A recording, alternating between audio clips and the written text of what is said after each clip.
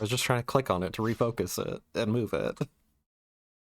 But I guess we're starting now. So yeah. This is gonna be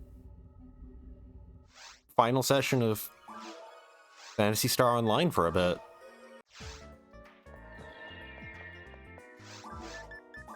Oh, not joining. I will fully admit that when it comes to playing with other people, I'm not the most comfortable doing that on stream. Yep. Just joining random streams and whatnot, and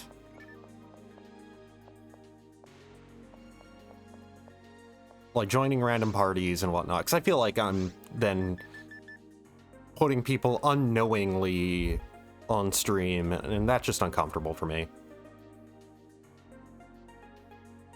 They didn't ask to be part of it. So anyways, so with today, we're going to be getting the Ragol Ring.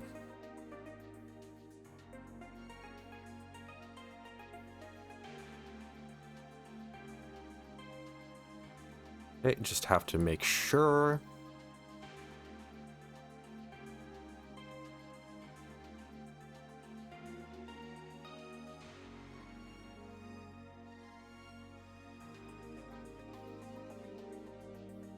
Okay, so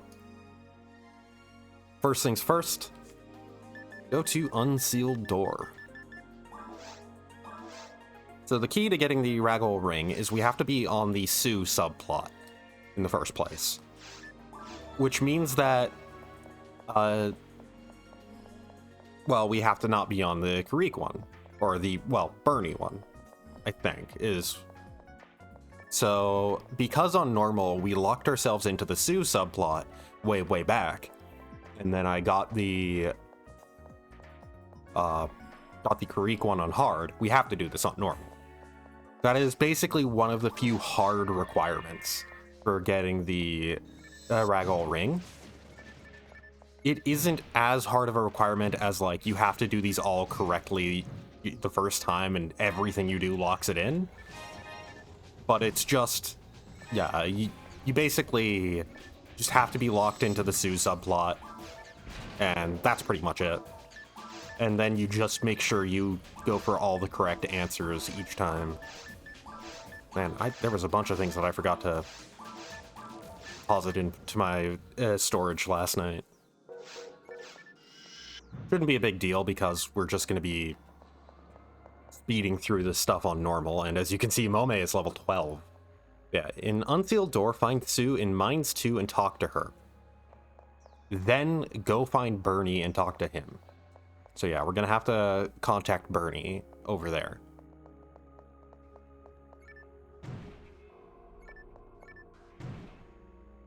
But yeah, just the basic idea is going to be making sure we talk to Sue and Bernie in every instance we can, and that we select the correct responses to them. Because it is entirely possible to do this route without being able to get the Ragol Ring.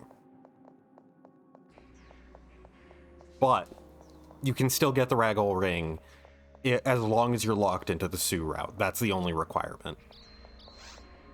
That's the only thing that, like, you can do to lock yourself out of it, is if you... It's weird that it still had me move slowly against all of those. Yeah.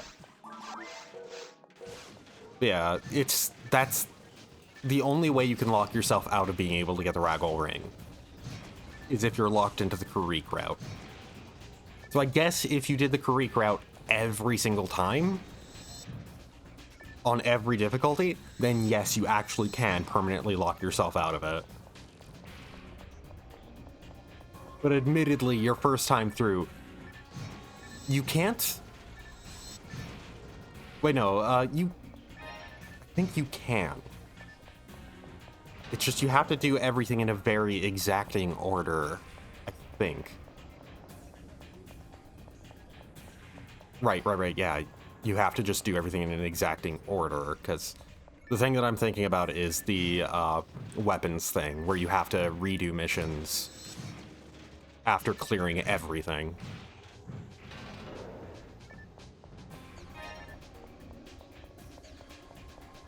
Because of the order in which you get recommendations, some missions, like, you have to get a recommendation from a later mission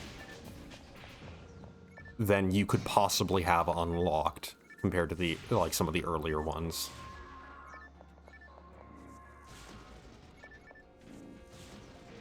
Really, yeah, just casting Zonda will kill literally anything right now. Been a long time since I've been on normal for episode 1.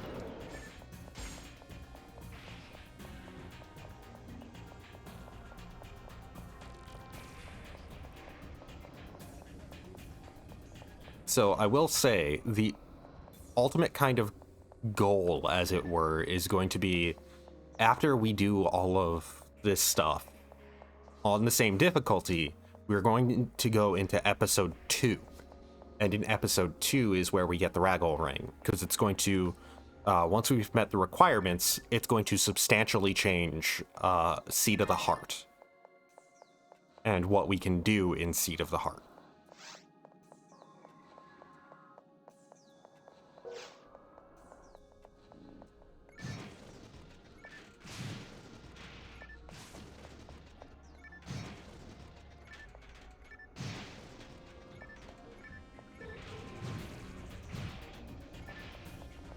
I might as well switch to the ray gun, because it's not like there's anything that's outright immune to gun here, like the satellite lizards and the yowies.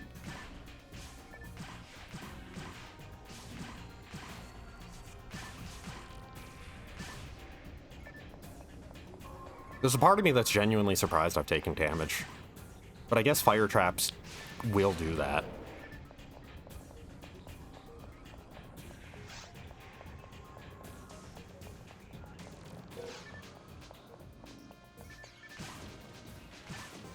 I don't know if I actually have to complete these missions,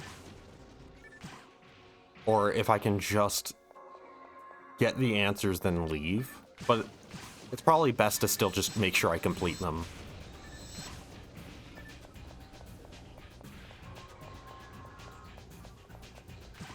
Okay, that yellow arrow on the minimap that I saw is probably Sue. It's a fun name for a space elf, isn't it? Sue. Yeah, here she is.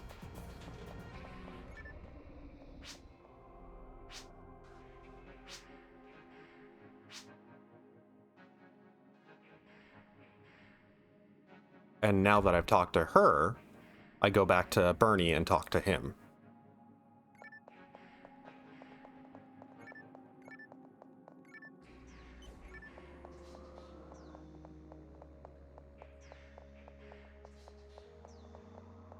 Probably should feed my mag. I really should start trying to hunt for, like, spare mags to, like, level up from the start. Get a more optimized one.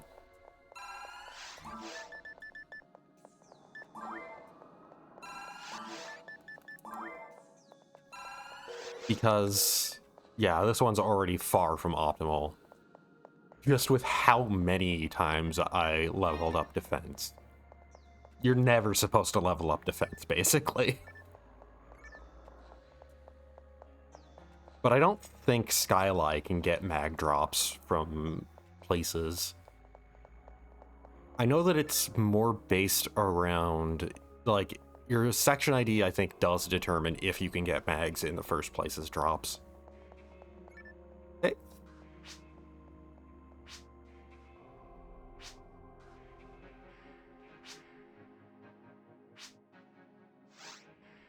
Okay, so go back to Bernie and talk to him.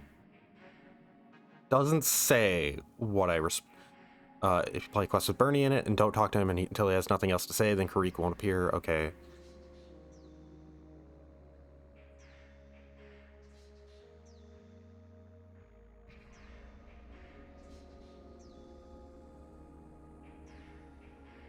Okay, just checking.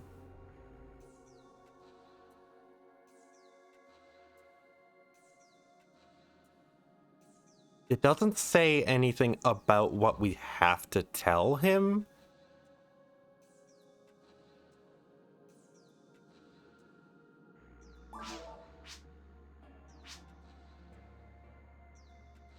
But it does say in the route where you don't get the Ragol Ring that you're supposed to tell him, sure. So presumably, we'll just go with the opposite.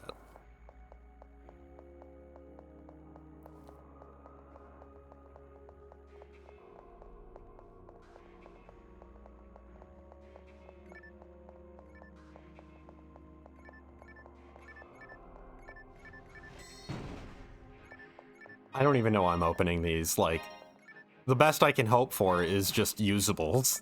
Like, the consumable items that just I may be running low on. Admittedly, they've been dropping, but...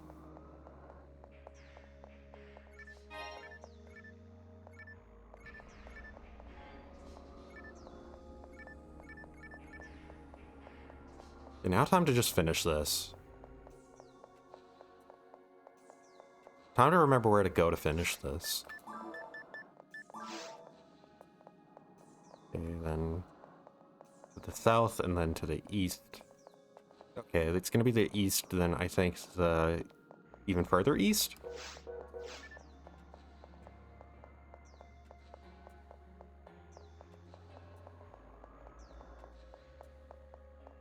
I do still really like that PSO has this sort of like side quest system where you have these different routes and whatnot based around how you talk to people, how you respond to them.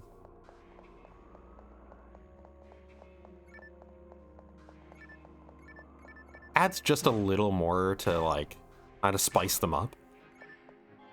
That these really are story-focused side missions and not just like rehashes of the areas you've already been through, that there's something more there. That there's a story unfolding that actually is unfolding. Compared to the like the main story of the game, which is just it's already unfolded and you're just kind of picking up the scraps and trying to figure out what happened and then just kind of stepping into the like to resolve things. Meanwhile, episode 4, of course, being kind of like wrapping up all the side plot stuff, all the side stories that you've done. And just kind of explaining, like, giving an answer to what was actually going on.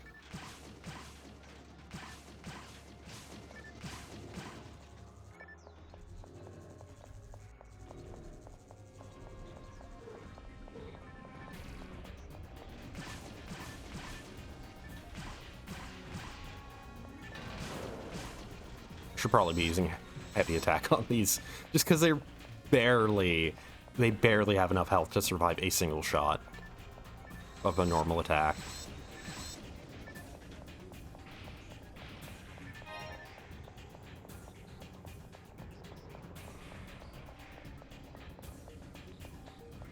Right, I think this is just the way out. Oh wait, no, this is where I have to go.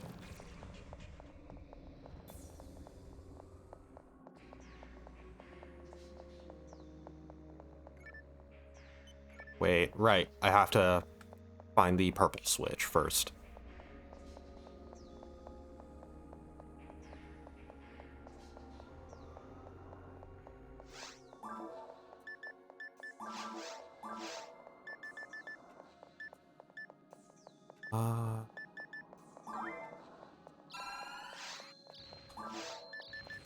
Currently have to balance using things in a way that lowers things that I don't want to level and then doesn't affect the things that I do. So now I have to stop using moon atomizers because my wisdom stat on my mag is getting too high.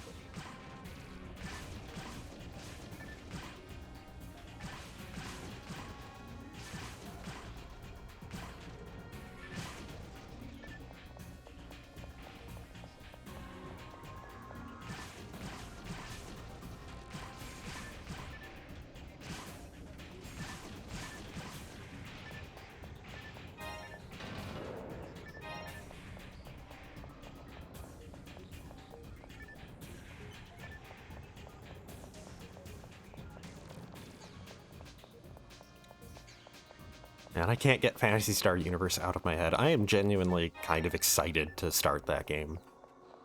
Because I do have a genuine, pretty big attachment to it. It is nowhere near as good as, like, PSO proper. I think that once it got to Ambition of the Illuminous, it actually got pretty dang good. Still not as good as PSO, but, like, pretty dang good. But, like, vanilla release, pretty bad. But at the same time, I still have that attachment to it. I actually never played the vanilla release, is the fun thing. I played, like, the demo that was on the 360. Because that was actually admittedly a pretty solid demo for, like, the amount of content it covered. But even then, it still kind of got into, like... You just had way too much health in that game. And access to so much healing. We'll get there when we get there, which will be next week, next Friday. It's gonna be fun. The only unfun part of it is having to deal with playing as Ethan Weber. Mainly just because he's so bland and forgettable. I remember him becoming more of an interesting character in the online story. But yeah, there'll be a lot to talk about with PSU. Mainly just the ways that they mishandled it, and the ways that they pretty much went into apology mode for it.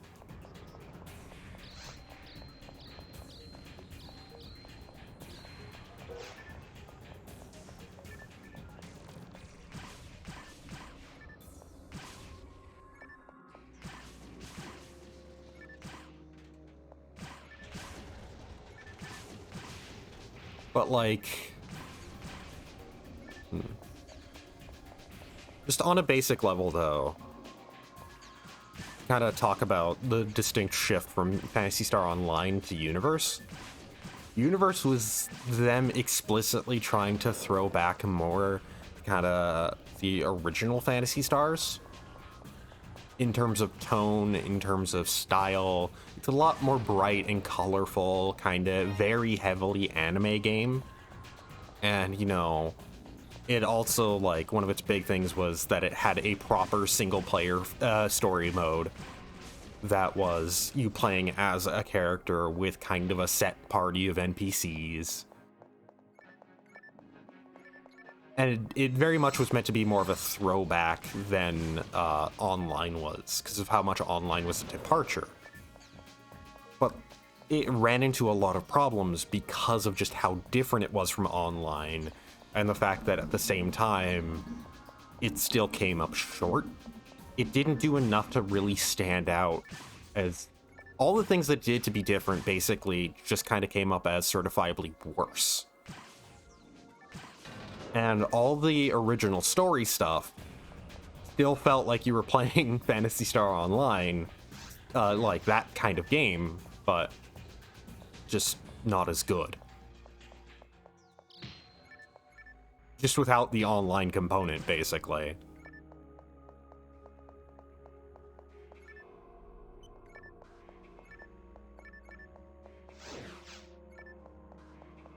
So there's a reason why its initial release was pretty terribly received among people who like Phantasy Star Online.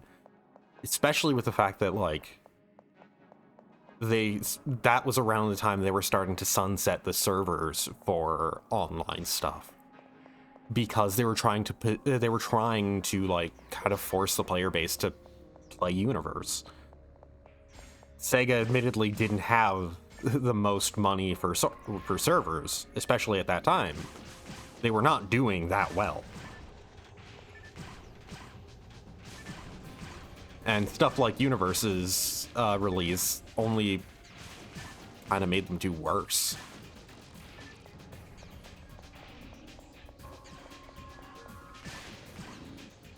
I think Blue Burst itself wasn't even the most popular because of it being PC only. And that at the time, like, most of the Phantasy Star players were console players. It was PC only at a time when PC gaming still wasn't really as big of a deal as it would become. And it was taking a game that was really known for its console play before being console focused and making it online only.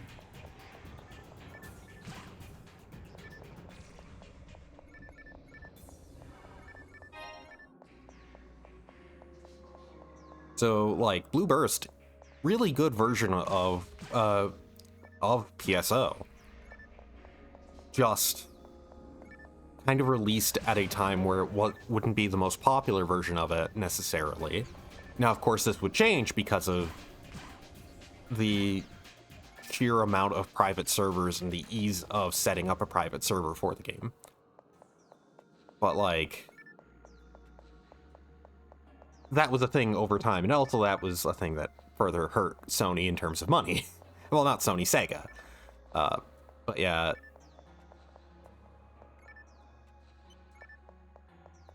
And then Universe, like I said, was just like a lot of decisions that really paid off horribly.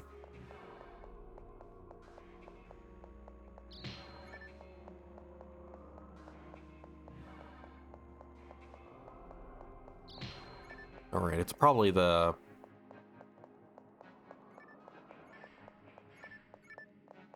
Wait, no, I hit that.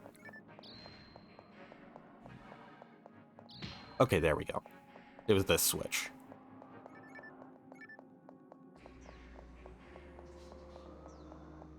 So, just, yeah, it's... Like I said, especially the fact that, like...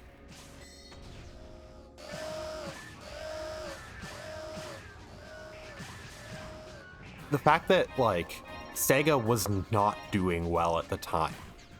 Especially in the West.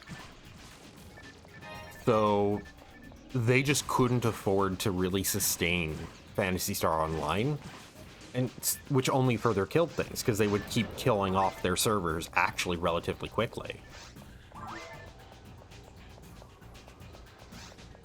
So, like, Blue Burst's official servers dying in 2007, for example, compared to, I think it was like 2011, 2012 for the JP servers. I think it was 2010. And then it was 2012 for the PSU servers. Because online it lasted longer because it was kind of a more popular thing. So I think it lasted about the same time, actually, because I think it was still like a 2-year difference.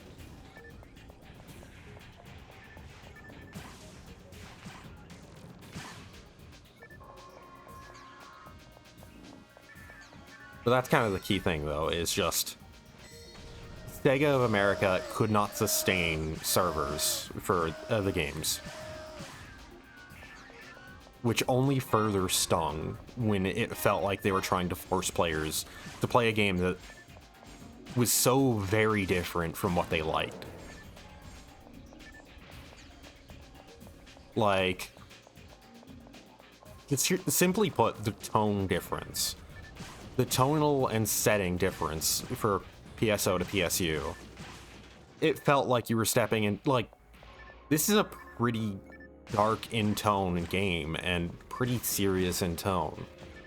It has a much more kind of mature tone to everything and style to everything than Phantasy Star Universe does. Phantasy Star Universe, though, is much more generic early 2000s anime to a negative degree, and in every possible way it can be, in terms of writing, in terms of aesthetic. So as a result, it's just, even just looking at Universe, it is not at all what people were wanting after playing online, and wanting kind of a follow-up to online. Say what you will about how different Online 2 is compared to Online, but it still at least kind of resembles it aesthetically compared to Universe. Also doesn't help that, like, Universe, honestly, It was good looking for a PS2 game. It was okay looking for a PS2 game, but its art style wasn't as well pulled off. Like, character faces just did not look good in it. There's a lot of art design choices that just weren't that great.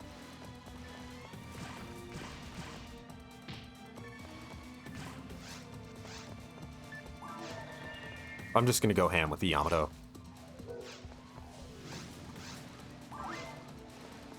Oh right, I have Ruffle as well. I can use that too.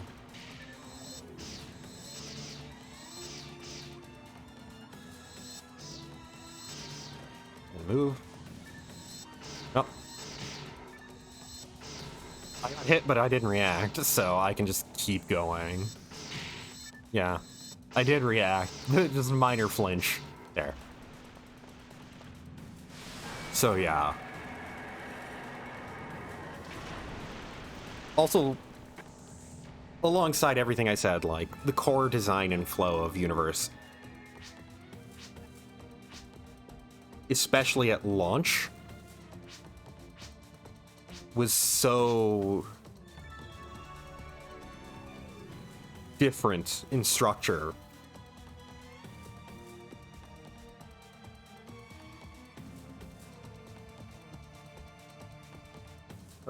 Wiping my nose. Now, how did that not hit anything? There. Just everything about Universe was like, there's a couple of things here that are clear steps forward in terms of how it controls and how it plays, but most of it is such a step back in terms of structure, in terms of aesthetic.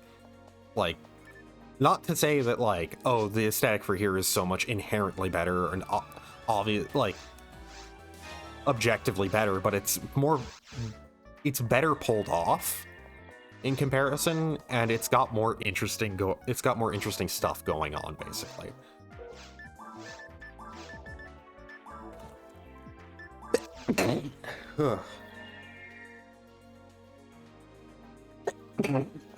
Excuse me. Okay, next side story that I have to do in Waterfall Tears.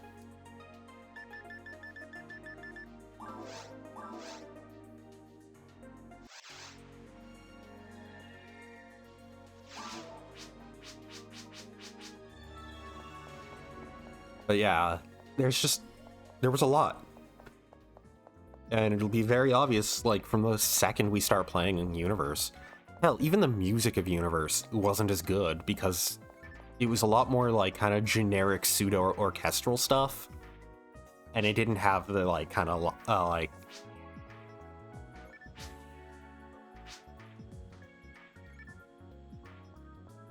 It didn't have the more distinct style to it yet.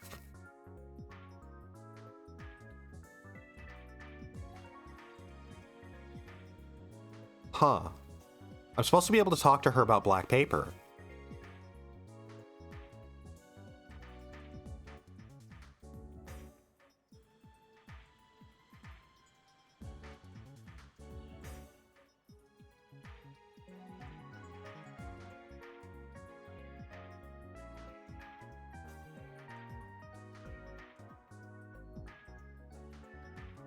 Huh.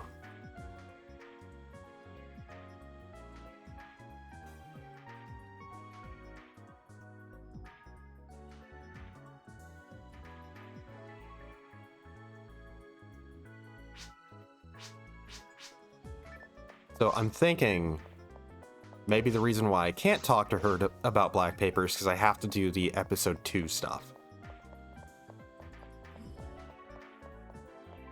That because I haven't technically just completed those as free missions, even if I have the Seed of the Heart quest unlocked, I can't access, like, I'm technically not able to access it yet. Like, because I don't have Seed of the Heart, because even if I have Seed of the Heart unlocked and everything unlocked that I need to do, because I haven't cleared those things, it hasn't added that status to my account or whatever. Let's just do a quick run of VR.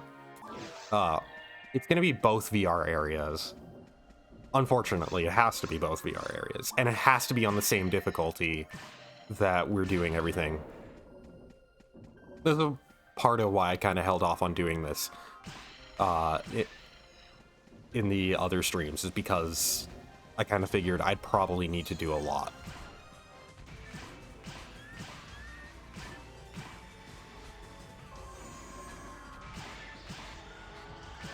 Hello, cat. He's rolled around and he's just wants me to pet him. So he's getting his pets.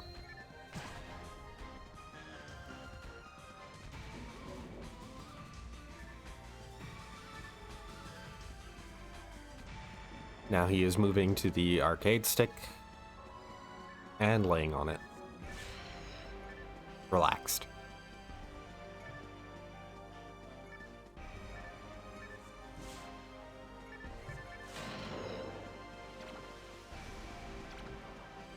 Okay, there is... There we go. I was wondering if it was another monster in here that I had to kill, or if it was just a switch to find.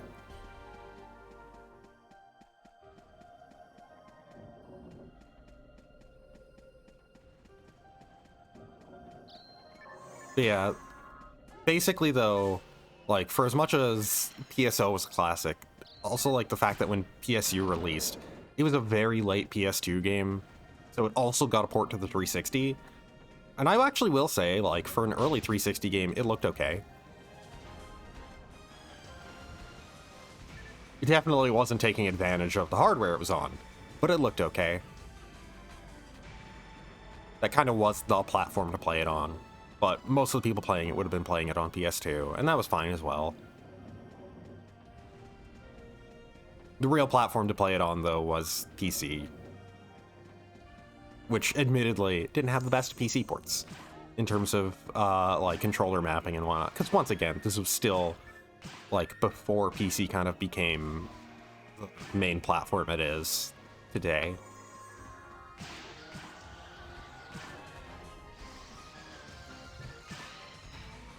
This actually is part of why I'm not going to be doing PSU on PC.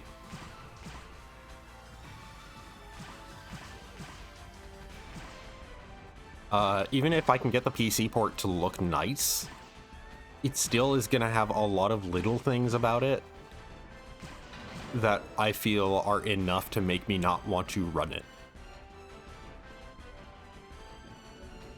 Because, like, so, like, one of the actual biggest things that I'd want to run the PC port for, the undub. The fact that it's actually, it's a modified version of the Japanese release that I'd be using. But the UI doesn't scale properly. So, unfortunately, the only way I'd be able to get the UI to scale properly would be if I was playing on Clementine. Like, Clementine has additional fixes for the game to make it run better. Is kind of the basic idea. But even then, it still has its own core issues just due to how the PC port was originally designed. So there's a lot of stuff that, like, it still wouldn't run at a good resolution. It still wouldn't, like, it would still have a lot of controller issues. And that's stuff that, like I said, Clementine kind of has more going for it, but Clementine is specifically for Ambition of the Illuminous. It's for the expansion pack, and not for the offline story mode.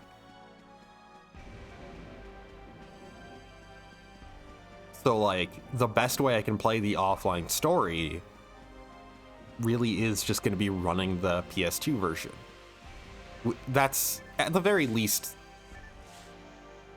to get it to, like, look okay, run okay, and have the UI elements not extraordinarily tiny.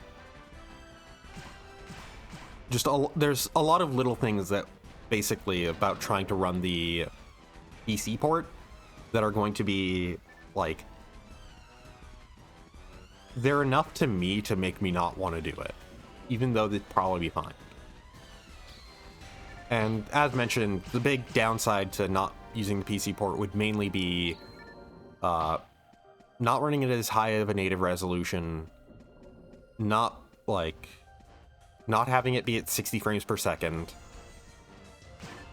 and not having the Japanese voices. The English voice acting is not that good. The Japanese voice acting, I can at least for the most part go like, oh, I recognize that voice actor. Oh, I recognize that VA. They're generally pretty good in things, and they put in an okay performance here.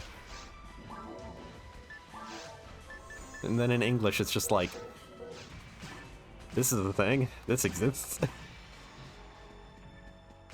The other way I'd be able to get an okay version of it, like play an okay version of it, and run that, would actually be on the 360 version. But then I wouldn't be able to do like the offline story content for Ambition of the Illuminous. Because I think I've mentioned it before, but the big way to get that all to work offline, like to get the actual story content to work offline, is just that they put out a disc that contained it all for offline play for the PS2 release. So that's just pretty much my only option. And even then, we're still not going to get all of it because there was a lot of online only story stuff that was added.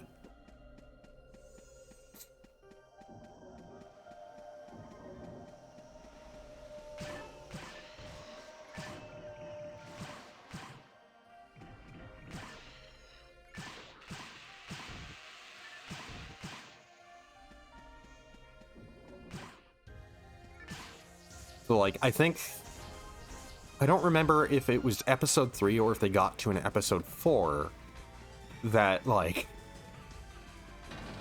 that they shut down the servers in the middle of for the American release.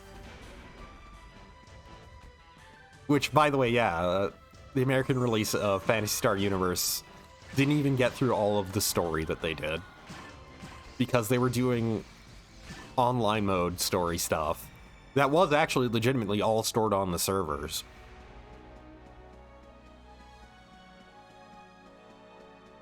So just like, there's so much they didn't actually get through all of it before shutting down the servers in English. And because it was all server based, how they'd have to rebuild it for a private server is legitimately tricky, and they would also have to translate it all too.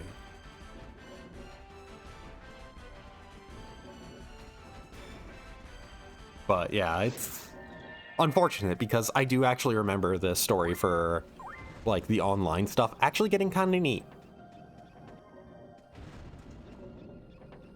At the very least, we'll have all of episode 2 for story stuff. I don't know if we'll have like in terms of online story, I don't know if we'll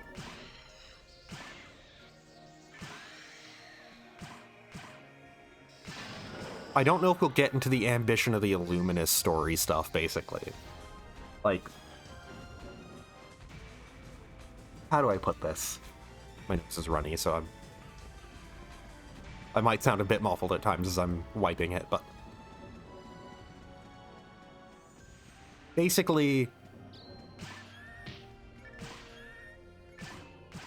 I don't exactly remember too much of what the story content for Ambition of the Illuminous was, and what was just story content that was, like, base release. That they just added in updates.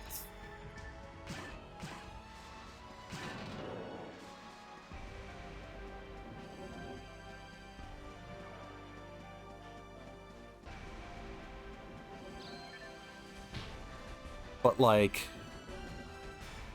at the very least, I'm fairly certain that the content that was added in updates will be there, like, from the base release.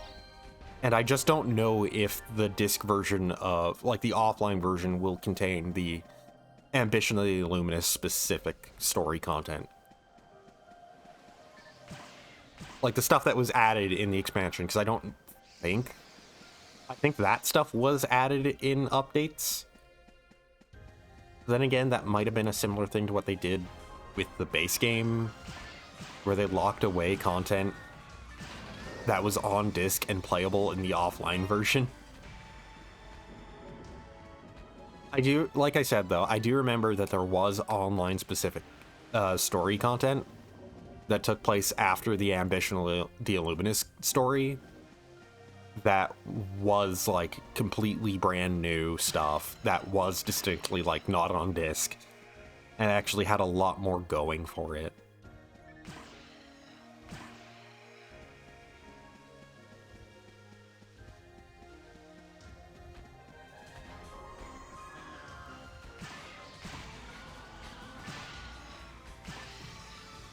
But yeah, just basically just no matter what, in English, there was no way of getting the entire story of Phantasy Star Universe, basically, is kind of the way I'd put it. There has never been a way of seeing all of Universe's story.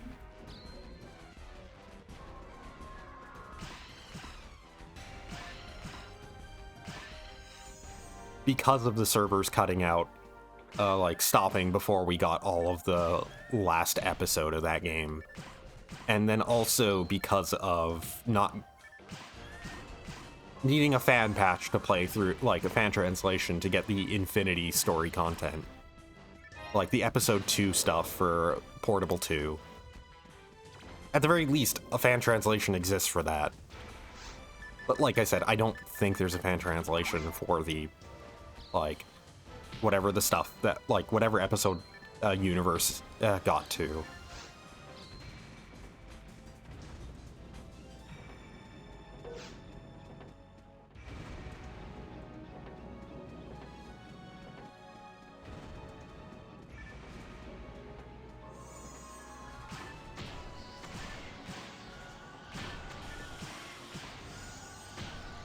So hopefully by the time, I don't think there's anything in Portable 2 that actually like references very direct stuff from like the late episodes of Ambition of the Illuminous' stuff.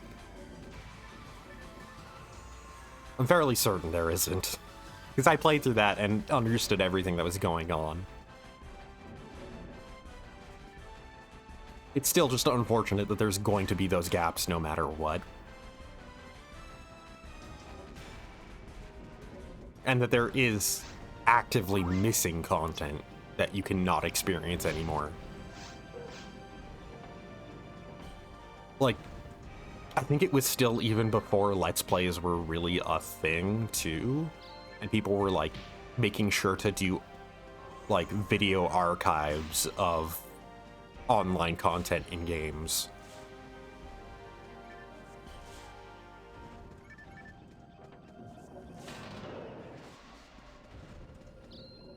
So it's an unfortunate case of it's just a lot of lost media that might exist in Japanese, like, hey, Nico Nico, there may be Nico Nico videos and like English, like English made videos of the Japanese content to kind of show off, like, well, here's what happened on the Japanese servers that we never got, or that we don't have, that at the time was just we don't have this, here's what's coming.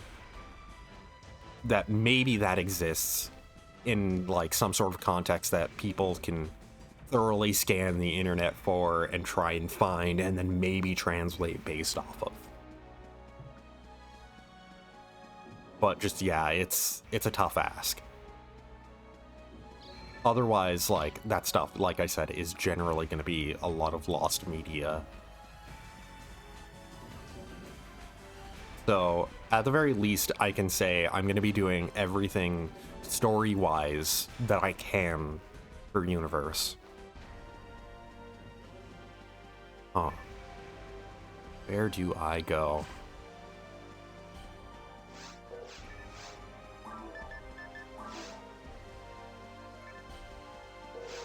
Okay, there was that one warp that I didn't take because I thought it was a side thing.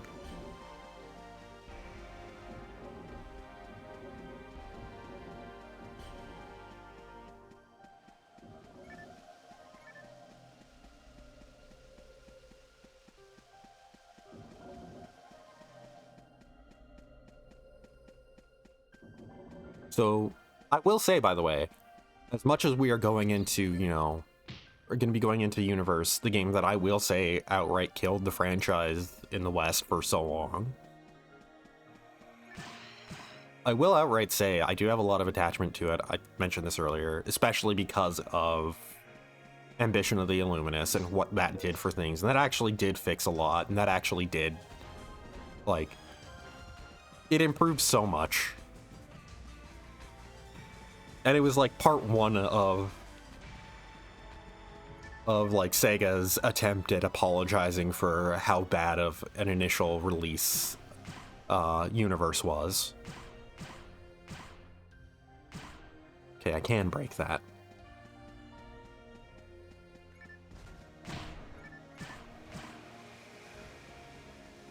Okay, that's how I was supposed to progress. The fact that there was no target or, like, hit indicator for that made me think that I wasn't actually hitting it.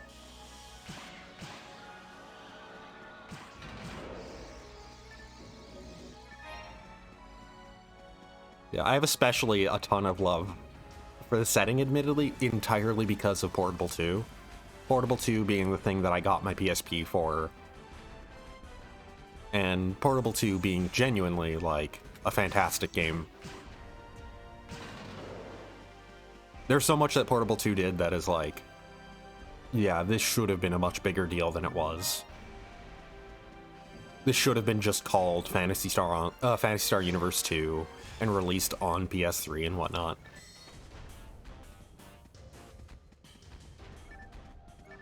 Then it would have been much more fondly remembered. It would have been much more well known. But admittedly, like, at that time in Japan, the PSP was absolutely massive, so we would have gotten the Episode 2 content that Infinity had if it was on console, but yeah. But it is genuinely wild the amount of stuff that Portable 2 did to really overhaul all of Universe's ideas.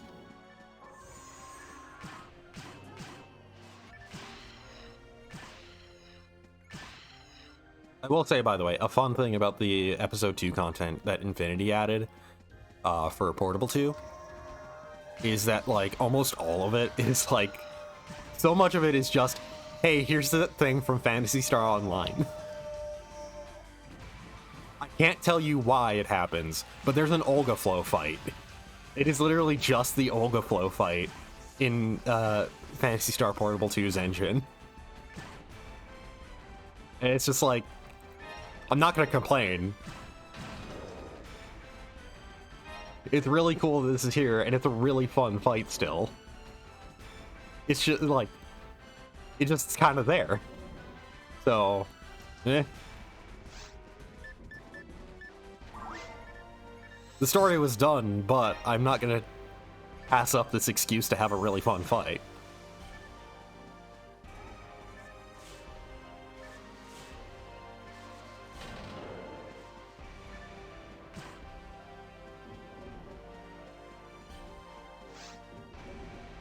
I do wonder, once again, there's always that question of, like, with the current state of PSO, I do wonder if they're ever going to, like, do a thing to return to that setting. Or at least even, like, tie back into it in some ways. Like, just have... like, Online 2 goes so wild with its story, it does a ton of cross-dimensional stuff. It's how they explain the fact that you can have stuff that takes place in, like, just Japan.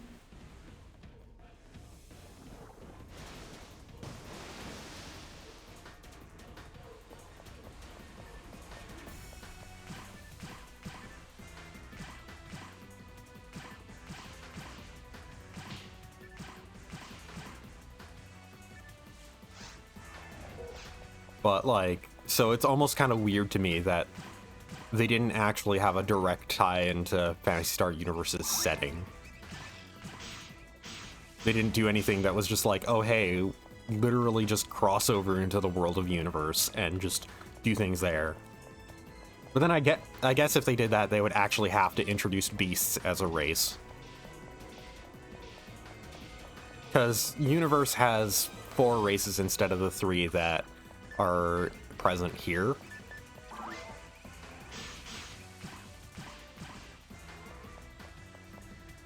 The 4 races in Universe are... Oh, just give me a second.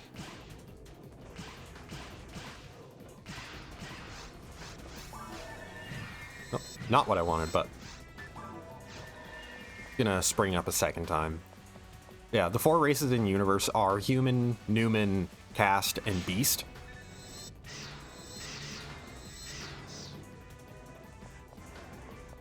And then Portable 2 Infinity added Newman. And then PSO went with Human, Newman, and Caste, and then eventually added Newman. Kind of why people are still like, where's Beast Race? I really miss Beast Race. Why are they not back? Which I can agree with. That's what I always played.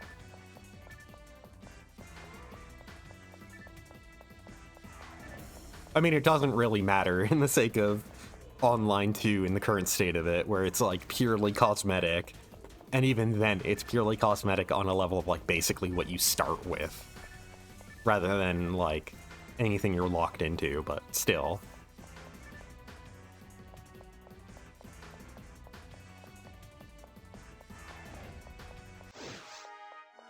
But just, yeah, I'm just curious where they're going to go with things going forward.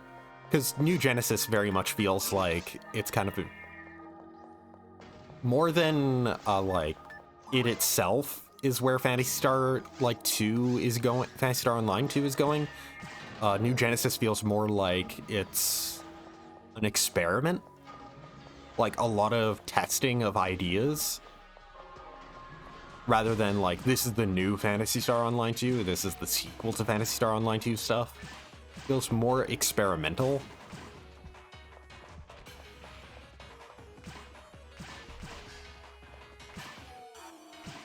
Like they're still trying to figure out how to build a game in that style and whatnot, kind of thing.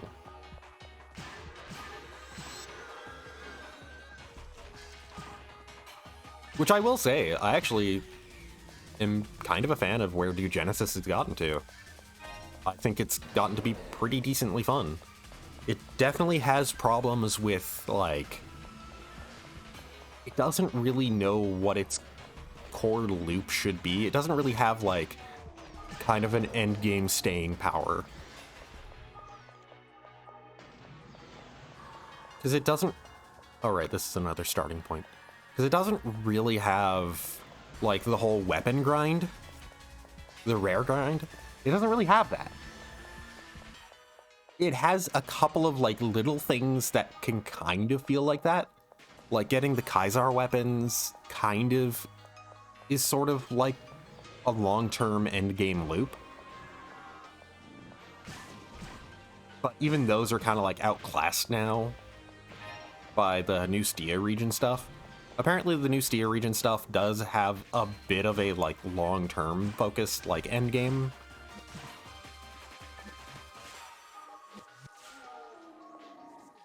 I haven't dug too deep into it. I admittedly have been taking a break ever since I got my Kaisar weapon.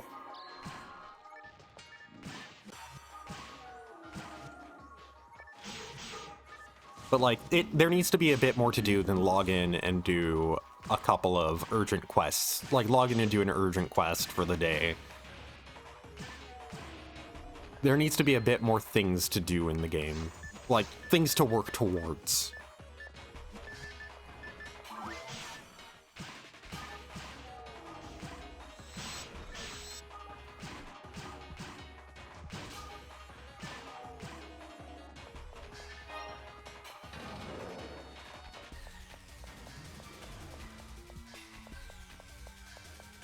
But I will say that the gameplay itself has gotten to a fun point, and the content, there is a good amount of content to do now. It kind of needs more of an end game loop to it.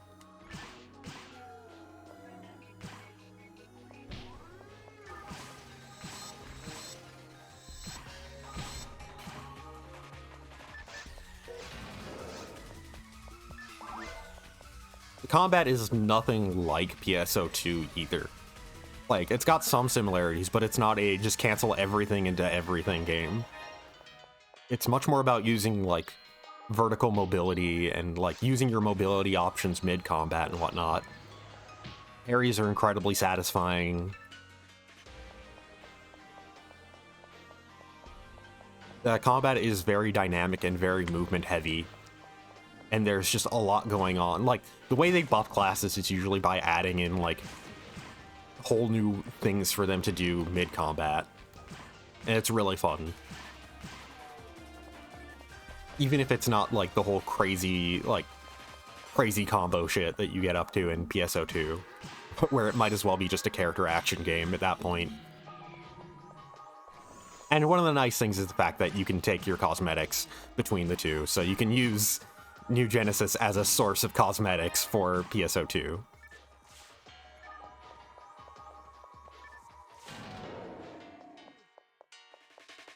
Also, like, good god, the endgame stuff in PSO2 gets wild.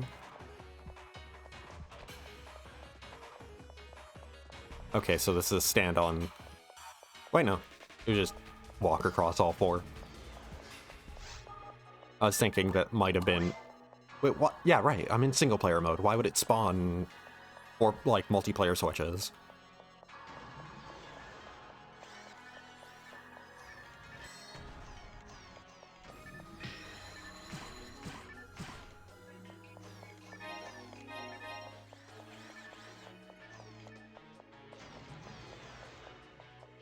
Wow.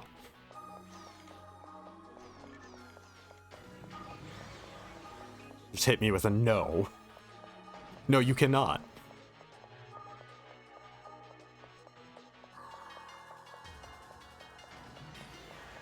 But yeah, like...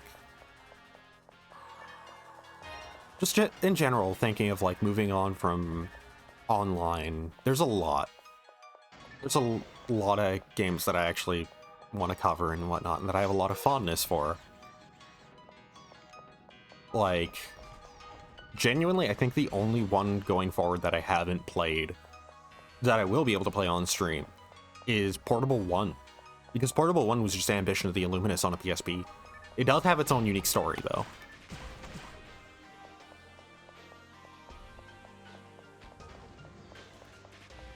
But in terms of gameplay, it doesn't really make any shifts from Ambition of the Illuminous, so it'll play fine enough. But just by the time that I got my PSP, Portable 2 was already releasing, so I just never got it.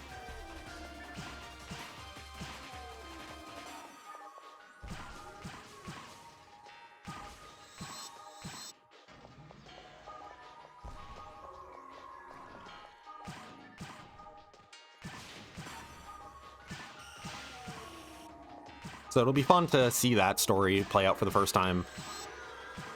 And yeah. And then there's also going to be... So, just to talk about that for a bit, about, like, going forward with the series. And, like, kind of what that means in terms of games to be played. That's going to be... So I'm going to be going through it in release order. So I'll be doing...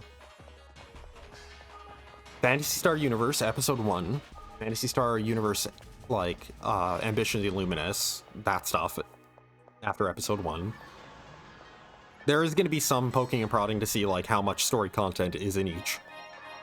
After Ambition of the Illuminous, though, the PS2 disc, the PS2 offline disc stuff for Ambition of the Illuminous, then it's going to be, maybe a quick look at Clementine and what that has, because that'll be, like, a look at what was added in updates for online PSO2, well, for PSU, including stuff that, like, the American servers never got to, but it's going to be no story content for that. It's just going to be, like, just pure online play stuff.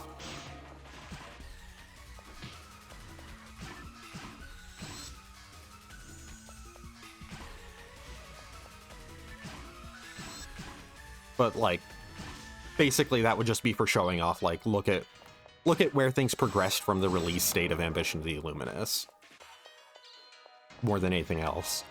And then After that, it would be Phantasy Star Portable 1. So it's going to be a lot of PSU setting stuff. And then it's going to be the DS game, Phantasy Star Zero, which has its own settings separate from that. And it is meant to be more of a throwback to Phantasy Star Online, and when it released was also supposed to be like, hey, we still can do that style of game. We can still do Phantasy Star Online proper. Like, if you think we lost it with PSU, we didn't. We can do it still, and whatnot. And Zero was actually really good.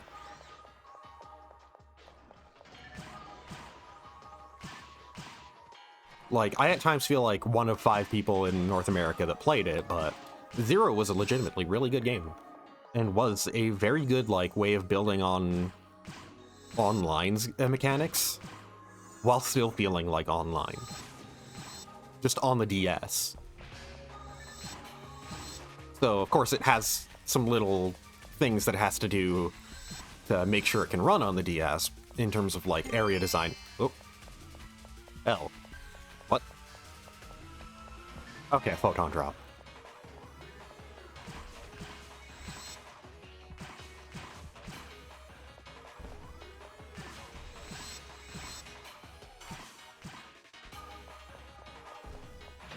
So yeah, just... That's actually one thing that I'm especially excited to eventually get to, is Phantasy Star Zero. But doing the games in release order, because I feel that makes Zero kind of hit a little better. It helps you understand kind of the situation for the series that it released in. And I feel that makes the game, like, kind of land a bit better than if I were to just go directly to it.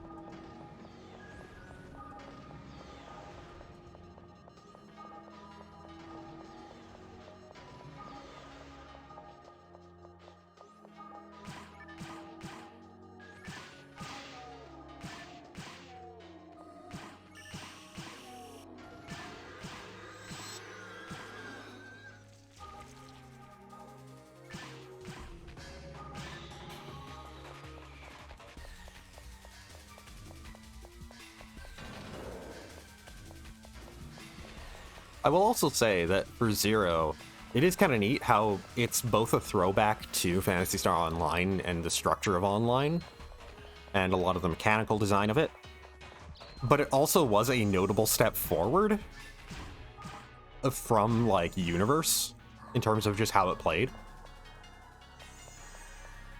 Because basically Phantasy Star Portable 2 is actually building off of what Phantasy Star Zero did, for a lot of just mechanical decisions. And it's part of why Portable 2 is so good. Put simply, they added a dodge button into Zero, and it fits perfectly. There's photon arts in Zero, which... that's not a thing yet, but that'll be a thing in Universe.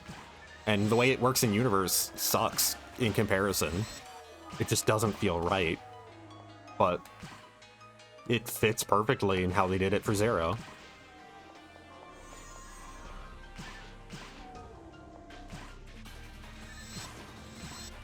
Zero is another case of a game that, like, I actually kind of wish that this wasn't a handheld-only thing. Because then I feel that limited the audience for it, and made a lot of people not really notice it. Also, like,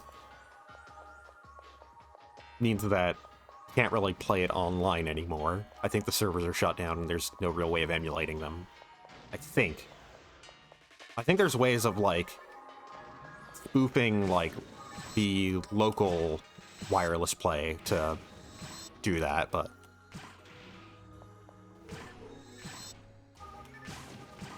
just, yeah.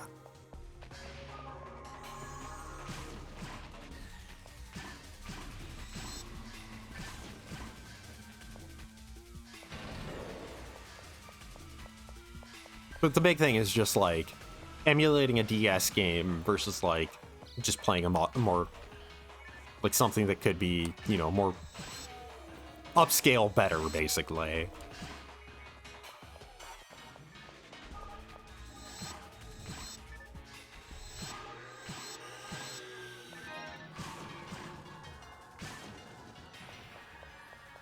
It is also one of those situations where it's like, man, I almost kind of wish a lot of this stuff was actually just Phantasy Star Online Episode 5, in terms of like, oh yeah, we just updated PSO and added in this expansion pack for it, and all these new mechanics are here.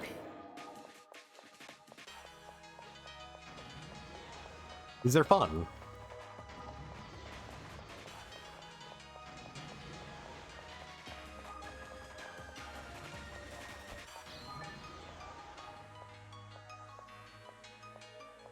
Come on. Thank you. Took forever.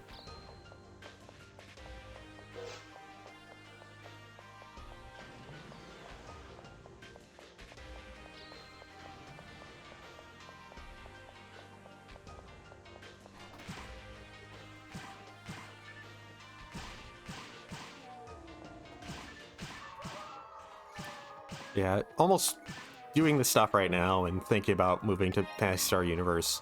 After how many weeks I've been playing, like how many months I've been playing Phantasy Star Online, which I'm just gonna outright say it, the entire reason why I got into streaming and whatnot was for the sake of doing this, was for the sake of playing through this entire franchise. Because of how much online forward the franchise means to me. And how much it's like, from online forward, like everything after online is very poorly documented. And it's just like, I know the story isn't really the thing people play these games for, and to some extent it's not what I play them for either. But also, I'm super interested in the story, and I wish I could know what it was. So this is kind of my way of being able to do that, and it's what made me want to start streaming in the first place.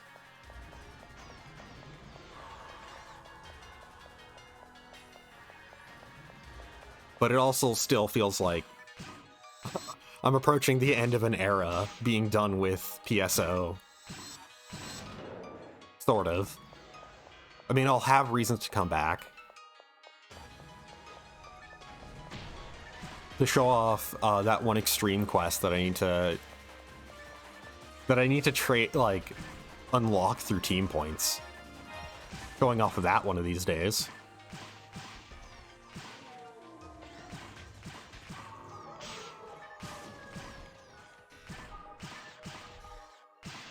Going off the real end game of PSO at ultimate difficulty, that'll eventually happen. But it's not like it's a big, like, this is my schedule going forward kind of thing.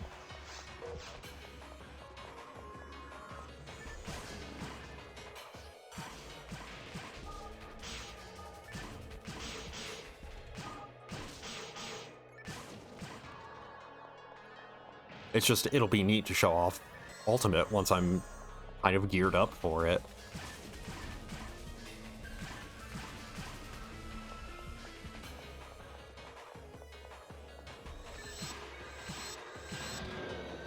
It's fun, by the way, that, like, there was technically a lot of previews of stuff that's in Ultimate difficulty through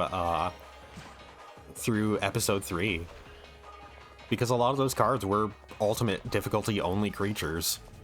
Which, well, another way to put that is Ultimate difficulty changes every monster for Episode 1. Episode 2 now, but Episode 1, yes.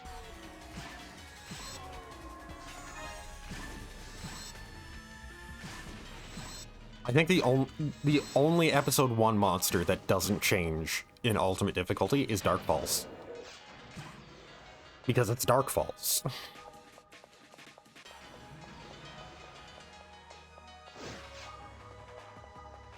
Okay, there we go.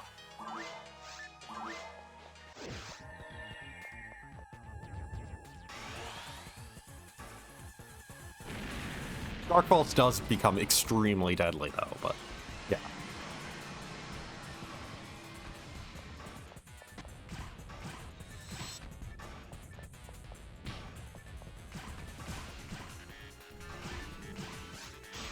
Okay, close enough that... Never mind.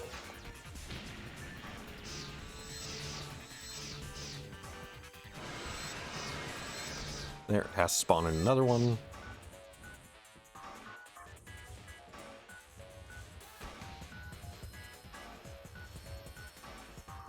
I think it's at a set amount of health right now. No, I think its health was going down very slowly.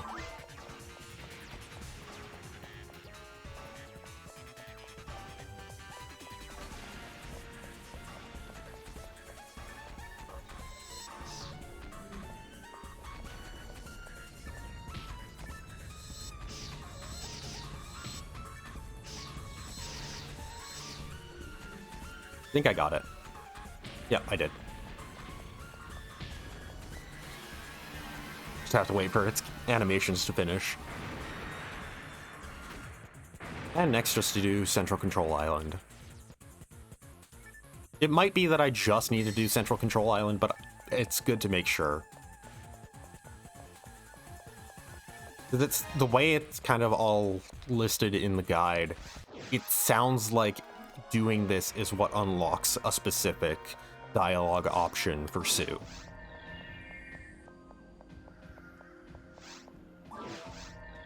Oh, just gotta go to the end of each of these areas and hit the computer in all of them.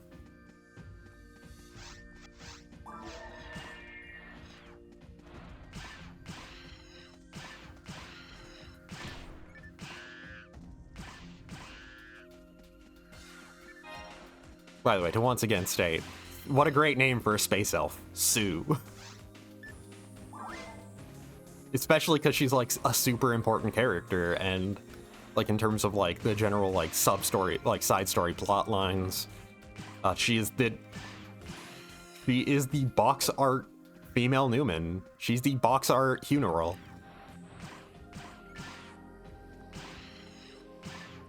And just, her name is Sue.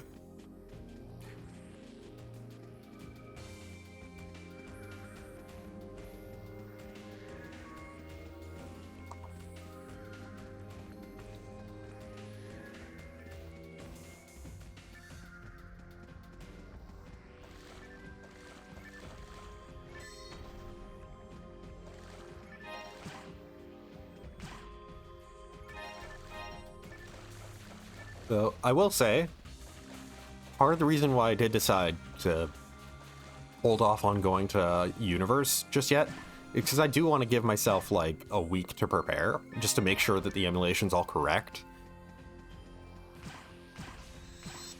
I want to make sure it runs all correctly and whatnot, and that I'm kind of prepped for it.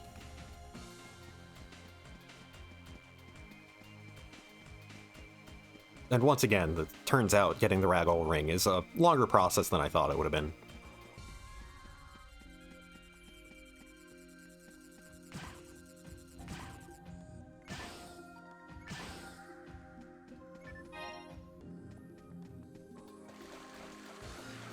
But, like, yeah, I just wanted to make sure that, like, when starting Universe 2, that I wouldn't necessarily run into any emulation issues.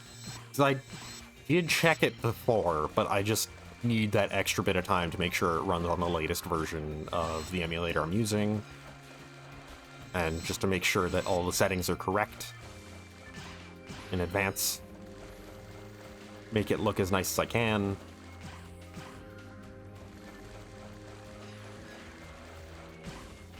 Make sure I'm properly prepared for it, like, in terms of having things to talk about.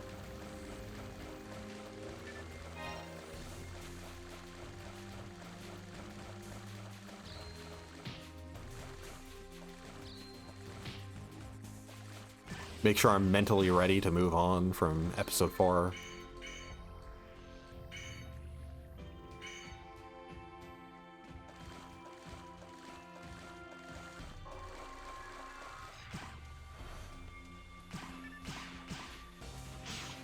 And eventually,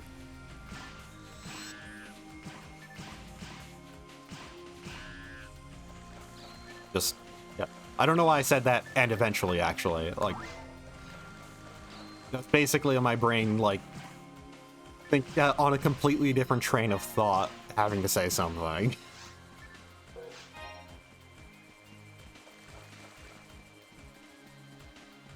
That was the train of thought from earlier where I was talking about how, yeah, I started playing, I started basically wanted to start streaming because of the Phantasy Star Online stuff and whatnot, and that it would eventually also lead me to Portable 2 Infinity, which I wanted to make sure that I would, you know, have some sort of excuse to stop putting off playing through all of the episode, like, putting off playing through all of it and whatnot.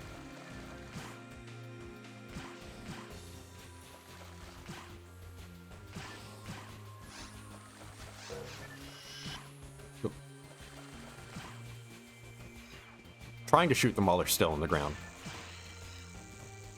Not really a thing I can do.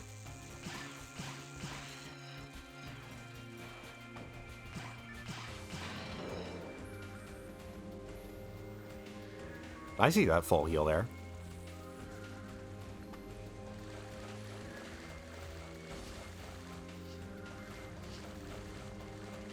It seems like I would have to loop around to get to it.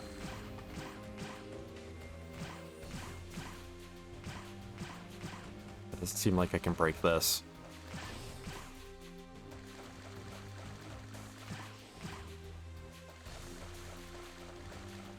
I don't really care to get that, but...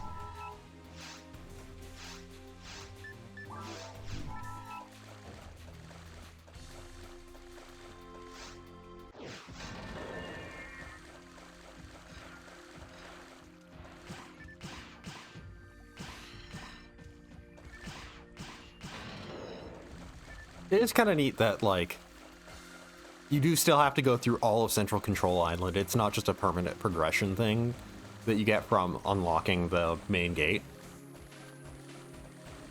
It does make it so it's actually a full level that you have to do if you want to fight the Gall Griffin.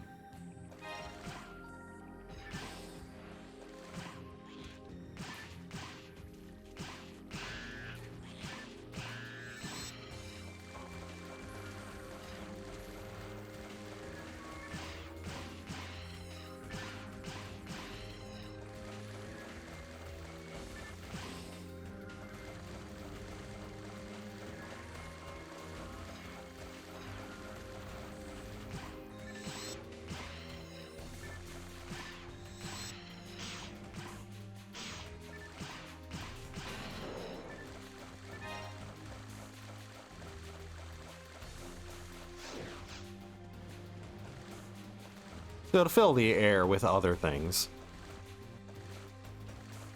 I say because, more so because it's been on my mind constantly. Man, I'm excited for, like... This month is unfortunate for my wallet in terms of video games. So, like... This month started with Phantasy Star... Well, not Phantasy Star. It was Fire Emblem Engage, technically. It technically released last month, but I picked it up at the start of this month. And... God, that game is everything I hoped it was going to be. That game is... I'm not necessarily the biggest fan of Fire Emblem by itself, but like the tactics RPG side. I love Fire Emblem spin-offs, though. Just something about Fire Emblem as more of an idea is... Like, as an idea and an aesthetic is something that I love. Which is why I like Fire Emblem Warriors so much, and why I like Tokyo Mirage Sessions so much, and why I'm happy every time a Fire Emblem character gets put into Smash. I would actually absolutely love for there to be a traditional 2D fighter Fire Emblem game, and just in general, more Fire Emblem spin-offs. Legitimately, one of the greatest things that could be possibly announced for me is the Tokyo Mirage Sessions 2. Especially if it's covering, like, the GBA Fire Emblem stories. Because Roy is my boy. He is my favorite Fire Emblem lord. He is a character that literally defined, like, what I think a cool character design is when I was a kid. Like, when I was a kid playing, like, and unlocked Roy in Melee, that was just like, yep, this is it.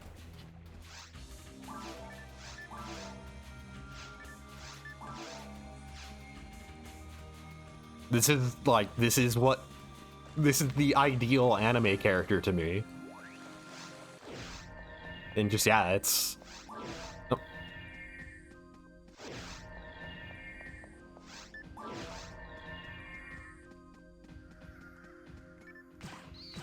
But, like, yeah, just in general, I like Fire Emblem. I do enjoy the games of strategy RPGs. I'm fine with strategy RPGs. It's just, they're not my favorite genre. So putting them in other things that I'm more easily able to kind of, like, pick up and play as, like, spin-offs and whatnot, I'm generally more of a fan of.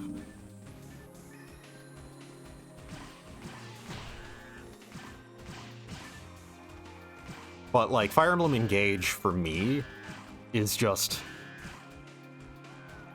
kind of everything I like about Fire Emblem, like, everything I've wanted from a Fire Emblem game for a while now. It's very silly, it's very, like, I wouldn't say self-aware, because that gives a specific idea, but I would say self-aware in the sense of it's aware that it's a very silly nonsense kind of thing. It's not really a serious story, it's not trying to be, it's trying to be fun. All the characters are just, like, pretty one-note, like, anime tropey kind of things, but they're fun. And it's a game that's generally pretty light and fun in terms of its story, and that's all I could hope for. In terms of aesthetic, it's very anime, but just once again, in a very bright, colorful, fun way. And it's very reminiscent of what I liked about the GBA Fire Emblems, which are still my favorites in the franchise. And just so much about it is that. It's just reminiscent of what I liked about the GBA ones. And, like, especially the gameplay of it is very much, yeah, you're busted, and the game knows it, and the game accounts for it, and it demands you make use of all of that stuff. That just from a pure gameplay standpoint, and map design standpoint and encounter design standpoint, it's arguably the best Fire Emblem. Because it is legitimately really hard to, and it is not willing to, it is willing to just do maps that don't hold back on anything. It is willing to be incredibly rude to the player in a way that just is really fun to see.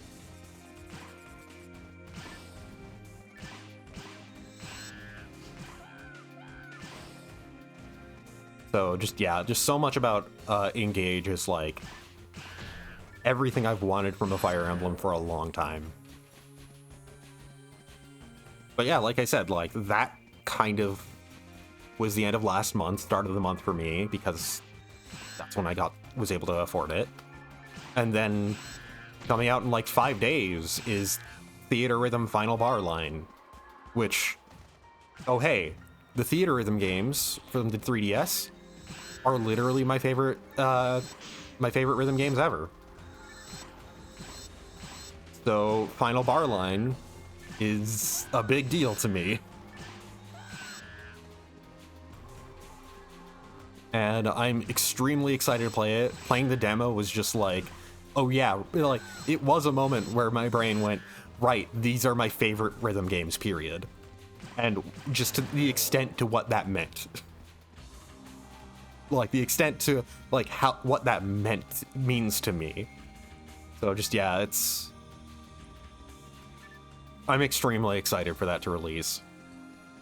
And it's one of the few times that, like, the portability of a game actually does outweigh trophy hunting for me.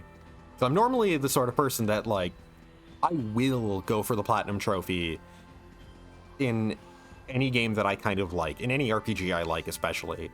And if it's like, if the game is on a Sony platform, chances are we'll go for it on that over anything else just because of the trophies. Getting every trophy in a game does tickle a part of my brain in a notable way. So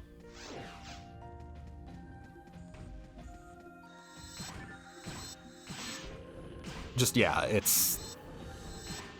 that's normally the case. That's why I'm getting, even though I absolutely love playing Octopath on my Switch specifically, I think it's a perfect fit for a portable RPG, especially with the HD 2D aesthetic. And I played the Octopath 2 demo on it. It's like, Octopath 2, just absolutely gorgeous game on the Switch, especially on that OLED screen, because I have a Switch OLED. But like, on that OLED screen especially, it's absolutely gorgeous. Wait.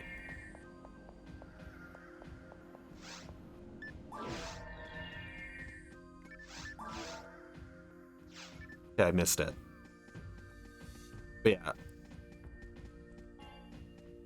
But like, for the type of game that Octopath is, yeah, getting the Platinum Trophy for that means a lot more to me than having it on a handheld, even if I get it with the really pretty OLED screen. It's the sort of game that I might just end up double dipping on well after that, like, hey, maybe in a few years it'll be on deep discount on Switch, and I'll just buy it just so I can have it portably and play it again. But, like, for now, I'm getting it on the PS5 because legitimately getting the Platinum Trophy for games does matter to me. It shouldn't, but it does. It's why I played through Final Fantasy 13 and 13-2, 100%ing them twice.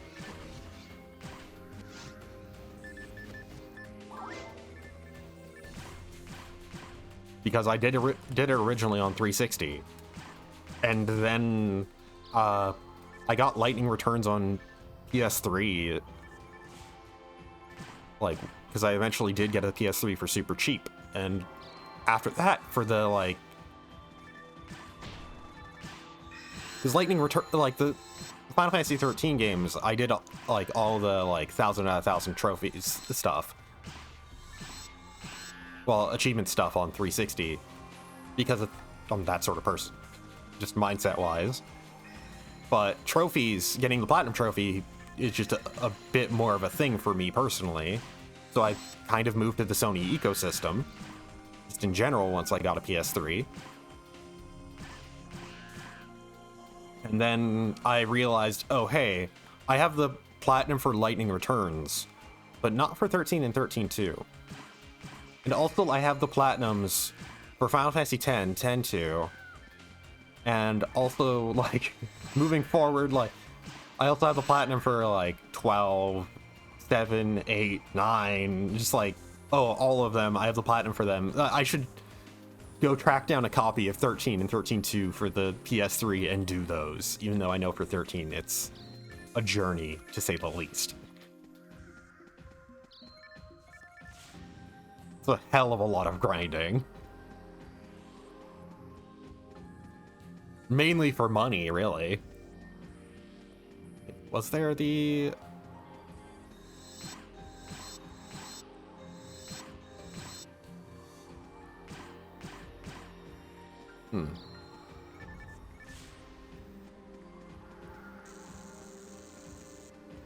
Yeah, like, the grind for money in 13 and 13, for, like, 13's Platinum is excessive, to say the least, because of, like, buying and upgrading all of the different, like, to be able to have said that you have had every item in your inventory at one point in time or another. It's a lot because of all the upgrading you need to do. So, it's a very long grind for that alone. Not even counting, like, the fact that you technically have to grind in a separate spot for all the Crystarium points you need to max out everybody's Crystariums. I will say, by the way, I'm actually kind of a defender of Final Fantasy 13. I'm an apologist for that game. I actually kind of like it quite a bit. And the process of getting the 1,000 out of 1,000 is part of why I like it. Because it exposed me to, like, the act of, like, getting good at the game and what that means and what the game actually is doing, and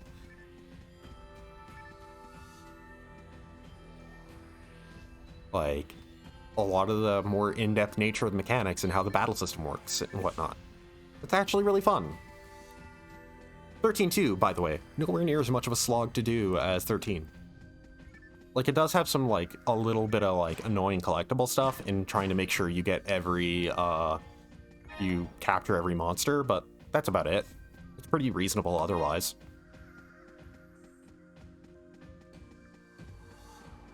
It does kind of demand that you at least understand how the leveling system works going in, though, to make sure that you are leveling your characters appropriately.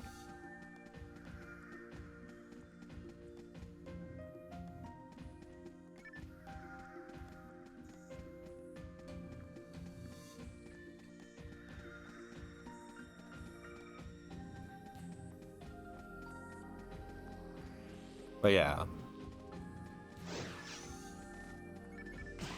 Oh, I didn't kill everything here.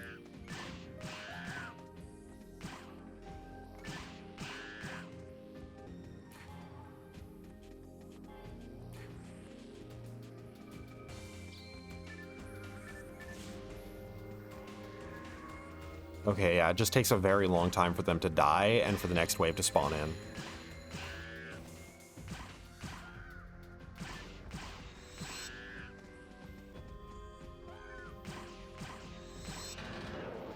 There we go. That opened something. That opened the path between these two.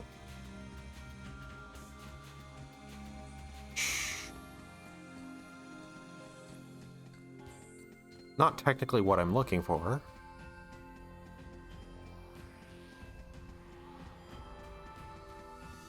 I'm looking for the computer. Oh, right here. I can't tell if I missed it or not. Or if it just wasn't accessible because I didn't kill everything in that room. Time for unlimited Geegwees. Well, unlimited Gwees. Weh. But yeah, like I was saying though, like, with the whole, like, trophy stuff, that as much as I like playing, oh, just geese, but as much as I like playing something like Octopath on my Switch, especially because the OLED screen is incredibly nice, in general, OLED screens are like, you hear a lot of people talking up stuff like HDR in 4K, and to me, OLED screens are kind of, for me, that's the big leap in monitor technology, is that OLED screens legitimately do look like so much better. It is a legitimate kind of game changer. And I wish that, like, OLED gaming monitors were more of a common thing, that they weren't so expensive. So I would love to upgrade my main gaming monitors to OLED ones. But yeah, with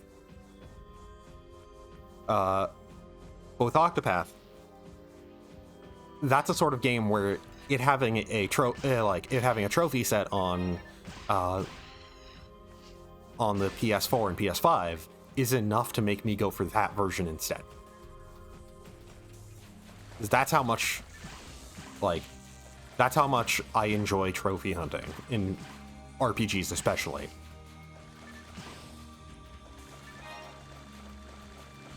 But Theatrhythm is the sort of game where it's like, on one hand, yes, I would love to be able to have that platinum trophy for the game in my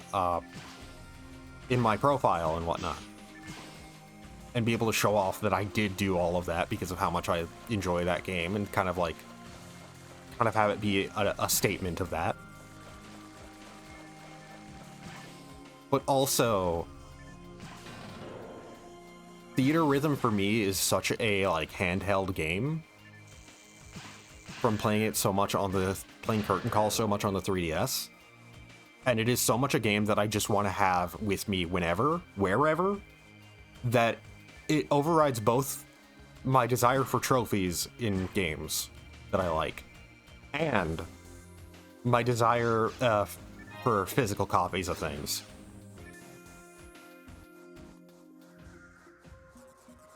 So I'm just getting it digitally for Switch, ASAP, basically. Gonna be getting all the DLC for it too, because goddamn, I just absolutely adore the Theater Rhythm games in terms of just how they play, in terms of how they're structured as well, and just the selection of music being just like, here's all the Squaresoft classics. One of the final DLC packs being the Xenogears pack is just like, holy shit, yes. It's kind of like how, like, the Theater Rhythm games are kind of like the World of Final Fantasy, where World of Final Fantasy is this big love letter not just to Final Fantasy, but to Squaresoft, with how much it references old Squaresoft stuff and not just Final Fantasy. And Theater Rhythm is kind of the same thing. We're just, with all the different, like, music packs that it has from all the different, like, Squaresoft style franchises. And I would count the Bravely games and Octopath as being Squaresoft style.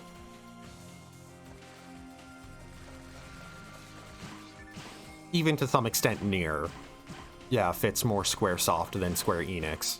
Or, well, Enix.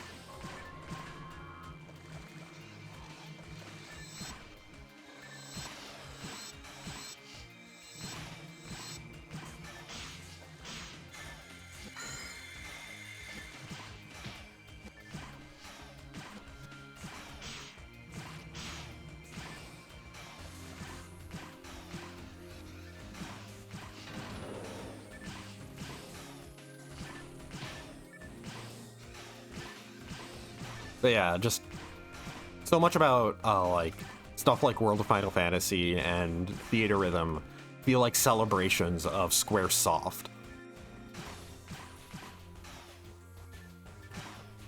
And it's just this whole thing that just makes me really love them. And it also helps that, like, yeah, just a really incredibly good rhythm game. Like, the only unfortunate thing I've seen from Curtain Call, well, not from Curtain Call, from Final Bar Line, is the fact that it is pretty directly porting the like, track lines from All-Star Carnival, the arcade one.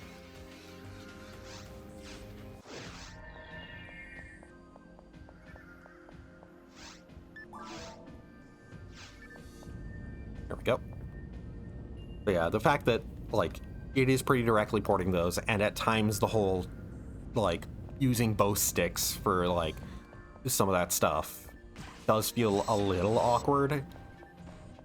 And it also does mean that you can't really do any touchscreen stuff with it if it was, like, Switch only.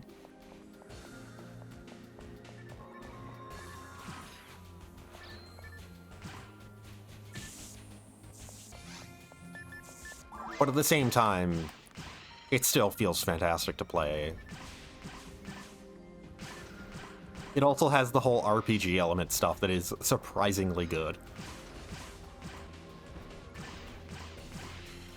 Adds a weird, like, actually pretty neat additional layer to things.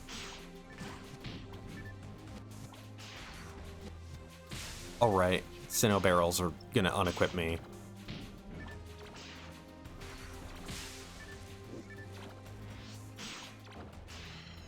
Actually kind of hard to time my button press as I'm unarmed and trying to hit things.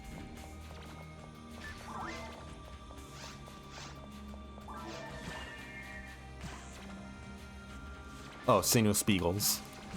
In this case.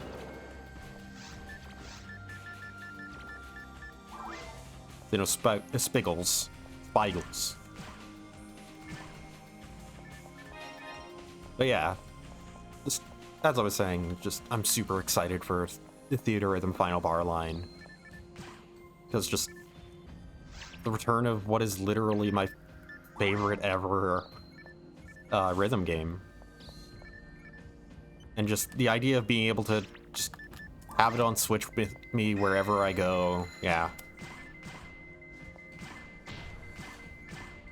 One of the most important things about that game, like being able to play that game, is that, just being able to have it wherever I go on a handheld.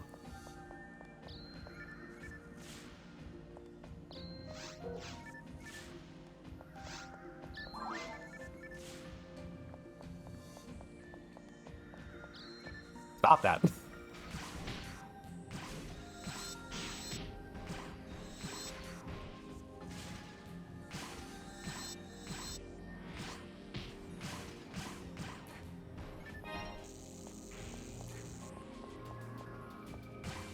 I saw you spawn in. You're dropping in from above.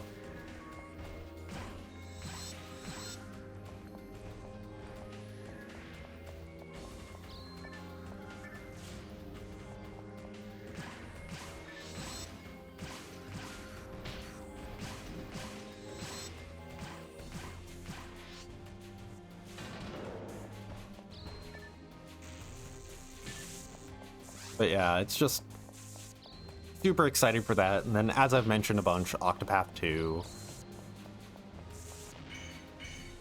I really like Octopath 1. I actually do need to finish it. I'm like, I think, finally getting to the chapter 4s of everybody. Last time I was playing it, I remember doing that. I hope I can get it done in time before Octopath 2 comes out. Probably not, but I'll try. I am actually, like I said, I'm actually getting close to everybody's endings, and then the overall ending for the game, the group ending.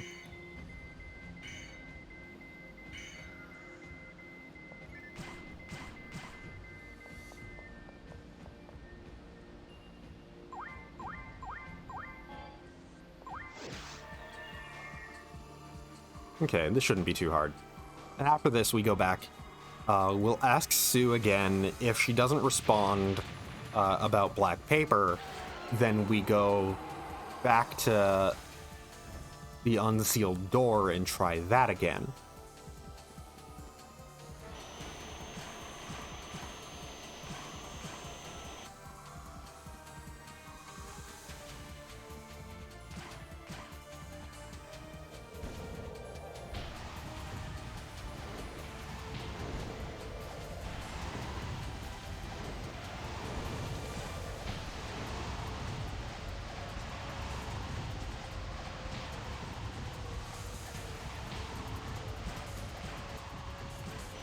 Come on. Let me smack you.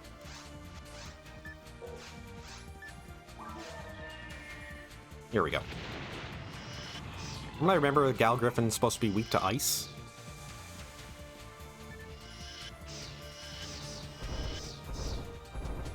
I don't know, because I didn't hit it, but...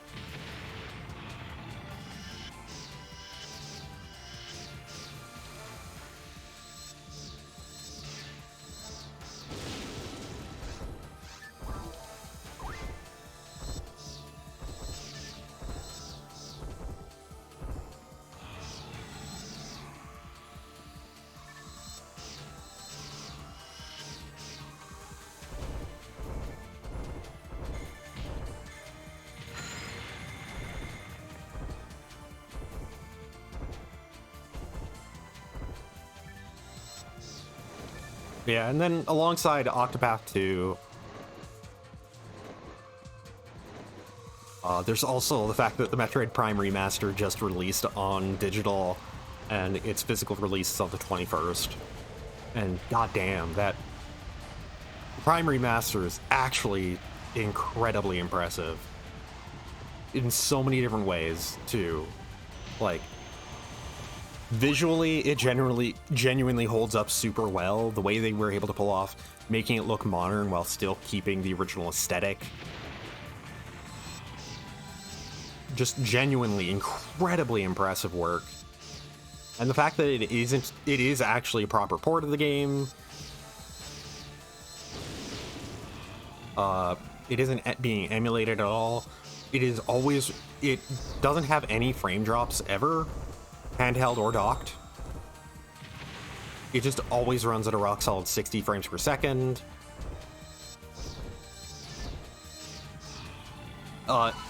It doesn't actually run at 1080p, but it kind of looks like it does because the 2x MSAA anti-aliasing is just that well done in it. There we go. It had to be in the air. But yeah. In general, it just looks absolutely incredible, and it is pulling so many tricks. Like, it's still using pre-baked lighting. It's still doing everything technically within the realms of what the original game was doing. It's just using the fact that it's on modern hardware to get away with so much more. And it looks so good because of it. And then you have the fact that, like, it's got a genuine ton of, like, control options, too. It has dual analog. You can turn on gyro when you're using dual analog. You can turn on free look for lock-on when you're using dual analog, and have it be either the second analog or the gyro or both.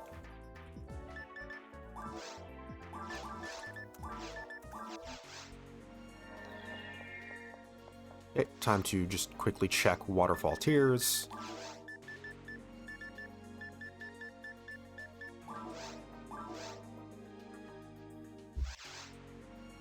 And then there's also the fact that you can use the classic control scheme from the GameCube style. You can use the Wii pointer scheme as if it was like the Metroid Prime Trilogy release. You can use a hybrid of the two where holding down the aim button turns it like from classic into the Wii control scheme.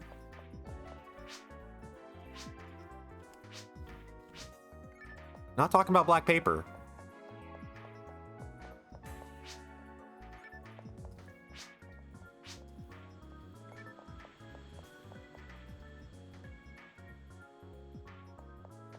Huh. I'm just gonna quickly have to Ragol Ring.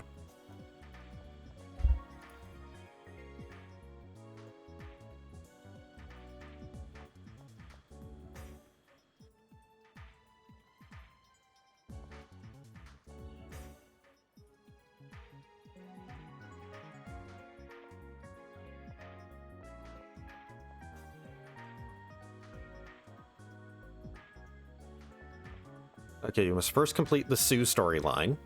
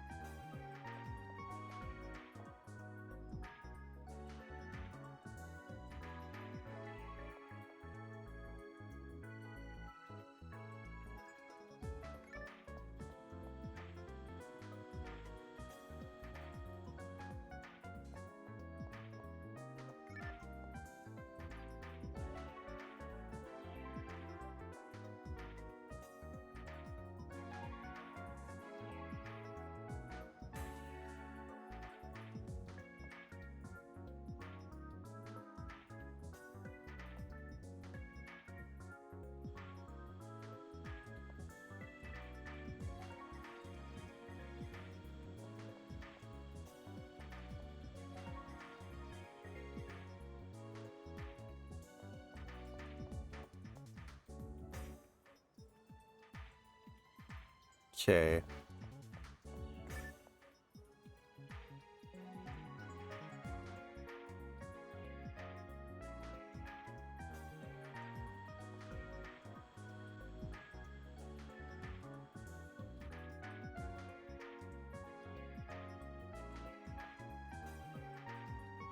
Okay, so I'm actually supposed to tell Bernie about Sue.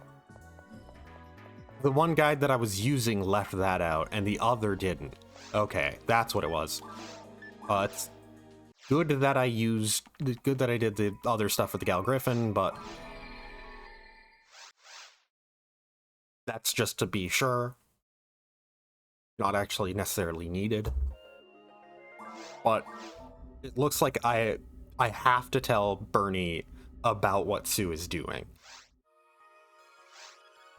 And that is what causes Sue to be able to, like, that's what causes me to ask Sue about Black Paper in Waterfall Tears.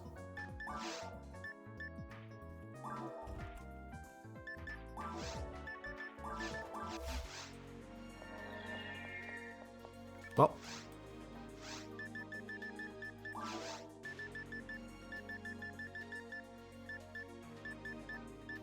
Unsealed door. Whatever. It's still largely just a stream just for talking over footage of the game, basically. I might as well go refresh on my consumables and whatnot, sell anything I might have picked up. But yeah, as I was saying though, Metroid Prime Remaster is like wild in how good it is. It's the fact that like, it's the level of remaster release that they could have called just flat out a like remake with how good it looks and gotten away with it, but it is really just a remaster. It plays identically to the original.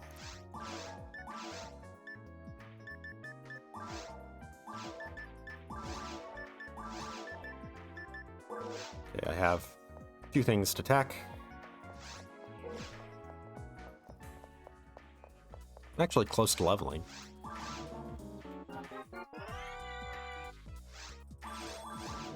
But yeah, it's just genuinely impressive how good it runs, how good it looks. The fact that it is technically still all operating under the same sort of like limitations, quote unquote, of the original. Like, all of its lighting is still pre-baked, but it doesn't look like it. The lighting looks absolutely fantastic, but it's still all pre-baked. And then in general, it just looks fantastic, and it's just such a great showcase of how well Metroid Prime is aged. The fact that, yeah, you can just make it look like a completely new game, and that is all you do, and it still plays just as good. Like, you add the modern aiming style, modern controller, like, style. You do that, you add...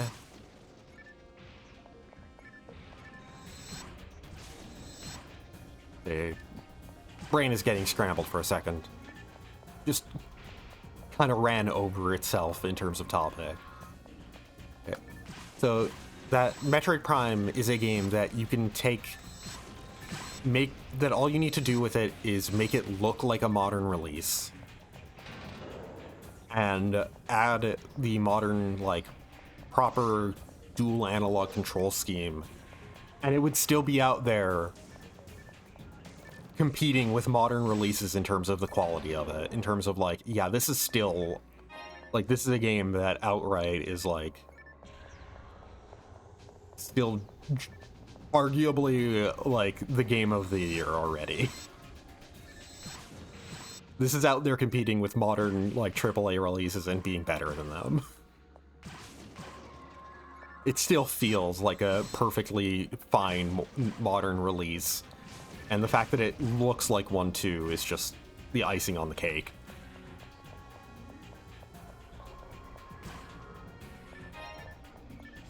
And it's actually legitimately, like, for all the tricks it's pulling, the fact that it does look as good as it does is wild. It's legitimately is just, goddamn, it's... I can't wait for Metroid Prime 4, because this is just such a preview of what they're able to do with modern tech and modern hardware with Metroid. The craziest thing to me is the fact that it is still the internal retro engine that it is still the same engine fundamentally that they made Metroid Prime in. It is still that same thing, and it's just that they've upgraded it so much over time in terms of capabilities. Because they've never stopped using that engine. Donkey Kong Country Tropical Freeze was made in the same engine that made Metroid Prime. and is the same engine that the remaster is in. And is presumably going to be the same engine that Metroid Prime 4 is going to be in, because if it ain't broke and it can still make games that actually do compete graphically with modern releases, damn. It kind of gets into why, if anybody knows about the sort of history of Retro as a developer, and the history of Metroid Prime, and the incredibly fraught nature of making that one game. Hey, level 67. Yeah. The incredible, like, the fact that, like, Metroid Prime exists in the first place is kind of itself a miracle, given the history of Retro as a developer.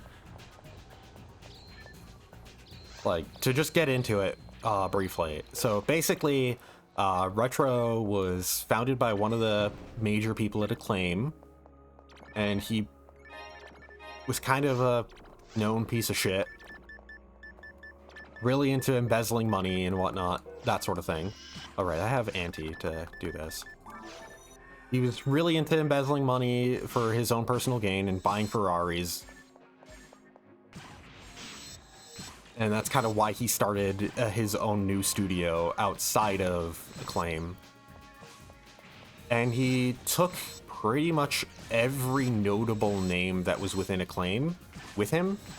Because Acclaim, even back then, they were still kind of like known to be a bit like shovelware-y in terms of what they would put out. But they had the Turok games. They did Turok for the N64, and legitimately, the Turok games were technological marvels for how well they ran on that system. For how well that team knew how to make the most of that hardware is genuinely super impressive. And so he took all the best people in terms of like tech design and like engine design at Iguana and made a new studio with them, which is pretty much fundamentally how he was able to make so many deals just kind of on just faith alone with Nintendo, for making like tons of different deals for games that Retro was going to make for Nintendo. And he would just keep making more deals on kind of blind faith alone. And the reason why Nintendo would keep approving them was because, well, they made Turok. This is the team that made, like, these are the programmers that, like, designed Turok. Obviously, they know what they're doing. Obviously, they're going to be good at this shit. They're arguably better, like, they're in some cases better at understanding our tech than maybe we are at times. Which, considering how good Nintendo it is at getting out every single drop of performance they can from their hardware, that's a big statement. But yeah, and then what this led to was he would just keep making deals for additional games to secure funding so he could buy himself more Ferraris. And the teams, like, ostensibly would be doing the most token effort of work and be assigned to working on a new project every couple of days. Like, practically, like, I don't think it was every couple of days. They didn't have that many projects, but basically they would constantly be shifted around and stretched super thin, just so that way they could say that they were, like, so that he could say that there was a token effort going into making these projects to justify getting another one done. And just, like, kind of, like, argue to Nintendo or to whoever that, no, work's being done. From what I understand, everybody at Retro fucking hated that guy. They hated working with him because of this behavior. Because they couldn't get any project done. And he would just keep making deals for more projects. That way he could get more Ferrari money. And eventually this all kind of mounted in Nintendo doing a check-in and basically going, hey, why isn't anything done? Why isn't anything showing any notable amount of progress? Everything is ostensibly getting worked on, but why isn't anything done? And their internal kind of investigation turned out that this guy was embezzling all that money and was only taking on more projects so he could get more money to embezzle. So what they did was they essentially made a deal with Retro as a whole, and made a deal with the head of Retro at the time, and it was basically that, hey, okay, so either we cancel literally every contract we have with you. Everything is done, we're never working with you again, and you stay in control.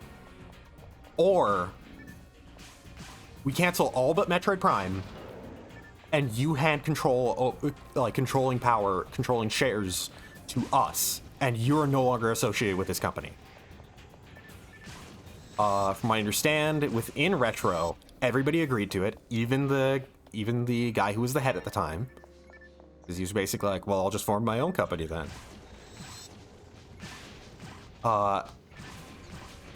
And Nintendo took control of Retro because of this. Because they viewed it as, this is the only way we can get anything done, is if we take full control away from this guy. And the employees within Retro themselves were pretty on board with that, because they hated the guy and wanted to actually get work done.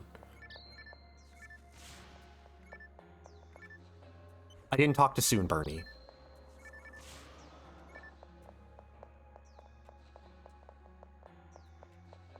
Getting so distracted by talking about the history of Metroid Prime, but yeah, basically though, with Metroid Prime, that's kind of the story of why it shaped up the way it did, why it took so long, why Retro, it's why Retro is a second-party company to Nintendo, because as much as Sony and Microsoft are all about acquiring various different companies and buying them up, Nintendo isn't. The instances which Nintendo does are actually like usually extenuating circumstances. Stuff like that situation with Retro, where it was, we will buy this company from the guy who currently owns it, and that because that is the only way we can ensure that this game will get made, and that the employees themselves were on board with this. With Monolith, one of the other companies that Nintendo acquired, the reason why they acquired them was because Monolith themselves wanted to. Monolith themselves hated being part of Bandai Namco, and the process of working with Nintendo on Baten Kaitos was so great that they basically were now like making pitches to Nintendo of, please buy us, please. And then, yeah, then after that, they went on to make, you know, the Xenoblade games. They became an internal Nintendo studio.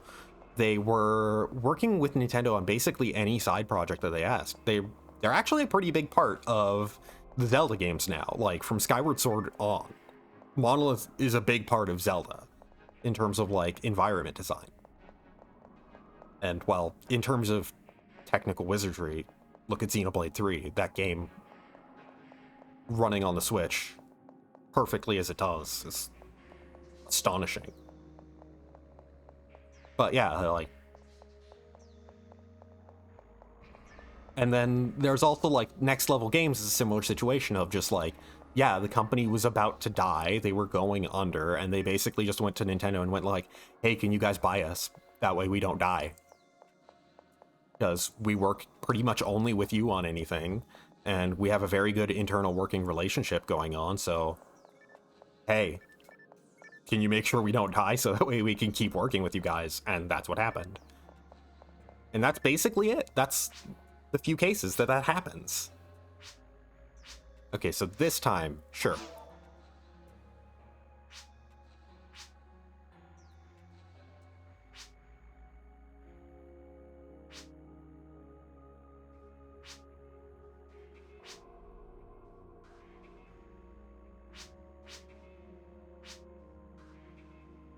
Okay.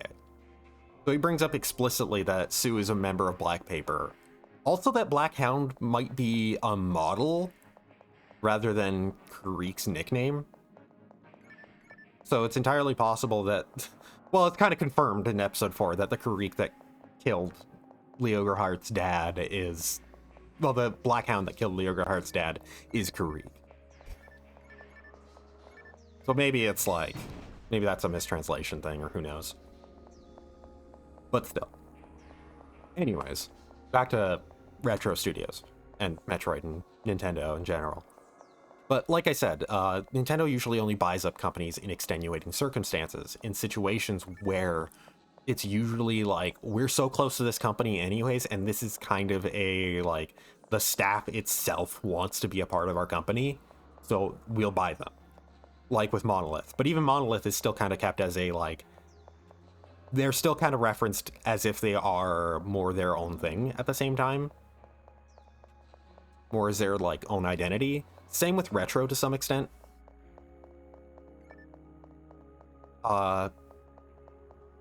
There's a couple of studios that did become, like, internal Nintendo, like tech design. The designers of the Moby Clip video codec that you would see on, like, every DS game. Nintendo outright bought out that company, and they're now Nintendo of Europe Research and Development, and they basically do all of Nintendo's internal emulators. From the Wii to the Switch, they've done all of that.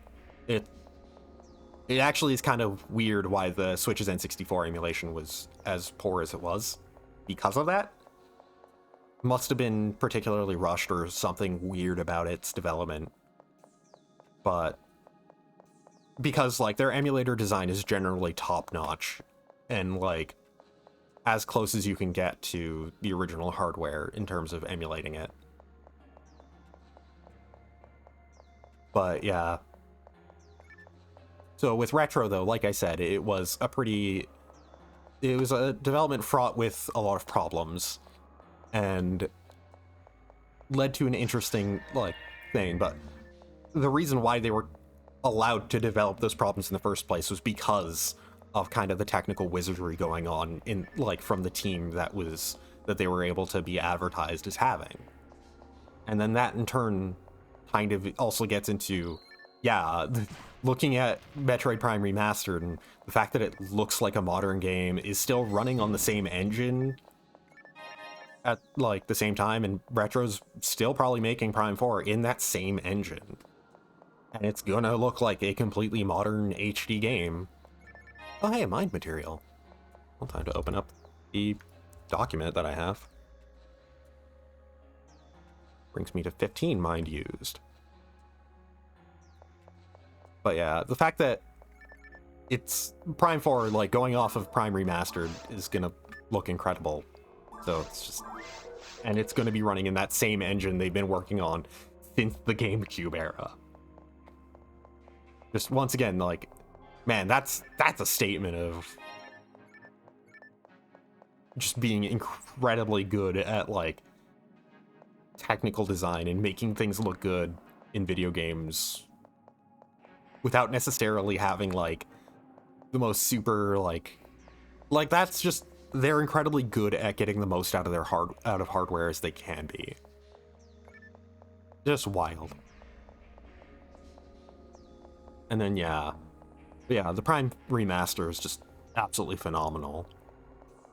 And the fact that it is really just Prime, just looking like a modern game and controlling like a modern shooter, is just, it is flat out, like, it is that whole thing of, like, well, you could emulate Prime with Prime Hack and get it to be dual analog, but legitimately the remaster is the better option because of how good it looks, because of how much it does to update the visual design of that game while still keeping it at the same time.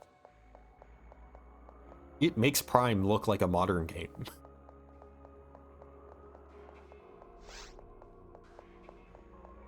So yeah, it's just genuinely still super impressive work.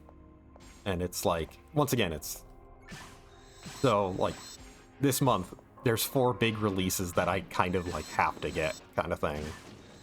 Like Octopath, like Fire Emblem Engage I got, and it's fantastic, and Theater Rhythm Final Bar Line is releasing in like a couple of days, and I'm extremely excited for that. Octopath 2 is at the end of the month, and I'm extremely excited for that. And the physical release of Prime Remaster is the only reason why I'm not playing that right now.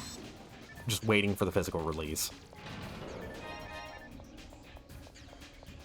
And that's not to say, like, there isn't more in February that I don't want to buy. I also want to get, like, Kirby, the Kirby Return to Dreamland Deluxe, because I never actually owned Return to Dreamland. Wait, I think I did. I actually think I got the digital release that was on the Wii U, but never actually played it.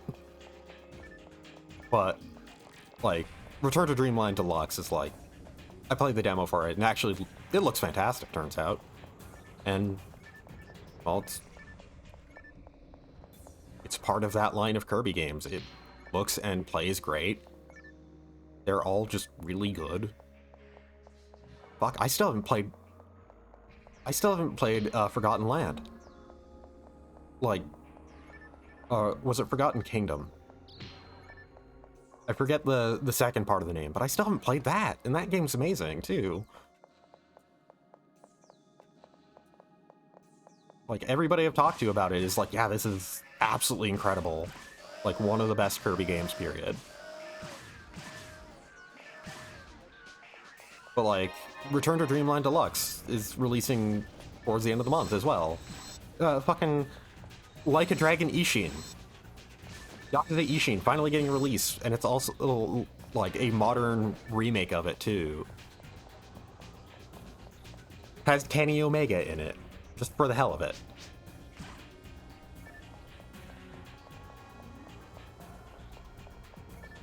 And just, there's a lot of stuff that I have to pick and choose. And then next month isn't slowing down either, because next month also has the Resident Evil 4 remake. I'm basically just in a spot where, like, I'm praying that any of the places that I'm applying to for a job at, like, will hire me. Because I need that additional income. And this is all, like, being said while I'm also, like, planning out PC upgrades.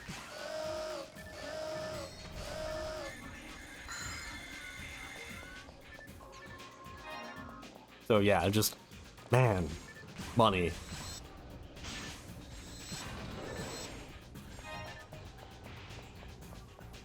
I wish I had it.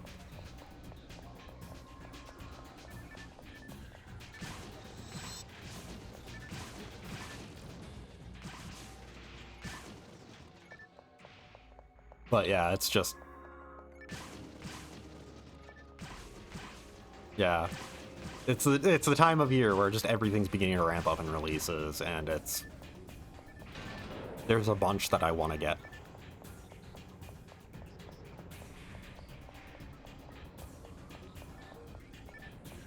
Oh right, Hi-Fi Rush released recently too, and that kicks ass. I don't have a computer that can really play it.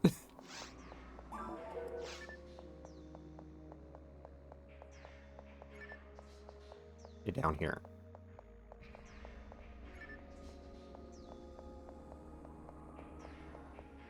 Persona 4 Golden on the PS5 is something that I do intend to get sometime, so I can get the Platinum Trophy for that again. I did that on Vita. $25 to play it on my monitor, like my actual main screen, like on my PS5, and get the trophies for it again. That seems like a fair enough deal.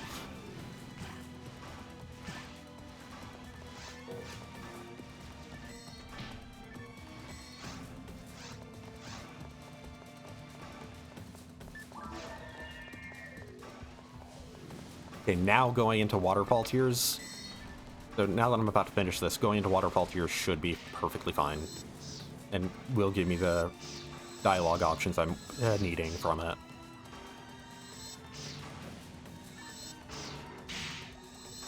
Aha, I blocked it. I didn't block it that time. There we go. But yeah, just I'm still making my way through Stranger of Paradise now that all the DLC's out. God, what a good game. Big thing with Stranger of Paradise is the fact that, like, I absolutely fucking love Neo 2. It is... I would outright say Neo 2 might be one of, like... Neo 2 might be one of my favorite action games of all time. I think it is, to be honest. I absolutely adore Neo 2, and having a Final Fantasy style version of that also has such a fun character in Jack, and a legitimately, like, interesting story.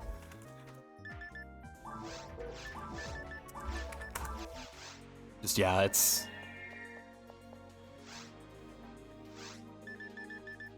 Man, what a good game. That's really all I can say. Jack is a fantastic character. He's hilarious, and he's also legitimately really good as a character, like, as a protagonist. Like, he's not just funny, he's actually a good character, too. Beyond the funny parts.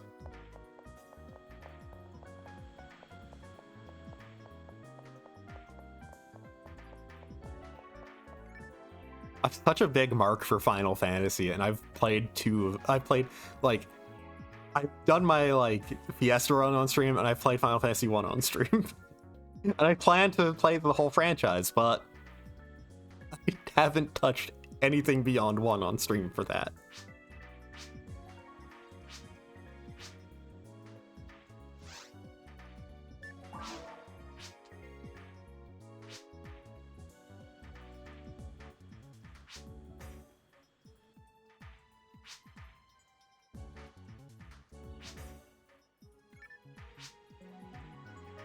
Okay, there.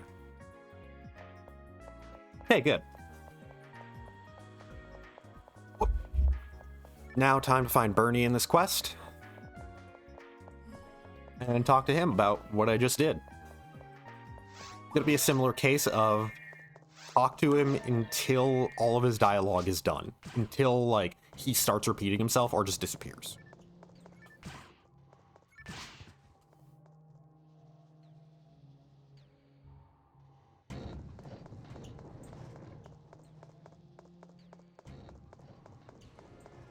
Still haven't gotten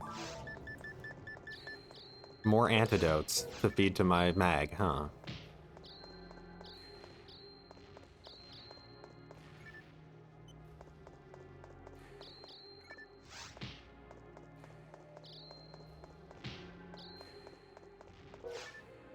Yeah, like,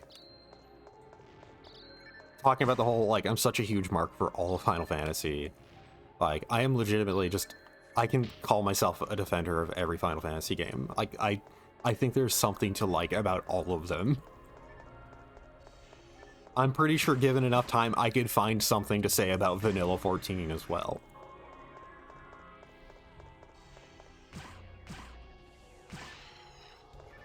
Like, that's the type of person I am. To me, Final Fantasy is just such a thing of, like, all of them being so different is itself part of the appeal at this point, because they're all kind of like, none of them are half-assed. They're all trying something. There's all of them have some sort of big motivation behind them internally, that there is this desire to create something new, and there's this desire to really see through this idea that they have. And that's even when the games aren't as good as like as they necessarily could be, as like others in the genre or as previous Final Fantasies, they still stand out because they still have that sort of passion behind them.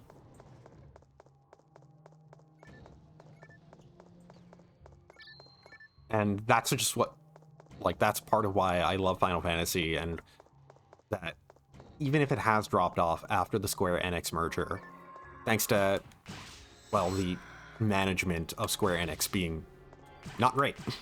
And also just due to the nature of what HD did to Japanese game developers, and the way it kind of really destroyed things for a while there, just in terms of needing to really relearn everything about how they worked. but about like how they made games basically.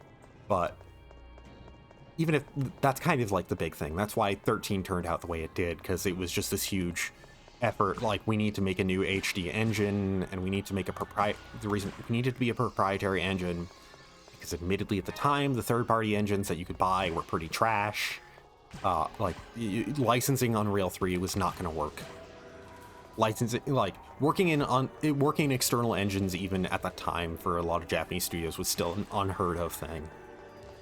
And even working in a pre-built engine for a game was also kind of unheard of, because, like, I actually have the Art of Mana art book, and seeing, like, the interviews in that over Dawn of Mana, and they talk about just at that time using the Havoc physics engine, and how that was a huge challenge, needing to work in somebody else's engine, work in a third-party engine.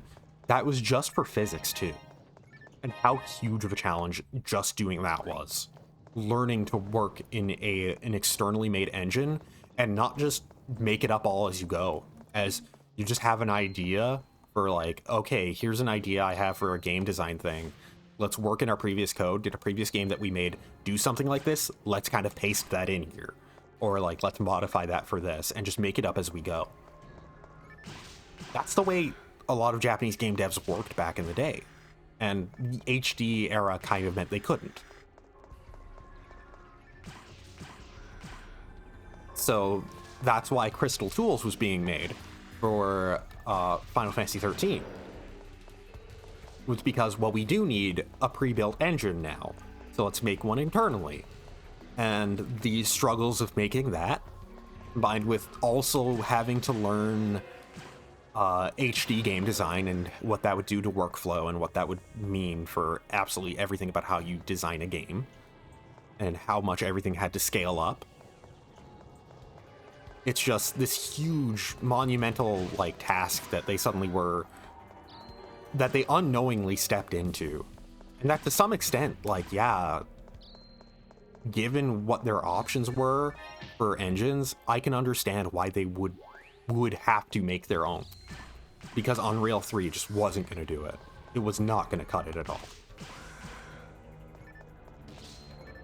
But, like, for 13, it's just so much of that game is just they did not have the time to do any editing passes to the writing for the sake of editing it for gameplay, basically. Because that's a big thing that you have to do over the course of designing a game. Where is Bernie? He's in caves 2, right? He's in caves 1. Okay, so I just missed him. Yeah. So that's a big thing, is that they didn't have the time to really rework any of the writing to fit the flow of a game. Because that's what you normally do. Like, even when your game is going smoothly and you've written it well for the sake of a game, you're still, as you're developing it as a game, you're rewriting things, you're editing things for flow, you're shifting things up, you're making changes because, well, this doesn't flow as well, this section doesn't really flow as well because the story is paced too furiously. So we need to have a bit more, like, we need to figure out how to have the pace be a bit more relaxed here, so that way it flows a bit better as a game. Here we go.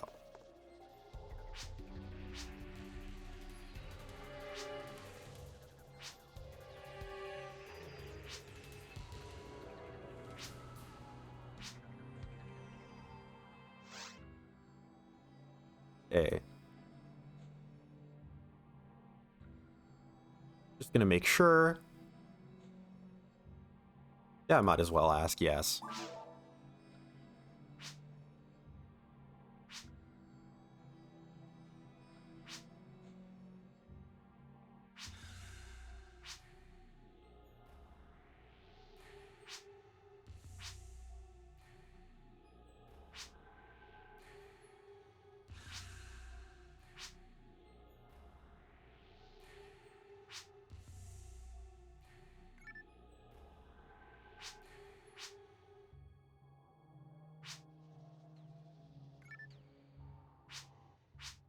Okay, there we go. Still got a bit more on black paper that technically they're actually a part of the government. Well, the government alliance going on. It seems like, going off of episode 4 stuff, that, like, so basically it seems like the whole black market side of them is actually a false front to throw people off the fact that they are attached, like they are actually a part of the government. They're more a government agency that's keeping other agencies in check. That they have people that are basically sent out to be assassins at other specific agencies. Lines up with stuff that we saw in 4. Well, episode 4. Yeah.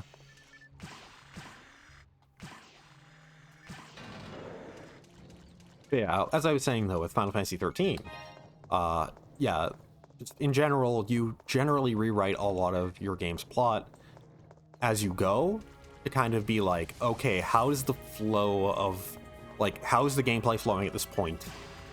What do we need to do to make sure there's a more relaxed moment for the player, because things have been going at too much of a furious pace for this whole section, because it makes sense for the plot, but it's starting to get to wear a bit too much on the player. We need a more relaxed point where they can just kind of explore, get to know the characters a bit more, where we can just kind of just see more of the world and get more world building and just kind of wander around aimlessly. You know, the sort of stuff that towns usually represent in a lot of RPGs. 13 doesn't have any of that because it can't really ever stop. Because it never really had time to really rewrite things. It just has to keep going. Because they, from what I understand, the issue of making the game was so much, like, the issue of making the engine and learning HD development was so much that they didn't really have time to really refine a lot of it. They didn't have time to really figure out how to, like, to do those editing passes and change up things so that way they can, you know, make it all fit the flow of an RPG better. They did do, and one of the other big challenges that they had to run into, by the way, especially huge that they ran into, was figuring out the gameplay, figuring out the combat system. How do we make this? They had those early combat system, like, kind of concept visuals, which, funnily enough, as a side thing, that's actually the reason why people thought Lightning was the protagonist. She wasn't. She was just the character that had a dynamic enough fighting style that we would get across what they wanted through the through any sort of, like, concept video and whatnot. And unfortunately, because of them showing that, everybody just thought Lightning was the main character. Writing-wise, Vanille's the main character. Vanille is very clearly the main character in that game. But, yeah. But anyways, they had that concept demo kind of lingering above them for a long time, and just kind of trying to figure out how the hell do we even pull this off? Because the whole idea was the whole nature of, like, launching enemies and, like, having that kind of manipulation of gravity. It's why Lightning in the opening bit of 13 does all the stuff in the opening cutscene with the whole, like, gravity module she has. And then in the, like, immediately after that, it breaks. It breaks because it was there just to acknowledge the fact that they wanted to use it, but they couldn't. That's why it breaks. But yeah, I would say that the way they figured out the combat for 13, legitimately really good. It just, bad at explaining itself, takes a while to really ramp up, like, in an interesting way. And it's really easy to miss just what makes it so interesting. You don't realize it has a learning curve, basically. Okay. Let's check both guides. One says, do knowing one's heart and talk to Bernie on the way. Okay, so knowing one's heart, don't need to do it, but might as well. So now I do black paper.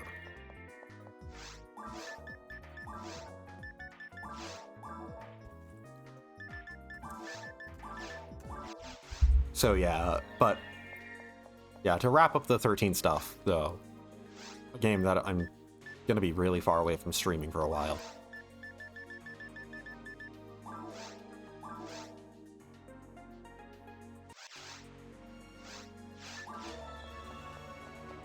Just basically, I think what they did with the challenges they had, genuinely super impressive.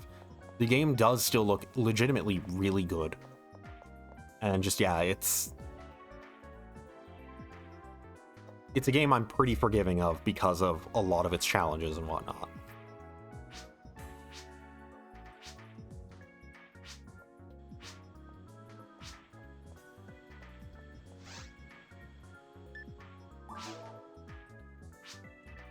I have to specifically ask her what her purpose is.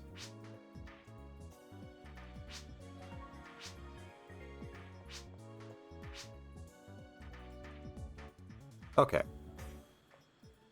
Now go back to Cave 1 and let's find Bernie again.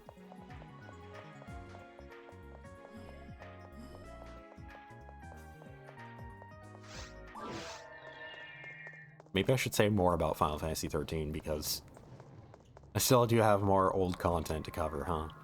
It's gonna be a lot of this stream. I should just ramble and just like podcast it.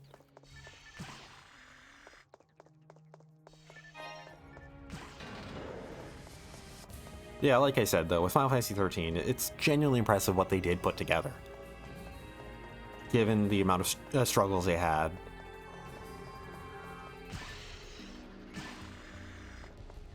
It's kind of a shame that, like, Crystal Tools was so hard to work with, and that's kind of what killed it. And then kind of the same with the Luminous engine for Final Fantasy 15. So, kind of same story repeated twice.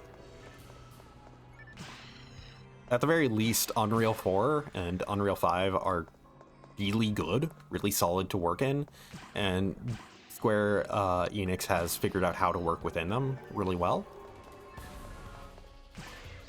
So, like, the Final Fantasy VII remake is fucking phenomenal. But yeah.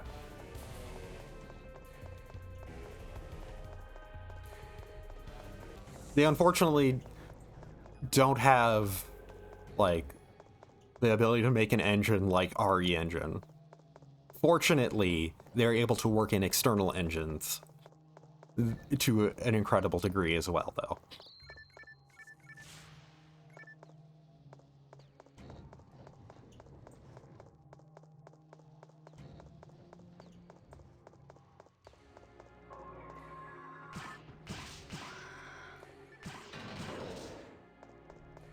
Yeah, thinking of other Final Fantasy stuff as well, though. Man. Just... Well, in general, like, there's a lot of my thoughts are still on 13 because I've been talking a lot about it. Like I said earlier, like, how much you play that game and Vanille is obviously the main character, and how they had to try and shift it into, like, oh no, it's like Final Fantasy VI, nobody's the main character, they're all the main character thing. But it's very obvious the story was written for Vanille. The story was written with Vanille being the main character.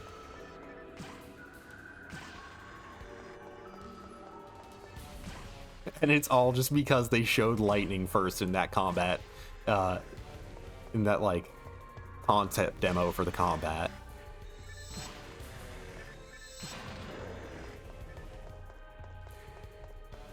Does make me kind of like, huh, I wonder what it would have been if they didn't struggle the way they did and whatnot. Probably not too much different story-wise. Well, actually, probably would have been. I'm Barney. It's not my real name, but everybody calls me Barney. Because his real name's Bernie.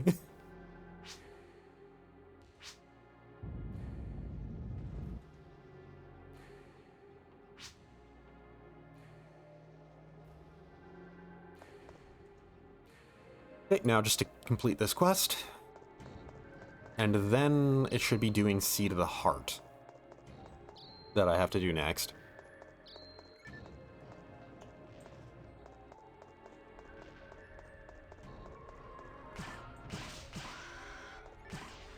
I'm happy that I'm doing this on stream, because there is quite a bit of, like, actual, genuine story content going on here that I wasn't expecting with regards to the nature of Black Paper, and with Sue herself.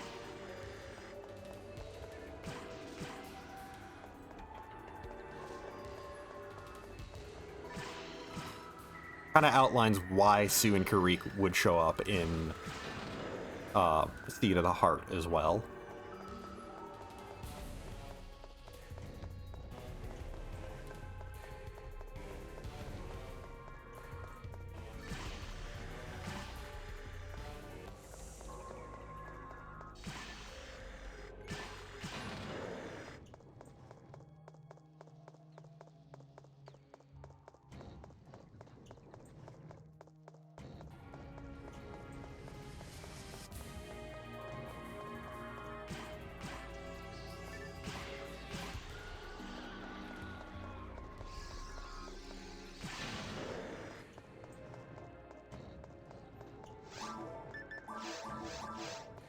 I'm really bad about making sure to feed my mag.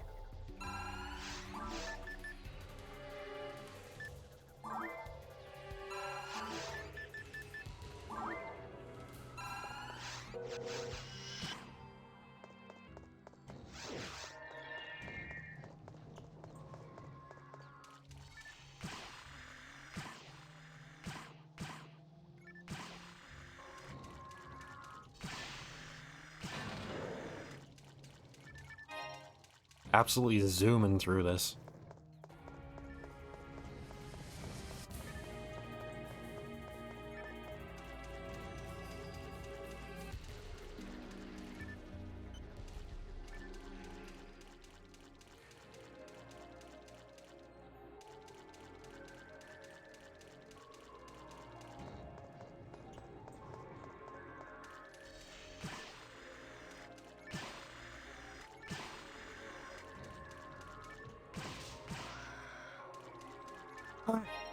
Ending theme, piano version.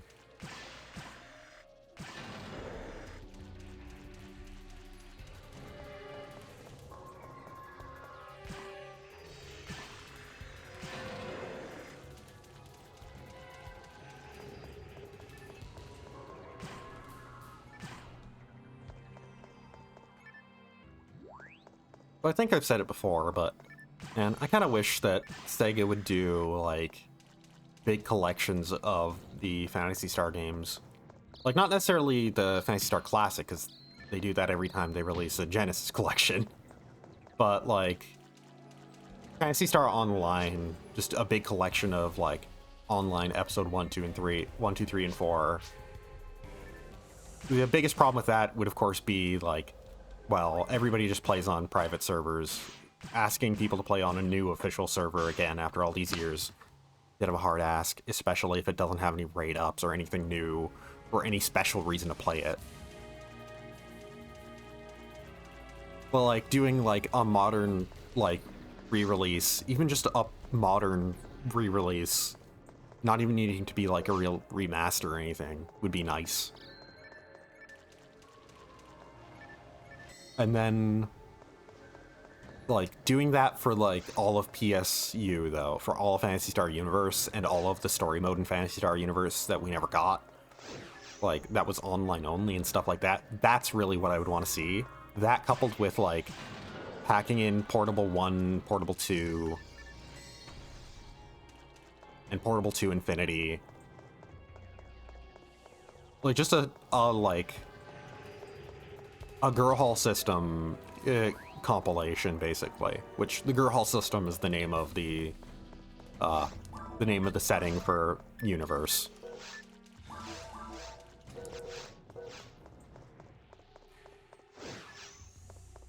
So yeah, just... that's mainly what I want to see, because more than being able to play the games online, I want just there to be a compilation for all of the story in them. And Portable 2 Infinity would be the biggest thing that I'd want to see. Like, get a modern, like, port onto something. Of course, as mentioned, I do also really want to see, like, hey, what are they going to do with the series going forward? Is there any plans for any more spin-off titles? Because, like, there is one Phantasy Star game that I flat out can't play that I would love to. It was the Vita exclusive Phantasy Star Nova. Because, like, I can just ignore the mobile games. Their mobile games and whatnot. It's unfortunate in the case of Idola, because Idola was doing its own thing, but Idola was also felt at times like, was this real? It felt like they just needed something and they just went like, let's just put Phantasy Star on it for branding. We need another Fate Go clone. We have a Fate Go clone already in Kemono Friends 3, which, by the way, that sentence, the Sega-made Kemono Friends mobile game is a Fate Go clone. But also, Idola Phantasy Star was also a Sega-made Fate Go clone. Just with Phantasy Star branding. Maybe, kind of, sort of. But yeah.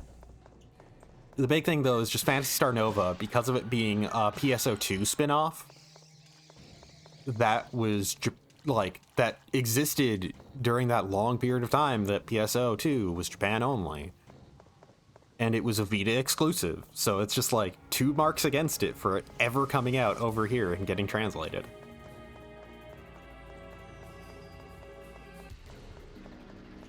Maybe a fan translation exists. Maybe.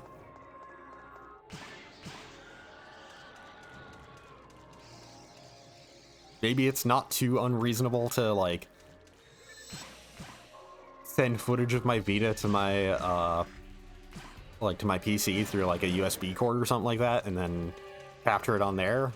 Maybe.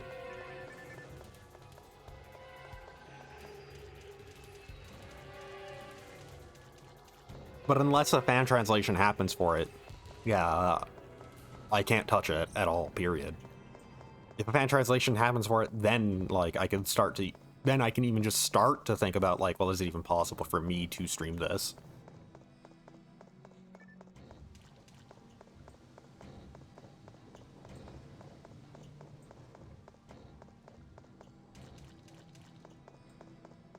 Once again, just unfortunate that that one is just, like, not so much lost media, because it's all offline capable as well. But it's just, yeah, it's not something I can do, personally.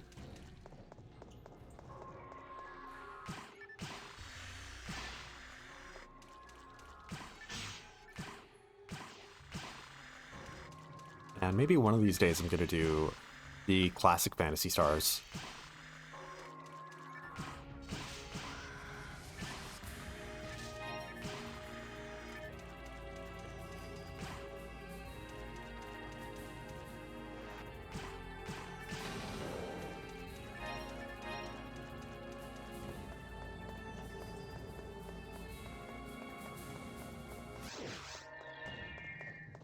I don't remember it being too far into Caves 3 for the end of this.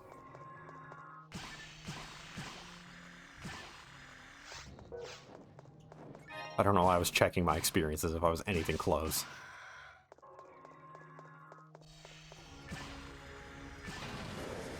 I leveled recently, and I'm also in normal on episode 1 stuff.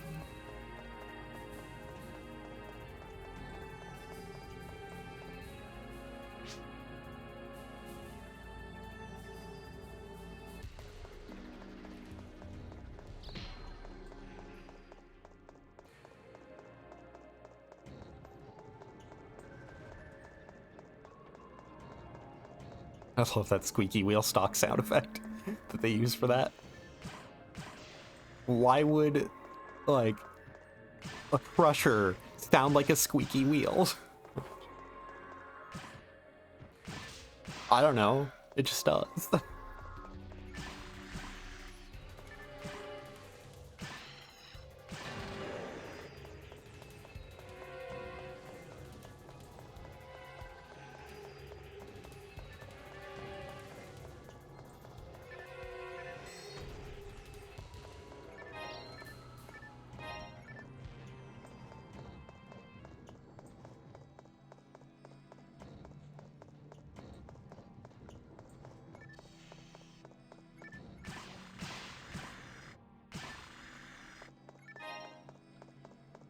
So after I do complete this, then it's time to do Seat of the Heart.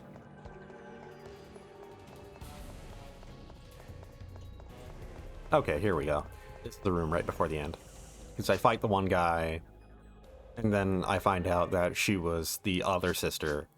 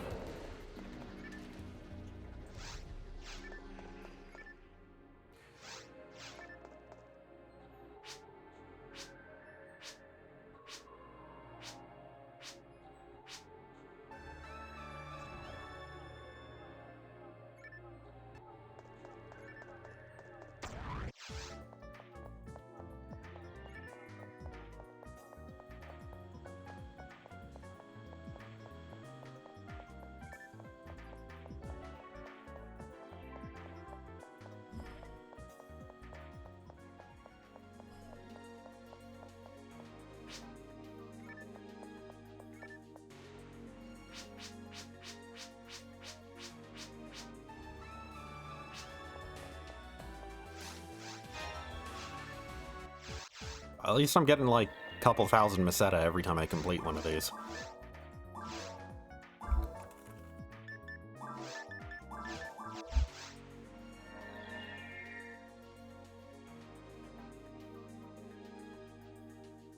Okay, now.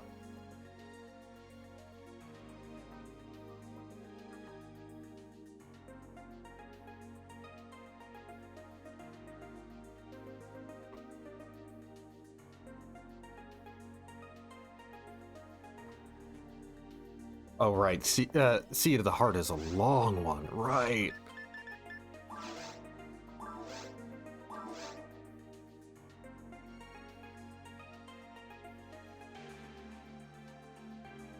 Yeah, this is long.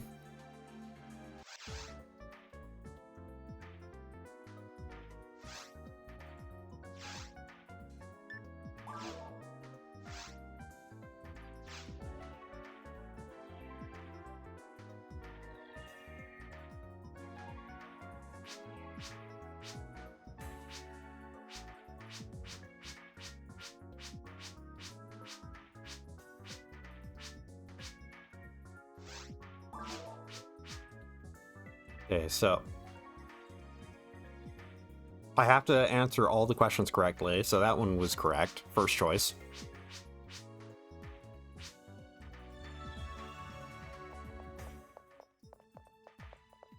I should go and top off on antidotes right now.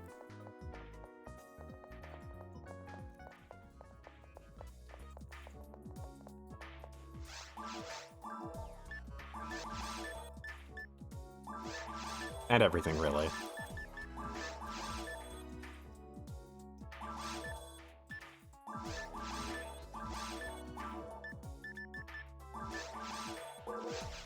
Wait, I might have some stuff. No, okay, I don't.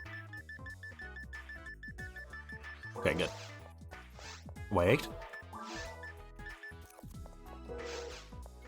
Might as well deposit the music disc. Actually, this... bring that to a +10 for right now. I think it maxes out at 15.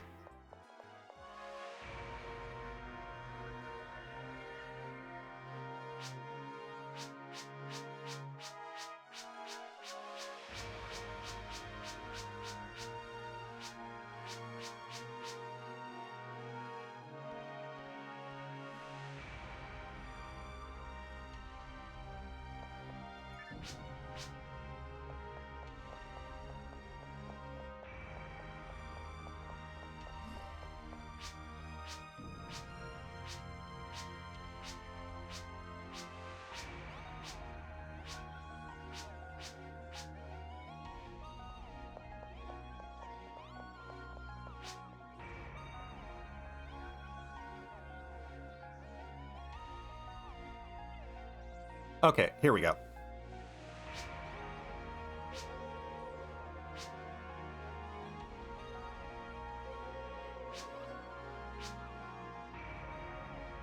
That is the thing that tells me that I did the requirements correctly.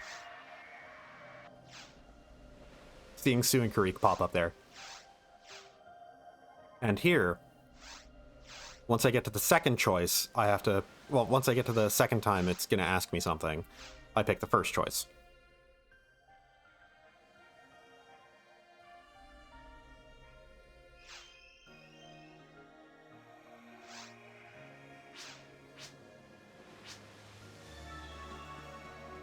I wonder. I wonder, can I succeed at this?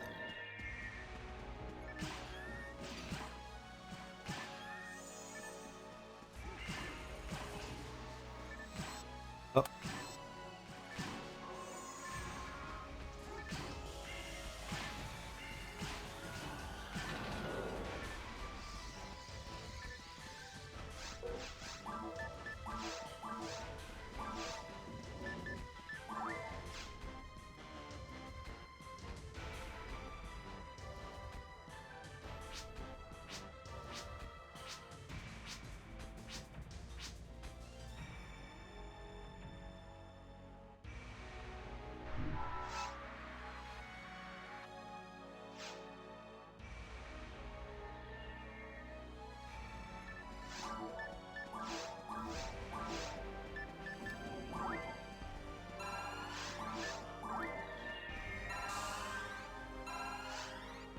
Okay, got a new Photon Blast and a new form. Hila. Come on. I don't know if that's what I was aiming for.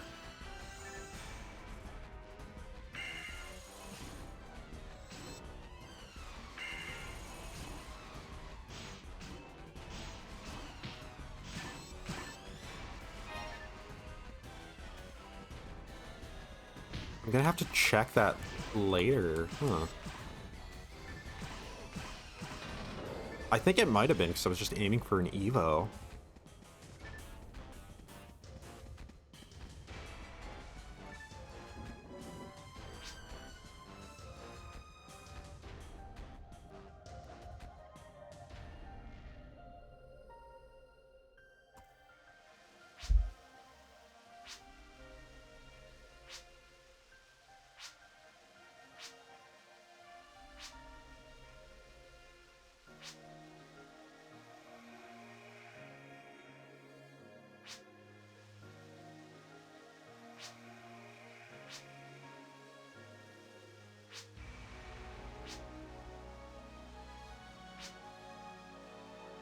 Oh, we did get his name all this time ago.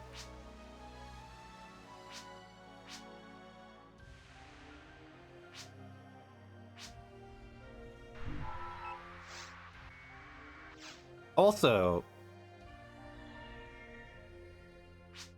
see what they were building off of for episode 4. Oh.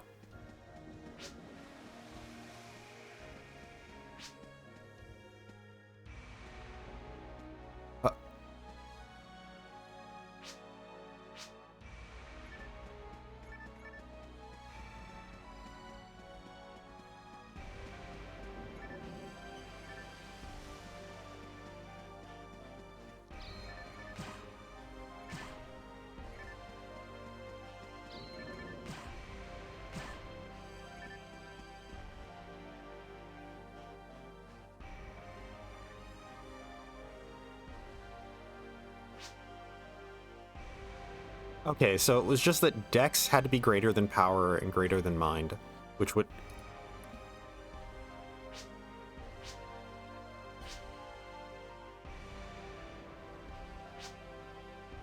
Okay, just also... That started... 5 levels... Any common mag will evolve into these mags when fed from level 50. Every 5 levels beyond that. You can switch characters to allow to evolve again with 1 feed during evolution level. Useful for switching feed tables or cell usage.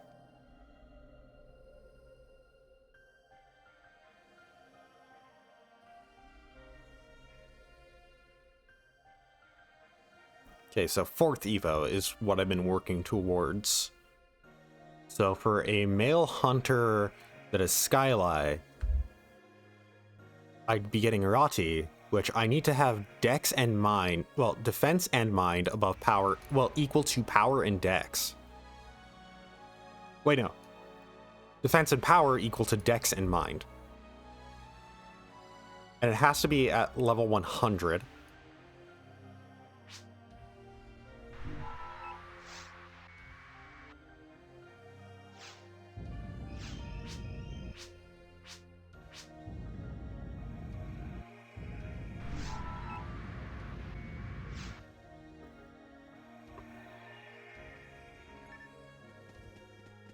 What level is my mag? Level 70.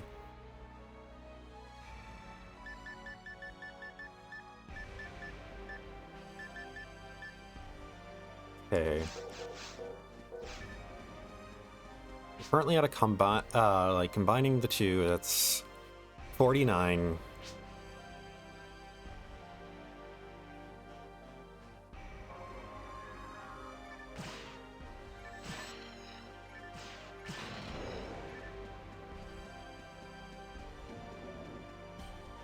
Just trying to think.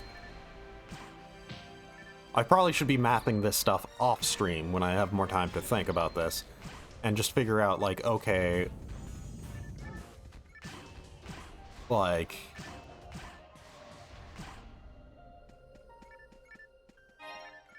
In how many levels, like... Okay, what do I need to get them to equal each other, and how many levels can I do that in?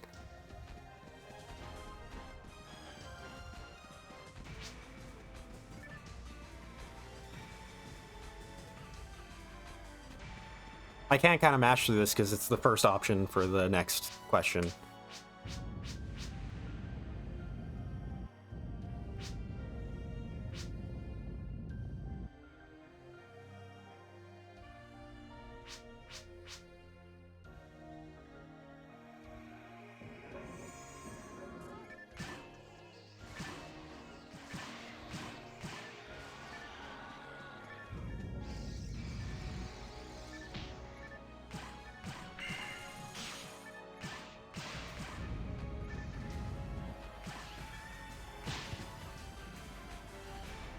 Ow.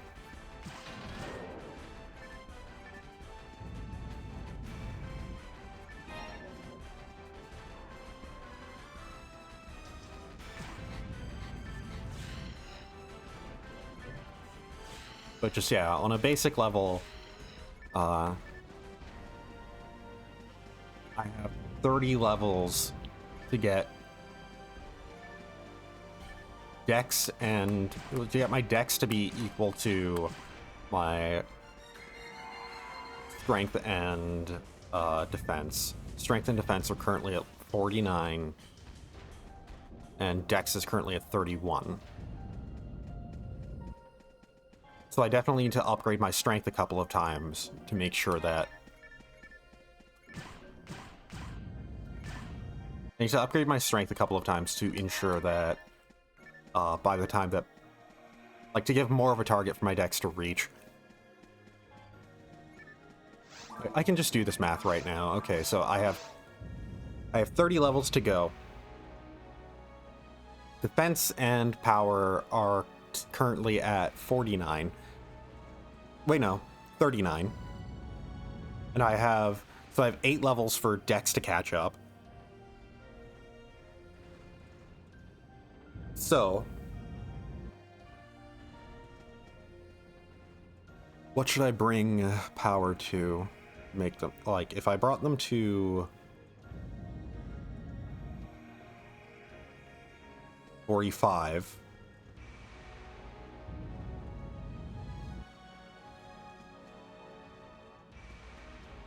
Trying to think.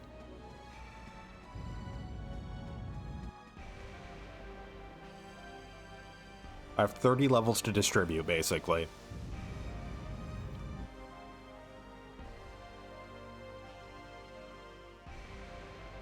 I'm just gonna open up calculator. I'm bad at visualizing math in my head. Let's just say, so it's 39.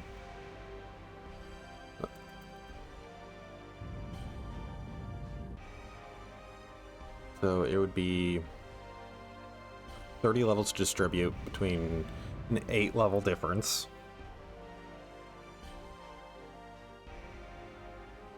So that would mean that there is currently 22 levels remaining to distribute between the two of them. So if I distribute 11 to one and 11 to the other, that should be fine.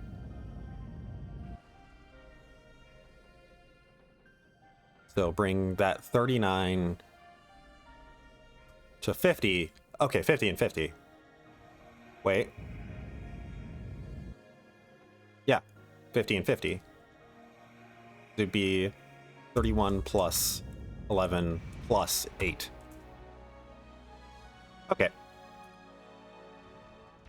So just bring both to 50.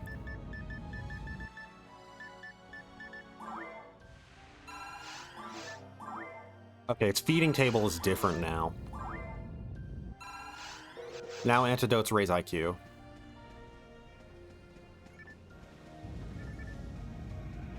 Ow.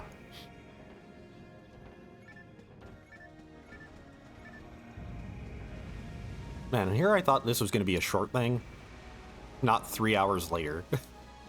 I guess I did do more than was necessary, but also it's good to have made sure.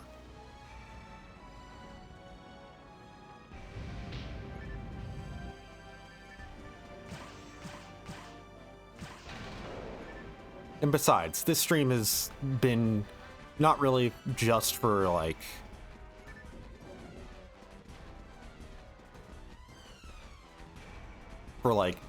doing, like, very hard stuff or whatever, or just grinding or whatnot. It's more so just been about just talking and about what's going, about what I'm going to be doing going forward and reminiscing.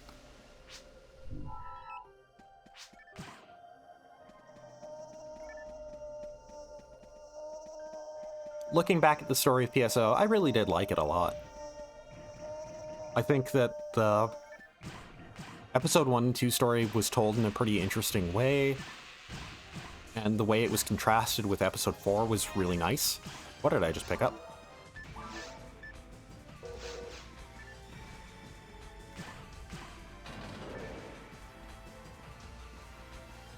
Just episode 1 and has that really good sense of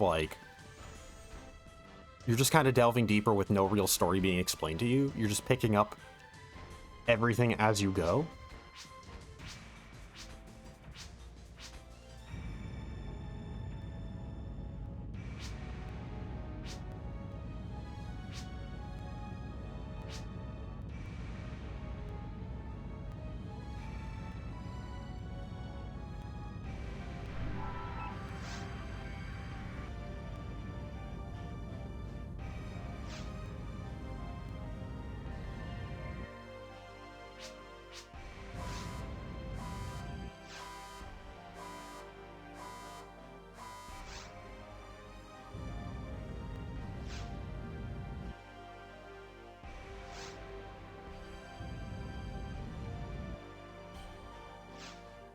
The exam will continue. But you'll probably die. Watch out for that.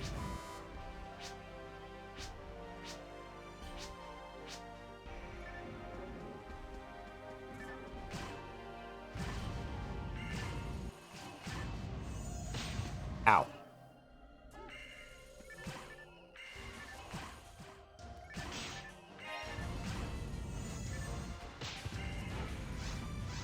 Yeah, that's probably just a percentage-based hit.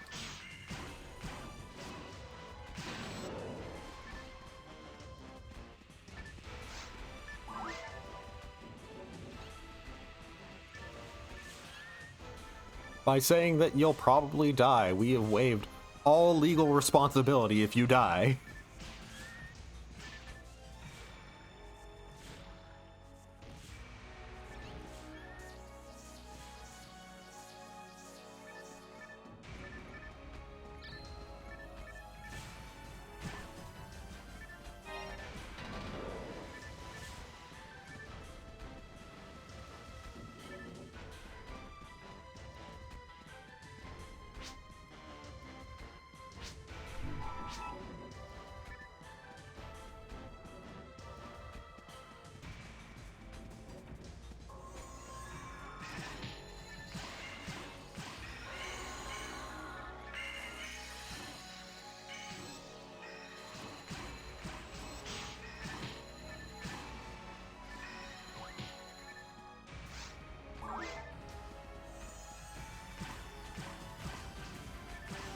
I got this. I don't need to see what I'm shooting, but I got this.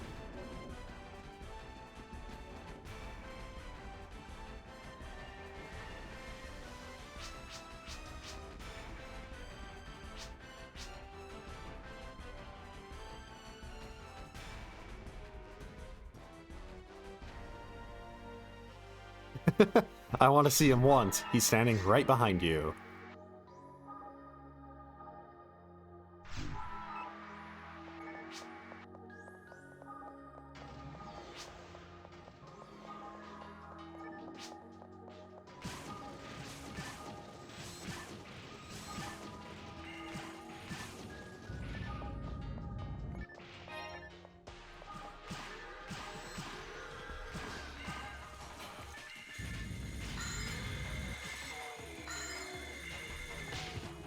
Ow.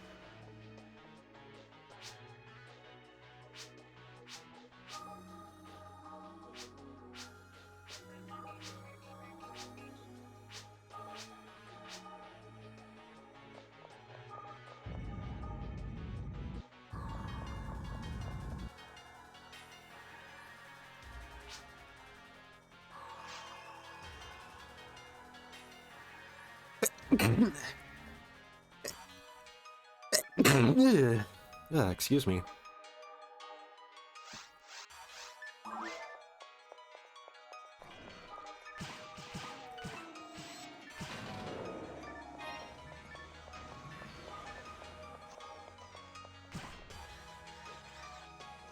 This is all I know how to do with computers, is shoot them.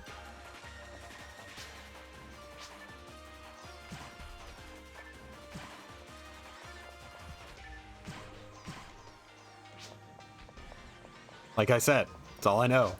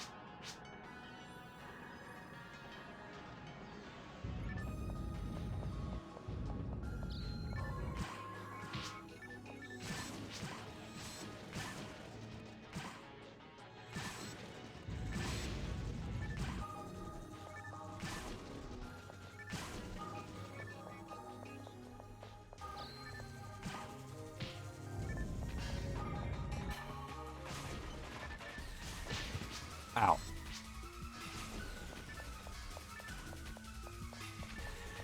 There it is.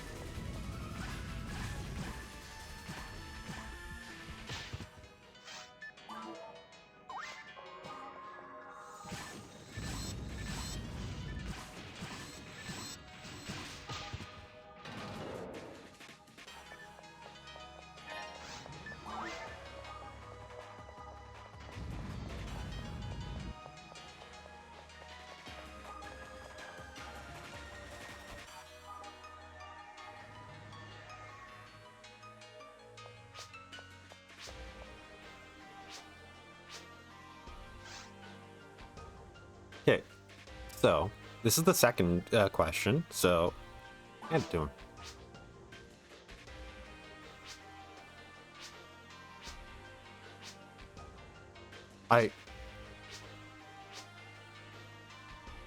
I tried to.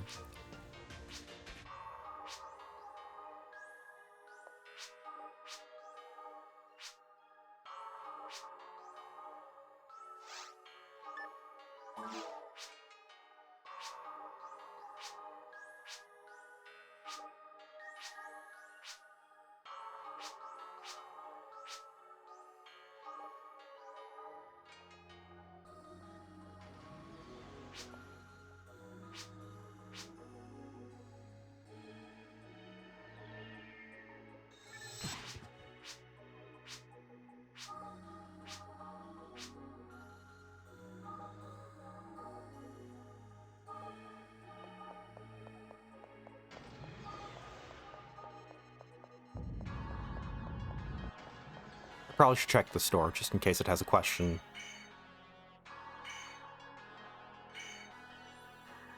Add it.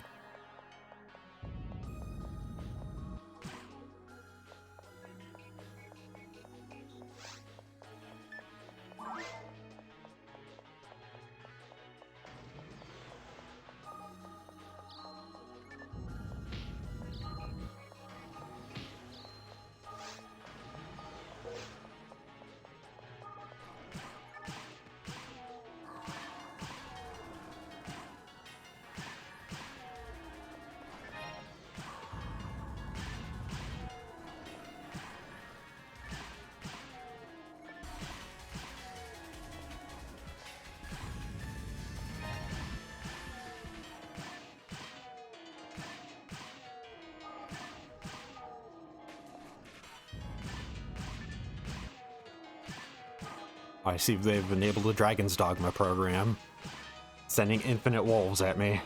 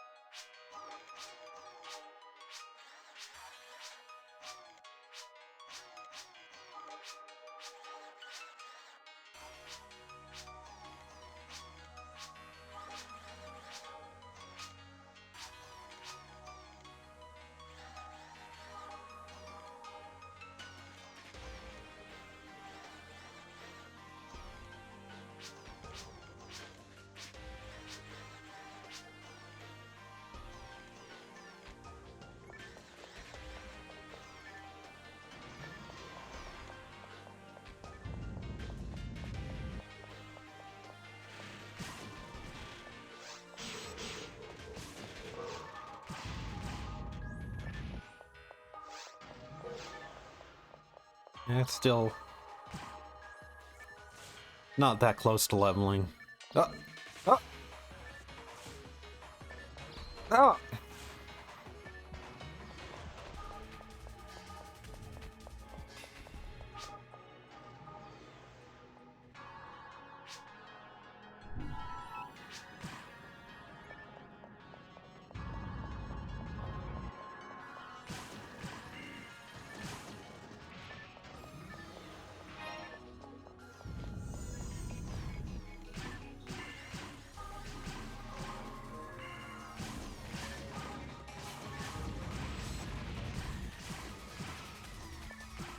I'm just gonna firing. I don't know what's happening.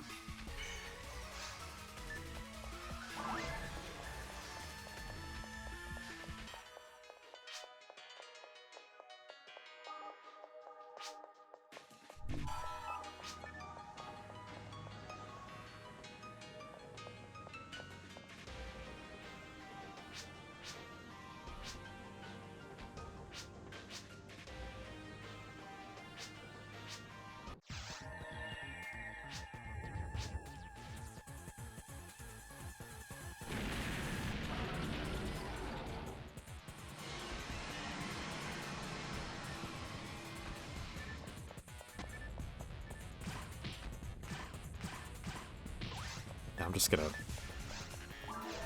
No, there we go.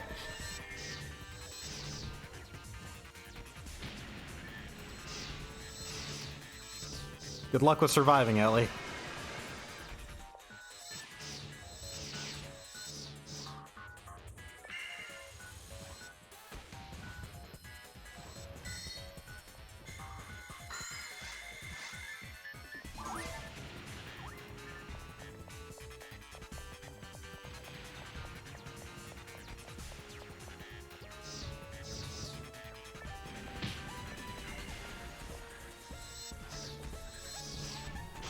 Okay, this is the ad, but... There.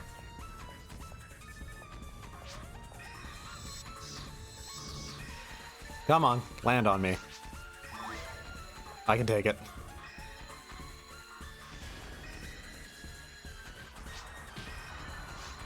Oh, I don't know if Ellie can.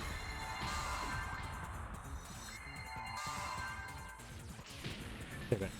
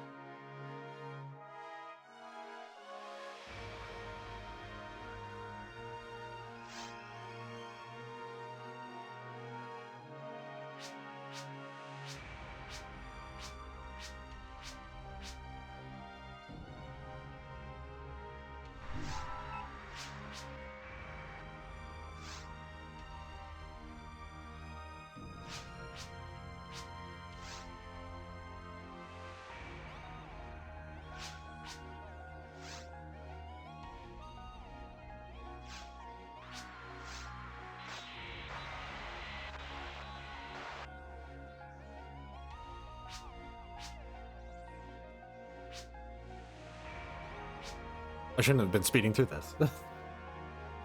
It occurred to me as soon as I saw the two characters, just like, oh wait.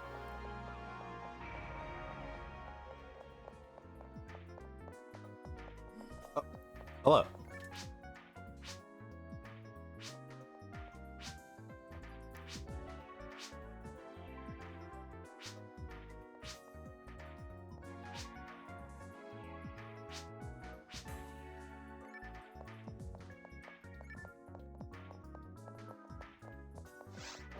So presumably the other teams that passed were Karen and Gilliam and Bernie and Ash.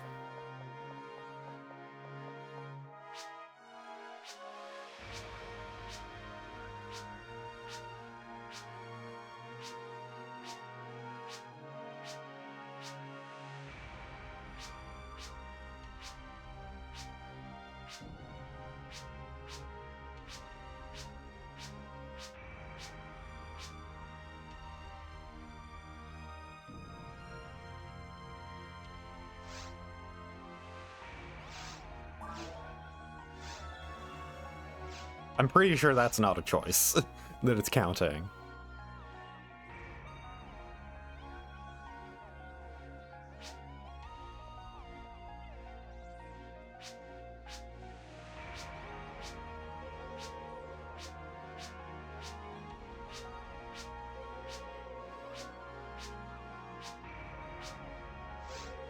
There we go, that's the choice I take.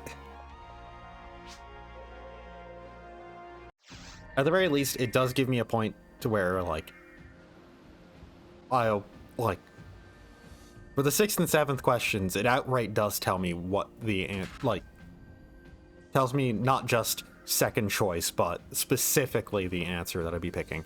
But I just realized my cat is at me for a reason, so I'm gonna get him his snack.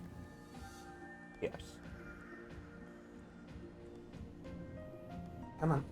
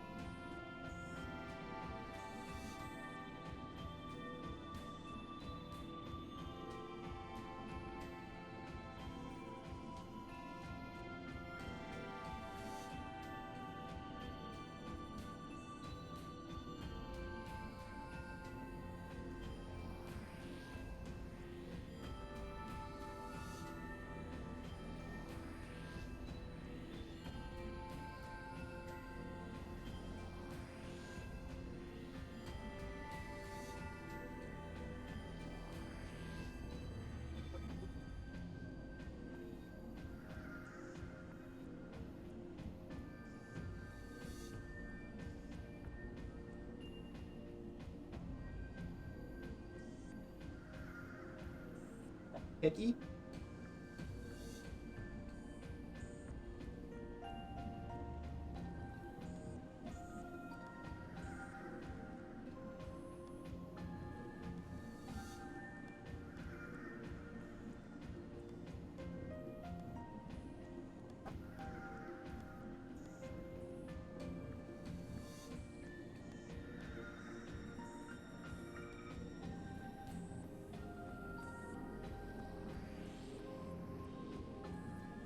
What a strange cat.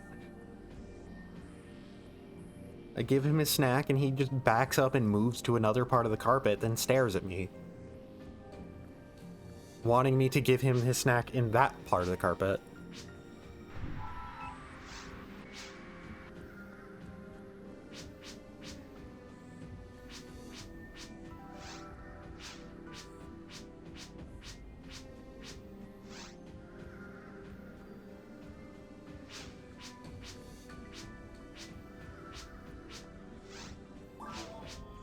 Okay, there we go.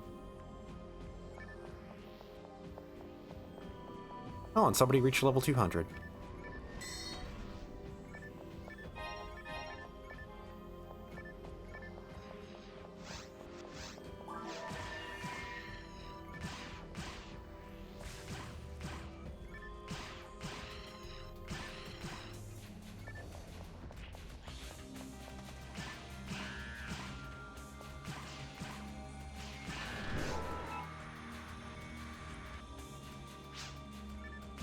So now I actually kind of have to more pay attention before I press a button when I'm speeding through dialogue, because I do have to select the second choice.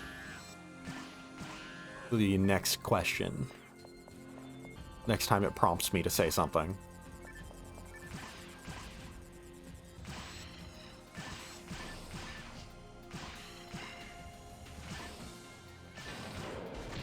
Oh.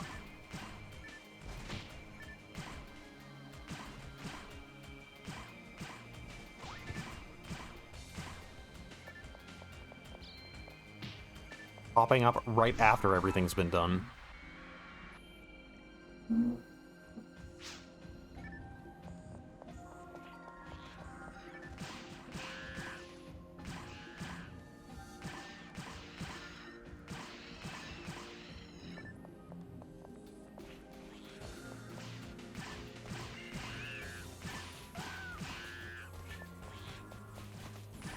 You know, it occurs to me, wasn't the like final computer thing that he was using the mother system, all caps, of course, and wasn't that what was going to be used for the Heaven Striker project?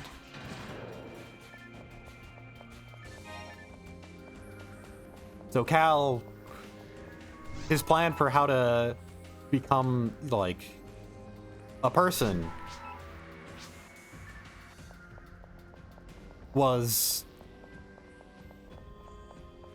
how to become a person was basically, well, this thing that, you know, is an orbital laser. I'll use that. Well, presumably it's not the orbital laser itself, it's something part of it that is used to power the orbital laser.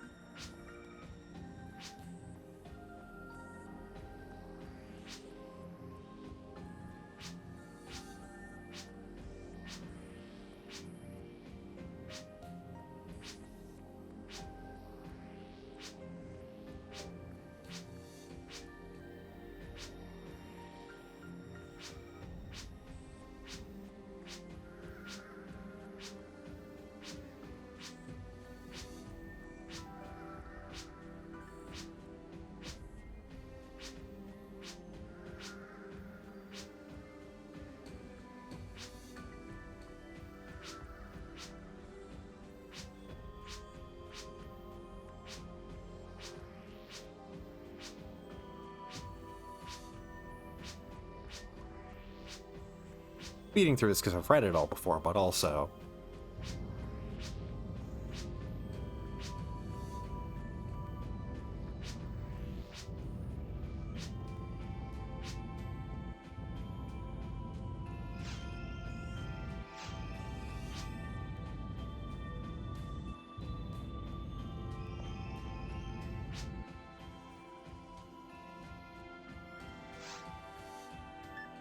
Got a scolder.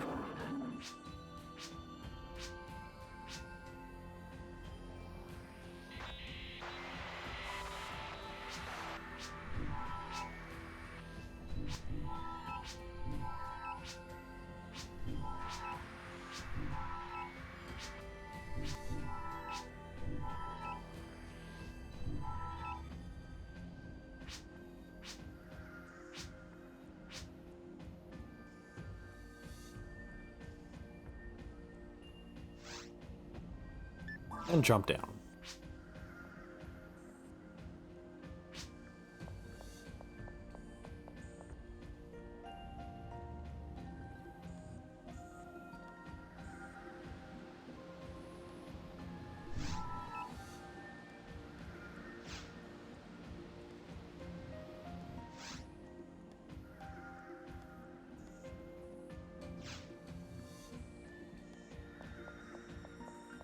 Bracket, cry, bracket.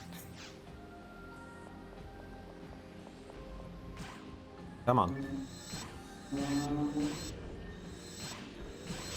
Yeah, try it. See what you get.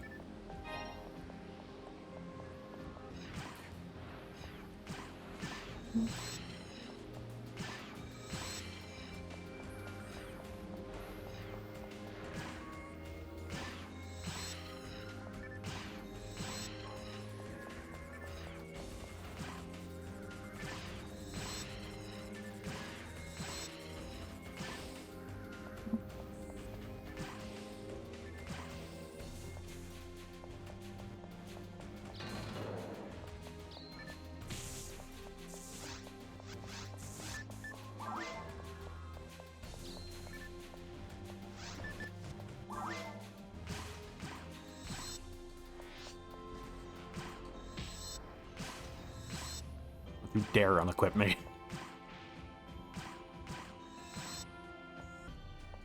Just waiting for this computer to explode out of the rocks it's contained in.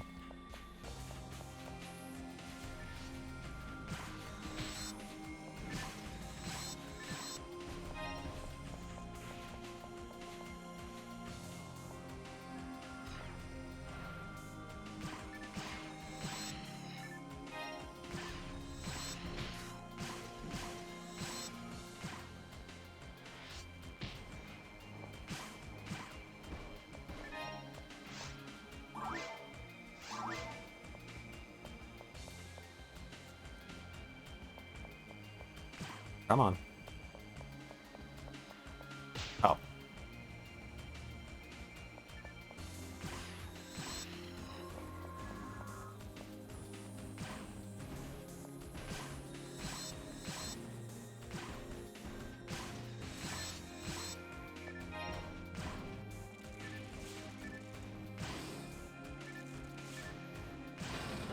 There we go. Now that the monsters are gone, the computer feels safe and will explode out of its hiding place, detonating the rocks around it.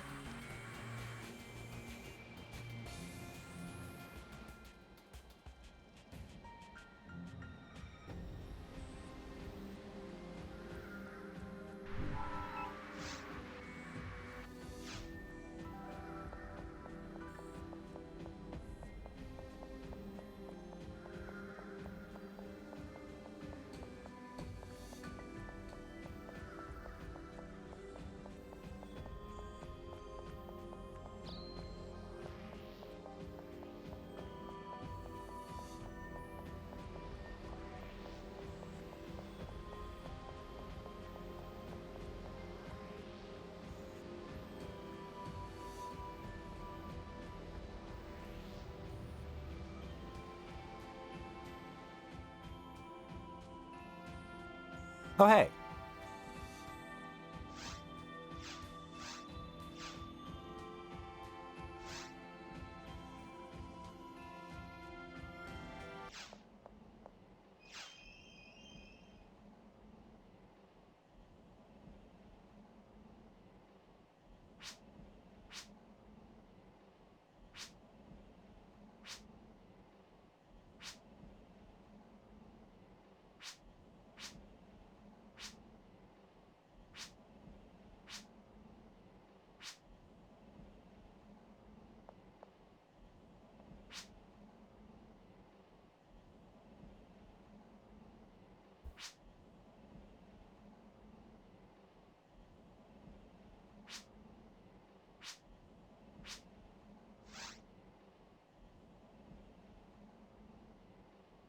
now it's the first response.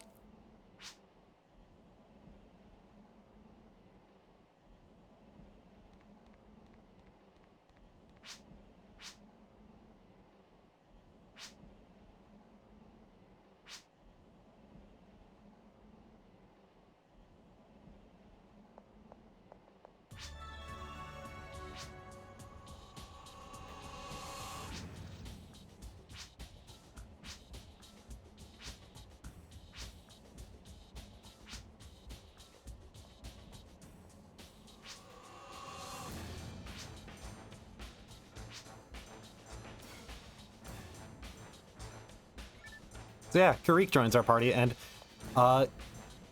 reminder, this is normal. He's level set 97.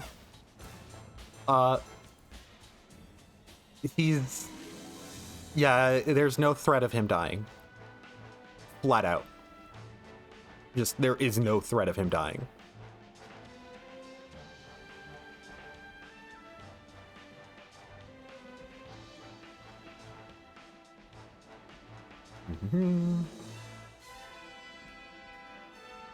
Yeah, in very hard, he's a level 147.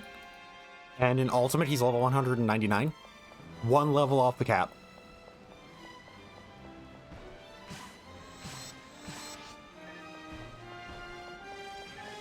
Yeah, like I said, that's a... Like, he was kind of, like, mysterious in his attentions, but...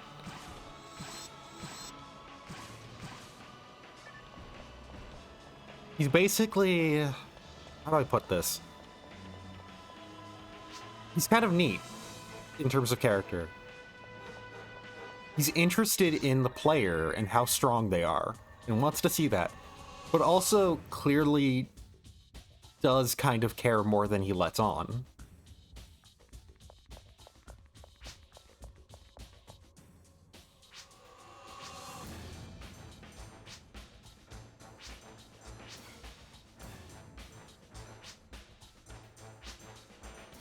So the next thing is make sure that we pick the correct terminals.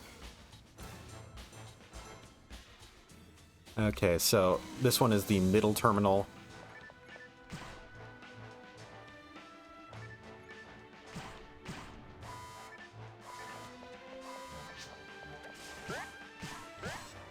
Is that a correct way to go?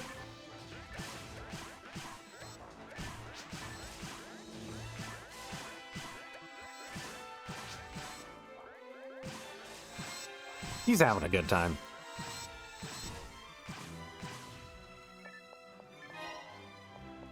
Yeah, it seems like above all else, Karik mainly just is like...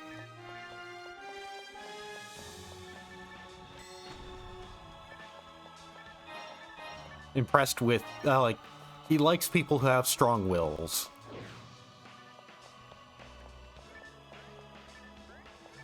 So now, on the left side of the area... This is... Getting a text descriptor for this is not the best.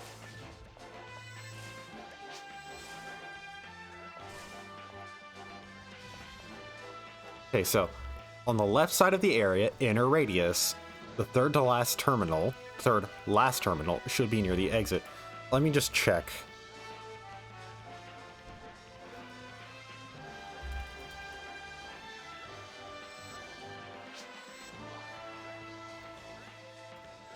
No, that's the one that I was already on.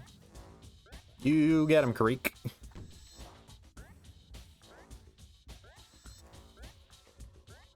See the heart? There's another one of these.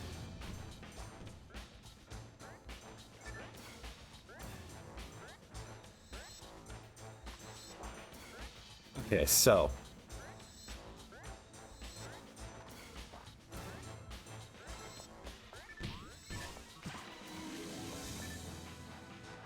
Okay, I see where it is. So it's basically the same choices we had to make when we were doing this stuff with Ellie. It's just that we're destroying the computers this time.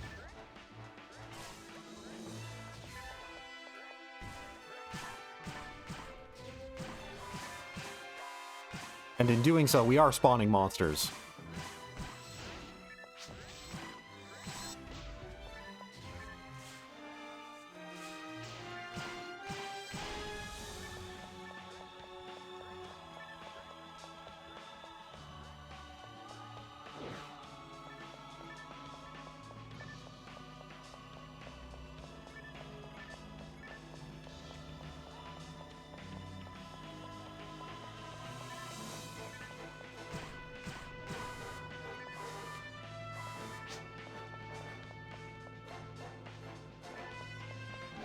Doesn't matter if we fight them or not, but it does spawn them.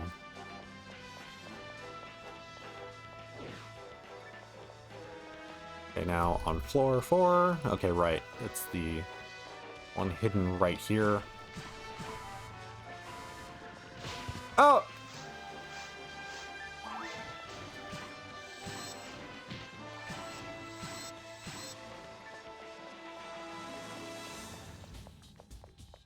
I don't think I've ever done an actual proper tower run.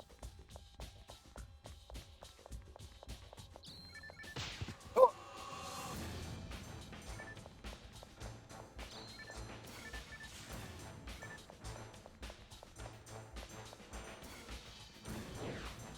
Okay, and this one is... okay.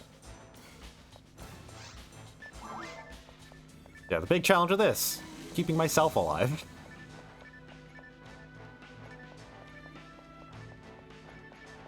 Okay, and then it is... okay, this one.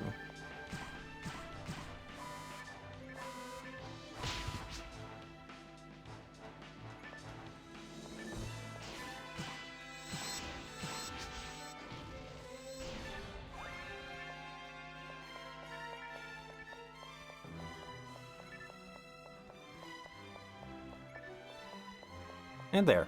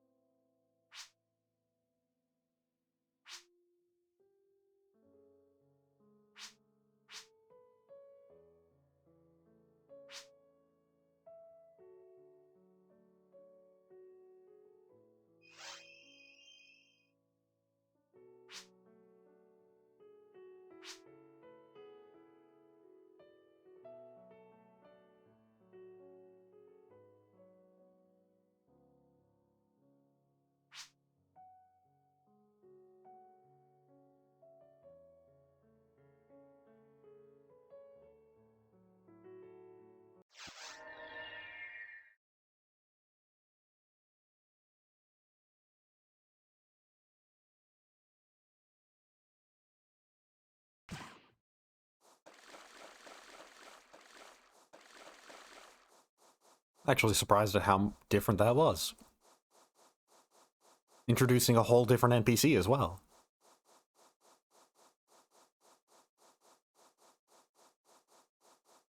Oh, there's two people here. Right here.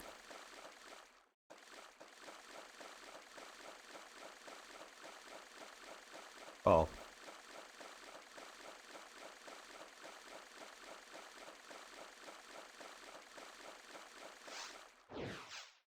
Yeah, just on top of here.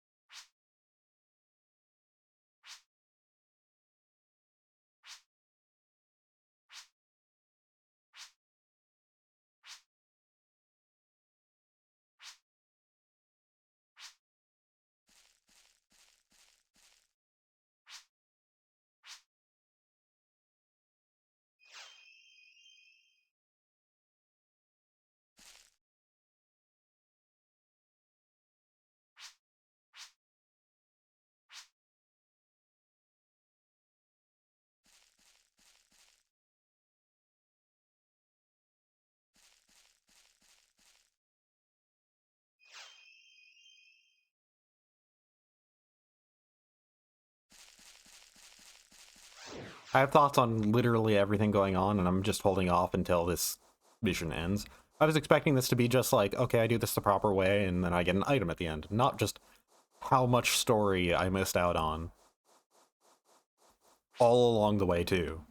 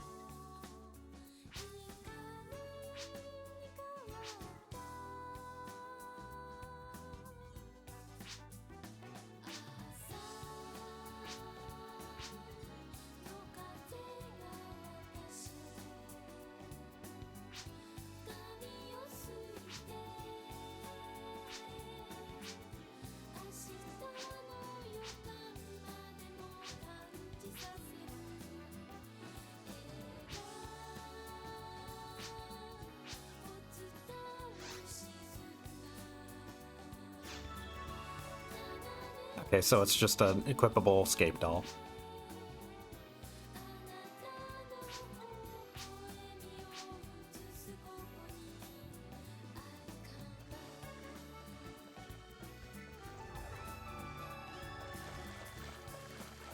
Well, as with before, I think I followed her just to see more dialogue.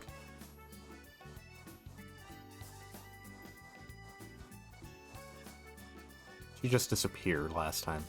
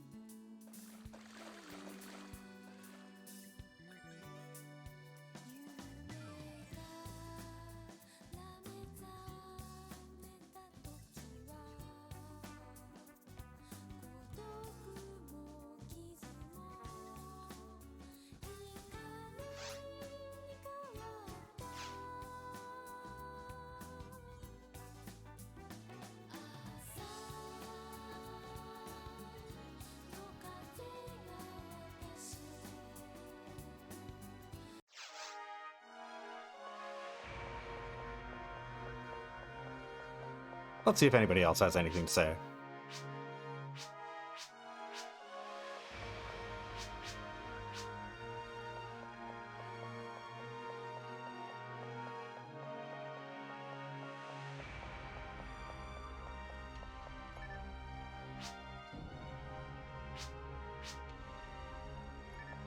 Doesn't seem like anybody's dialogue changed.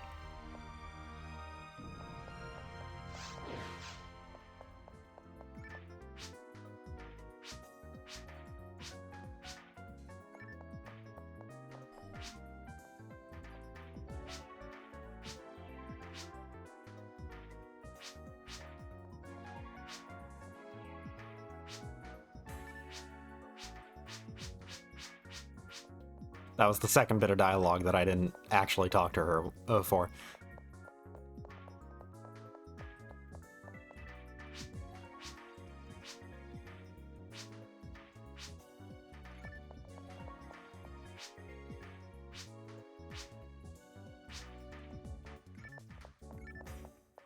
You know, in retrospect, I'm surprised that episode 3 didn't have anything to follow up with on the whole Cal stuff. The whole mother system thing either. But, well, there's just a whole hell of a lot to talk about with how that leads into episode 4. Even not necessarily directly, but with kind of, yeah.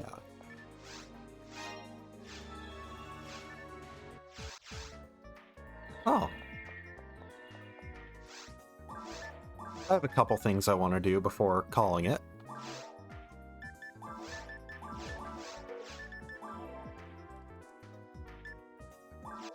I'm putting this on normal because I want completely no difficulty in what I'm about to do.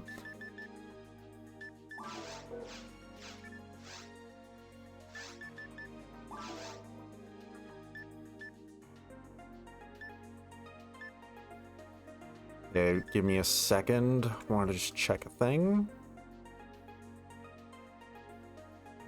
Oh, right, I also have to go and talk to the guy with the photon drop. Okay, but just quickly.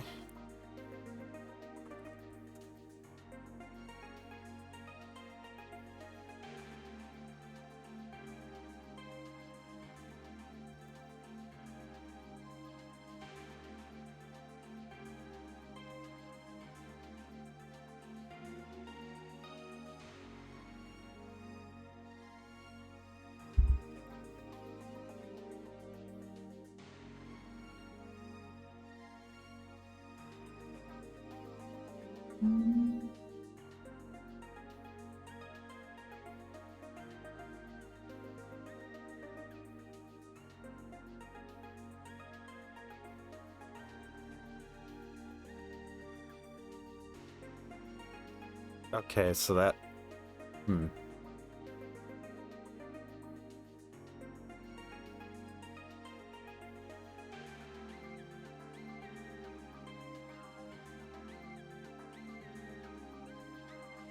Checking quest stuff.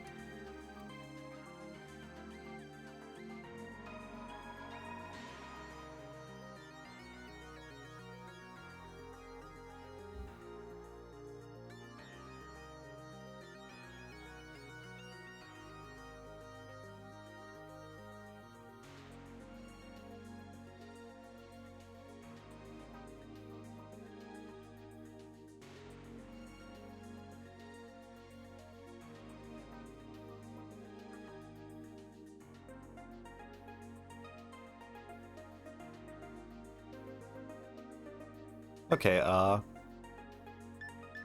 East Tower or West Tower?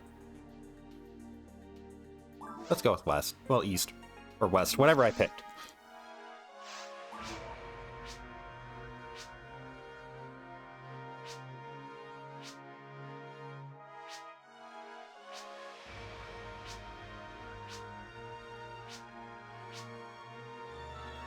Keep in mind that Seat of the Heart had us go into the Central Tower.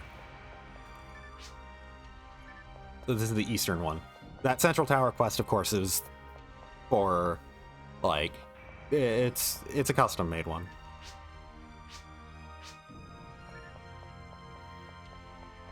So yeah, that's a hell of a lot in terms of story stuff, huh? The whole like mother system being used to make a new life form, that was its purpose, to make yet another being beyond like humans, Newmans, and androids and whatnot, because androids were made just kind of like to be, you know, the mechanical follow-up on humans. Then photons were found, and they essentially started to like try to create a human that could integrate with photons better. And all the while, they were disappointed in these projects because of the instability of things, because of different faults of things, that it wasn't a clear, just 100% upgrade on humanity. Which is why they kind of stopped as projects.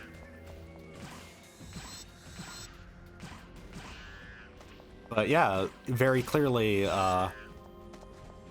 Osto didn't give up on that idea.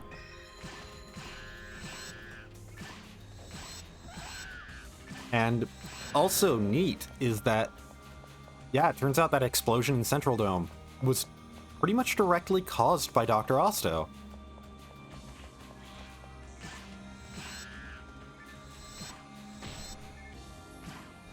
That the entire reason for everything is Dr. Osto very specifically. That his whole project was originally making those 3 AIs, and then eventually they would, after so long, learn so much, and then return to the mother system and seek to become their own biological life form. And that through this, Dr. Osto thought that the knowledge that they would gain would inform them on like how to shape into a new being, and thus become like the new life form, essentially.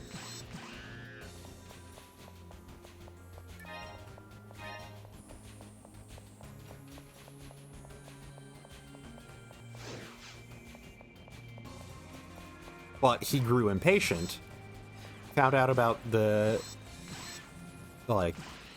he basically grew impatient because it was a long process.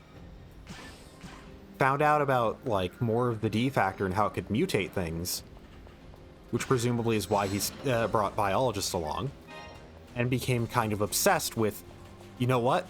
Instead of creating a new artificial life form based around, like, by these AIs and whatnot, and the process that I had tried to do beforehand, what if I just use this D factor, D cells, and forcibly mutated things until eventually we get a superior human out of it? And just various different ways that he used the AIs to try and do this. That also explains why the AIs have that inclination to find themselves a physical body to some extent. It lines up with Dark Falls, but like for explicitly for Volopt, here we go. We are now in the control tower. But for Volopt specifically, why the AI suddenly became affected by Dark Falls and the D factor, basically. Why they were becoming, like, possessed by it, essentially. That was actually Dr. Osto's intention. That's something he specifically did. That he altered them so that way they could be Oh, hey, Adele Lily. I don't know if we've ever ran into Adele Lily before. I think this is a rare for episode 2. it might be forced to spawn, though, on this mission. I don't know.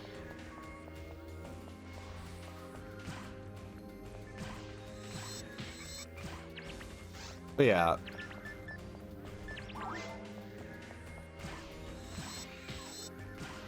I probably should just face tank those. Hope that they don't inflict status on me. Yeah, that he explicitly made it so that way they could interface with the D factor in some way, and designed them to kind of seek that out. To kind of seek out being able to be mutated by it. And that, yeah, the whole idea for Volopt and whatnot and everything it did was explicitly caused by him trying to, like, forcibly mutate things using the D factor, using Darkfalls, essentially. So really, everything that happened in episode 1 and 2 was entirely Dr. Osta's fault. He caused it all.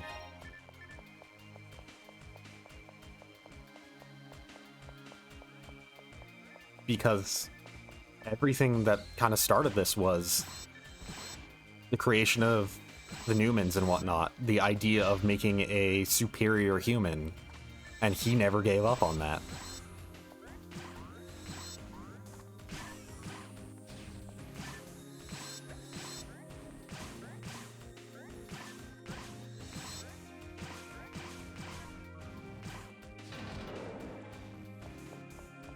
Admittedly, it kind of sounds like the whole new life thing that Callus will become is probably just going to be a human.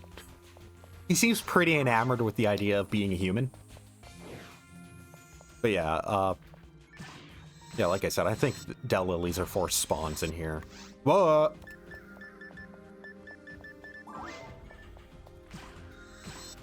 I forgot it could do that.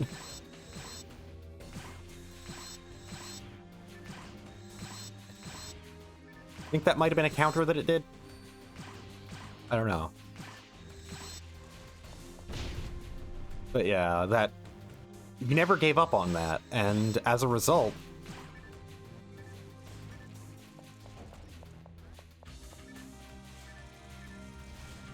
Yep. That's kind of what caused everything. That he is explicitly to blame for the... Even for the Central Dome explosion is interesting. That it was something due to how he was trying to force everything to happen through the different AIs.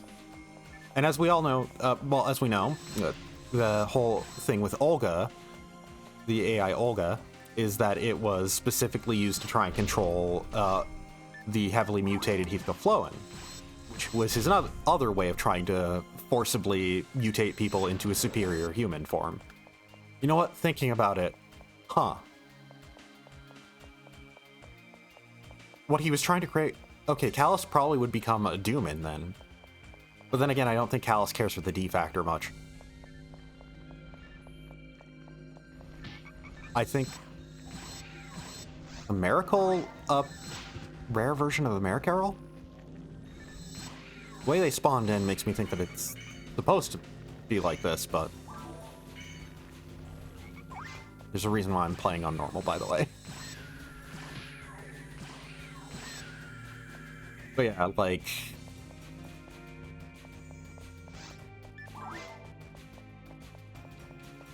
Yeah, like I said, I wonder if... Good thing I don't have the Ragol Ring equipped. That was my scape doll for a second. I was like, wait a second. Oh no.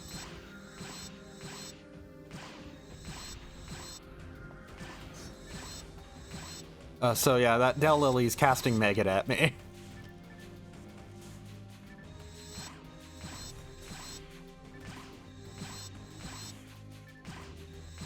So it has a chance of causing instant death because I don't have, like, any dark resistance right now. Just part of the danger of doing things in the central tower is Del Lilies and Ilgils. Things that have chances of instant death on them if you don't have any dark resistance.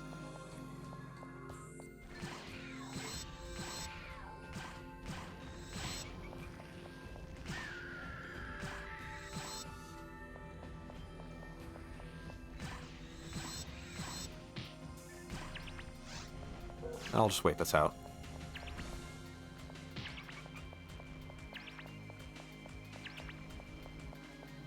I'm just moving entirely because the panic will cause me to dodge them.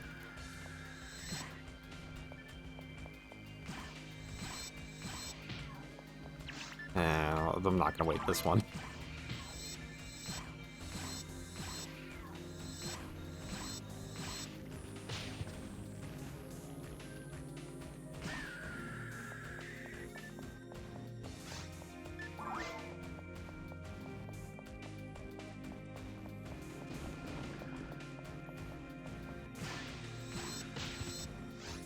Right, Delbiters still do good damage, huh? Well, their charge, at least.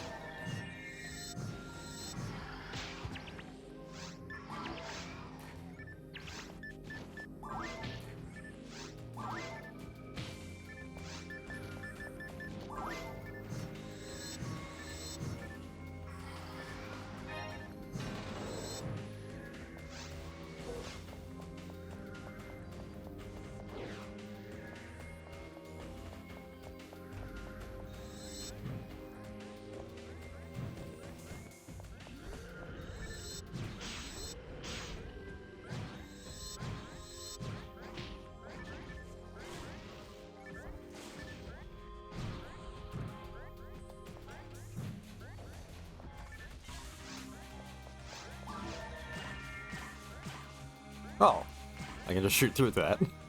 That's good.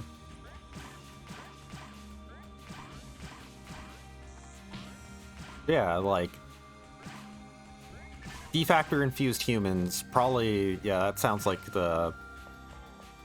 humans, which, huh. I think I know why there's PSO stuff in Portable 2 Infinity. Probably gonna tie in some way to that.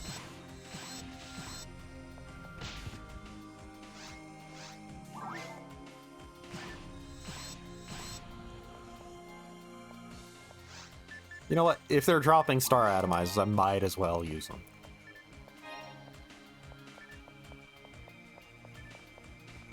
So here's Ailgills.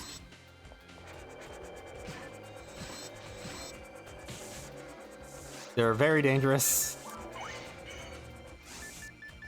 They're exceptionally dangerous. Because of that Megan. Well, that, yeah, Megan Slash. Oh, I had 2 Scape Dolls, I think. I hope that wasn't my Ragol Ring.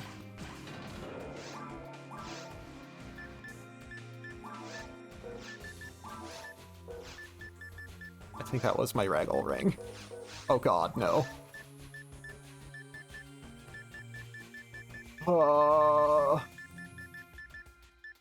Wait, how is it used? Do you have to equip it first?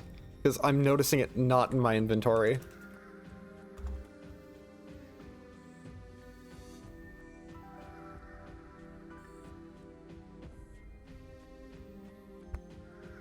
Did I not get it? Or did I actually just use it? Oh god.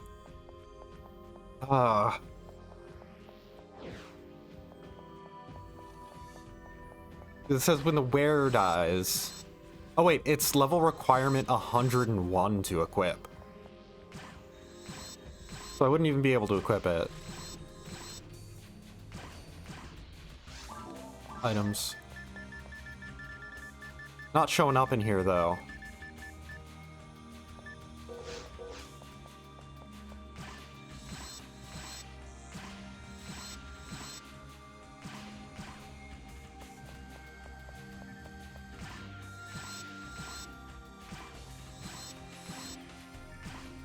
I just wonder if I could redo that quest and get more. Or if it's 1 per account.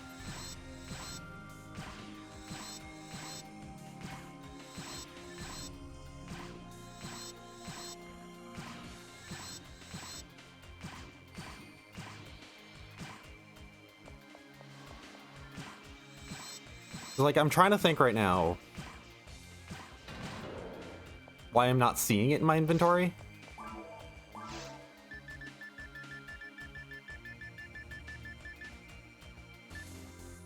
Because I should, right? Hang on.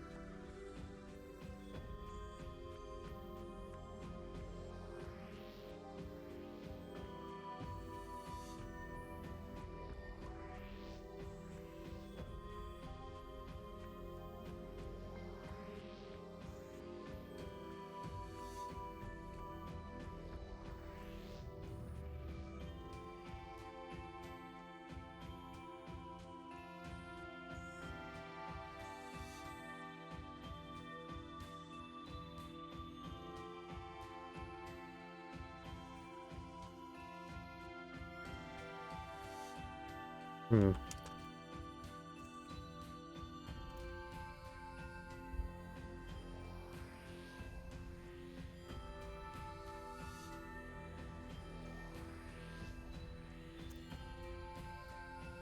If it just used itself.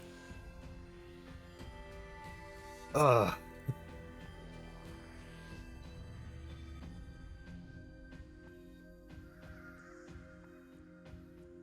The game normally uses it before looking to see if you have any escape dolls in your inventory.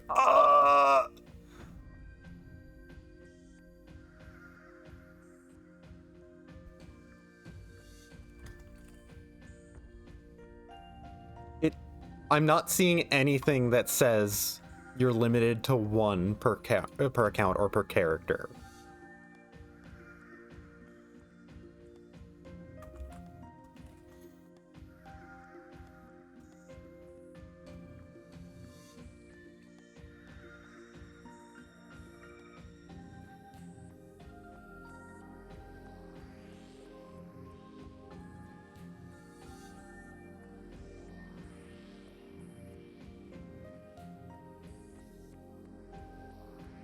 Whatever, Okay, so I should have deposited in my inventory. I should have gone and done the freaking episode 4 thing next, but whatever. It seems like I can get multiple. So I'll do that off stream. The main purpose behind having the Ragol Ring, apparently, is just more so that it unlocks things through other NPCs. Got it. There's a bit of lore that I don't know, though. Okay, let's see our new Photon Blast. I think this one's just a buff.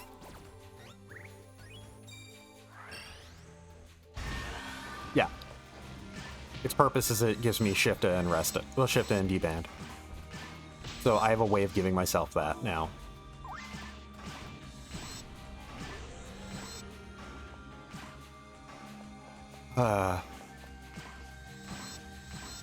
Hate Ilgils. I hate Del Lilies as well.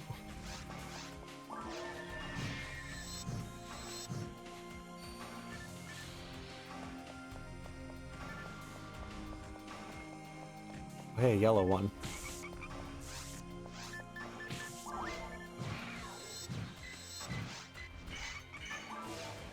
Ow.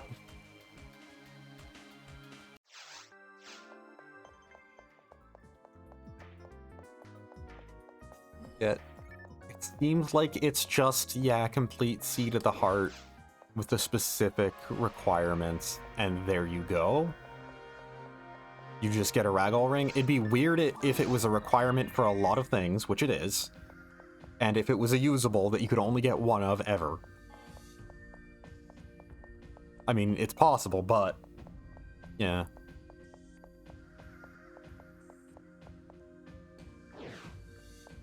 Whatever. I'm not mad. I say, tears in my eyes. But anyways, as I was saying about the story stuff. So, yeah, basically that Dr. Osto is kind of behind everything. He's kind of the reason why everything went down, because he got impatient with his, well, eugenics plan. But he's also the person who never gave up on it. It also ties in why, like, top-notch biologists were brought on board for all of this.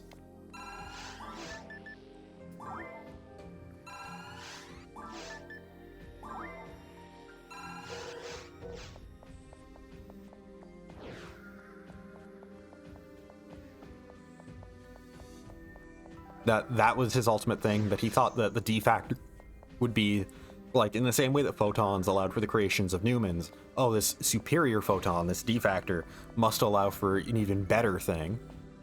Must be even better and not allow for the same weaknesses that Newmans have.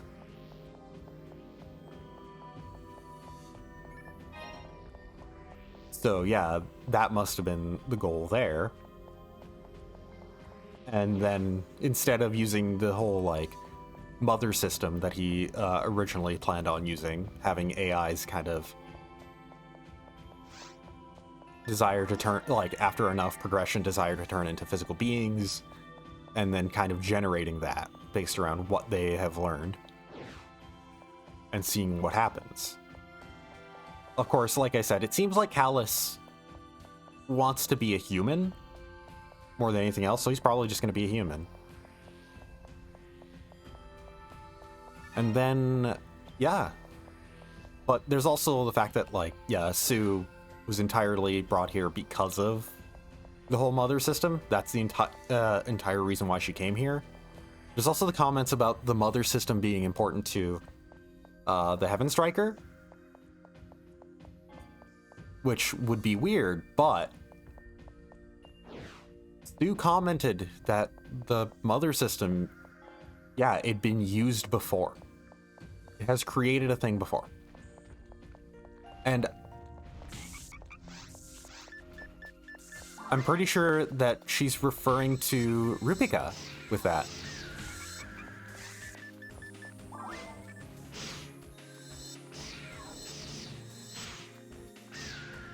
That, remember, Rupika is supposed to be a neo-Newman. So most likely, Rupika was made using the mother system, and that's what they were referring to when the Heaven Striker required the mother system. That it required something to be made from it. And well, Rupika was made as a neo-Newman, so most likely was a Newman that was, like I said, it was a Newman that's made to control the defactor and whatnot. And that's why she was so important. She was made to essentially be... Ow.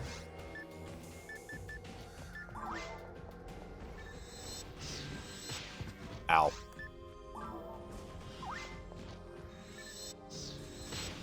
As long as I don't get hit by the instant death one, I'm okay. But it is annoying how they keep knocking me down.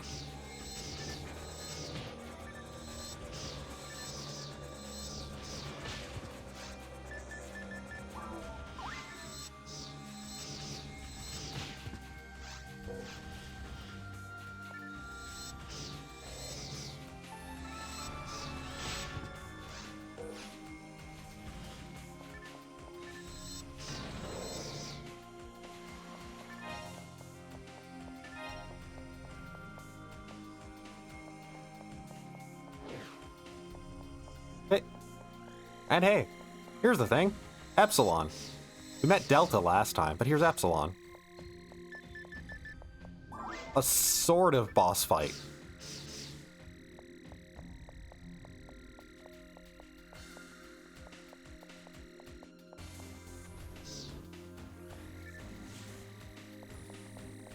You know?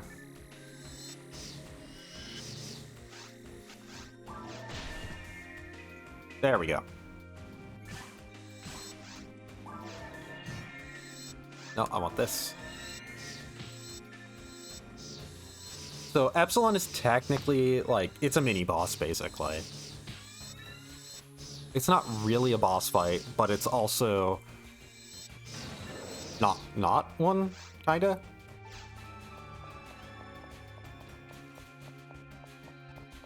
And yeah, Delta, of course. But yeah. Anyways.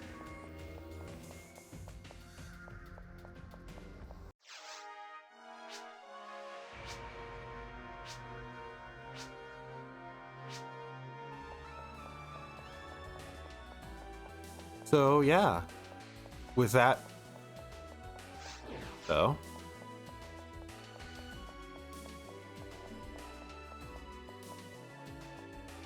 actually, I wonder.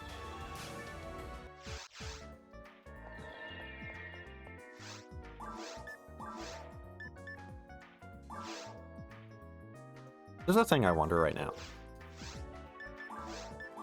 Well, I've kind of done everything I wanted to do. Wait, no, not episode 2. One? Go to episode 2. One person, normal. Seat of the Heart has its save points. Not Seat of the Heart, yeah, Seat of the Heart. It has its save points. What if I load up the save point? If I do it then, and beat it from that point, let's see if I can get... Yeah, if I can...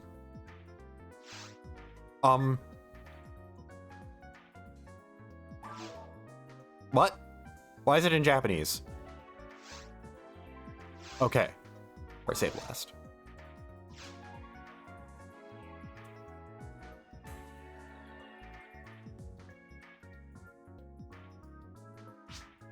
Oh, it was because I was asked if I wanted the original design for her.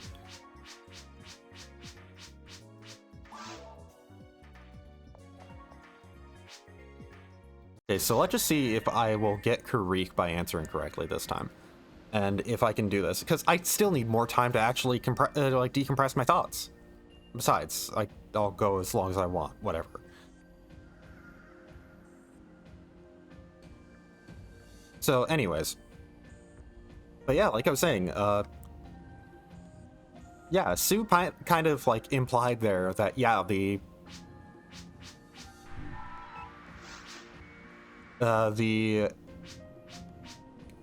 mother system was used before, and kind of implied that, yeah, that Rupika was, this before even knowing who Rupika really was, but that, yeah, there was somebody who was made from it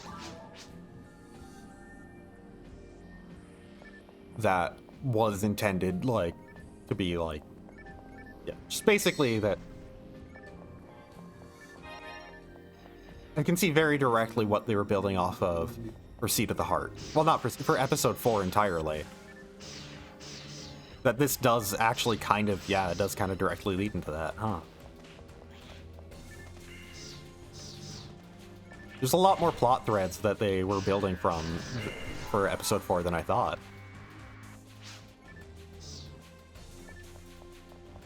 Yeah, that also explains why Sue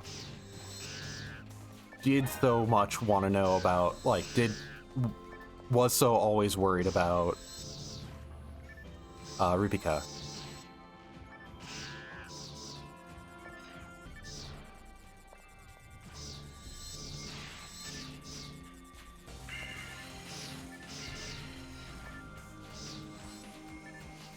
Because she's kind of all this time been very aware of Rupika's situation.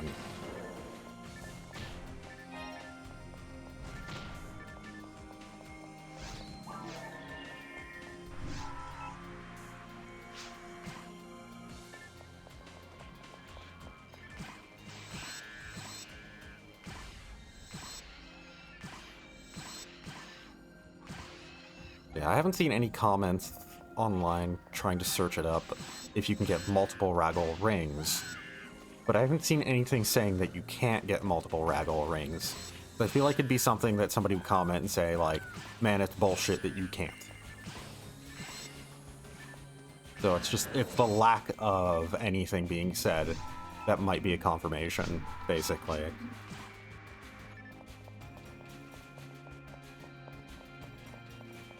Yeah, like I said, I'm surprised at how much this kind of explains a ton about the backstory. Like, getting this specific route. Like, what was going on with kind of everything. Yeah, like, as I was saying earlier, though, with the whole Olga flow thing, that, yeah,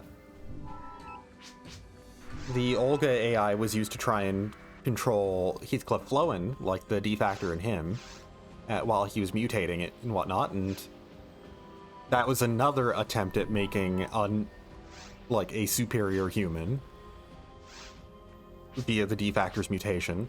For Volopt, a neat thing about Volopt on Ultimate, Volopt version 2 is it's much more organic, which it's trying its own way to make like more organic parts to become something that can be affected like by the D factor more directly.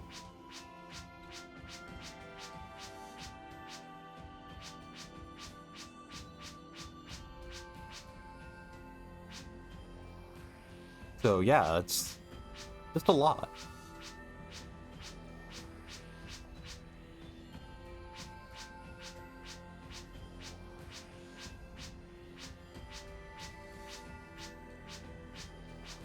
The real secret is Cal became the first beast to use a PSU race. Like, yeah, it's probably Doomin. But like, yeah, first beast.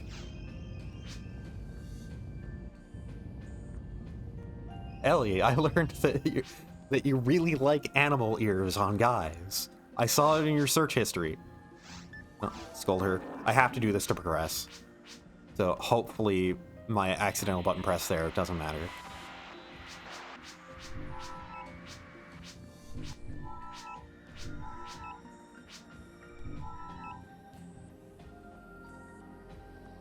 Oh, hello.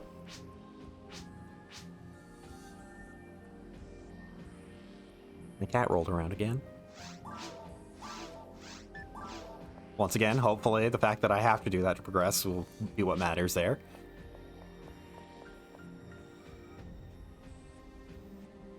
What are you doing? What attention do you want, huh? But yeah, like I was saying, just... yeah. So with everything learned, just... yeah, I really like the things that were kind of added on to the story there.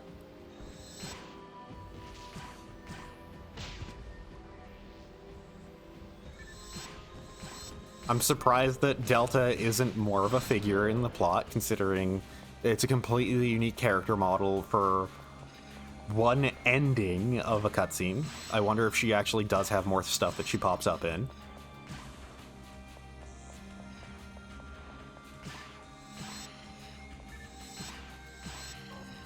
Knowing it, the episode 4 extra, like, stuff during the government quest probably has something to do with that, maybe.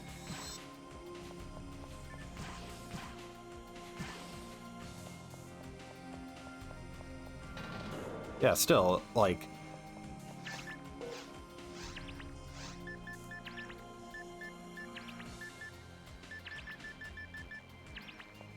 finding out everything we did about the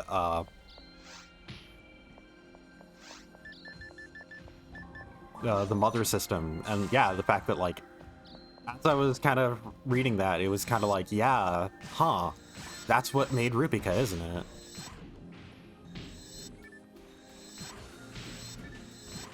And Sue's comments of, like, yeah, it's been used before, and that's why she's here in the first place.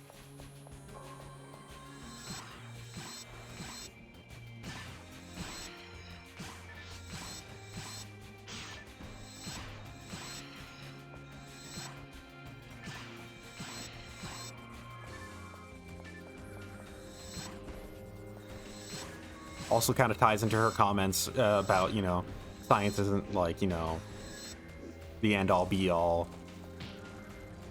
with regards to her comments about, you know, being a Newman. Lifespan isn't really stable and whatnot.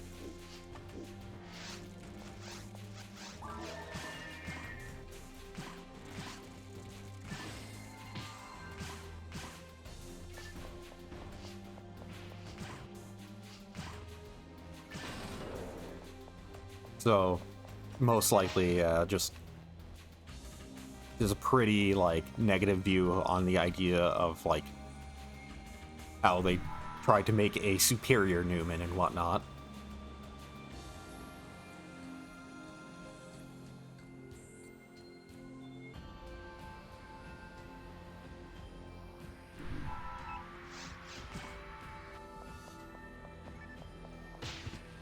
Ow.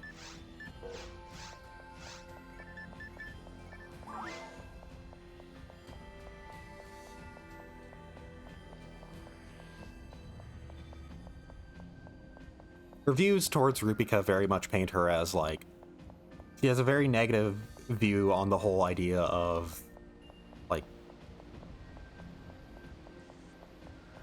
how, like, the people who created Newmans basically view them.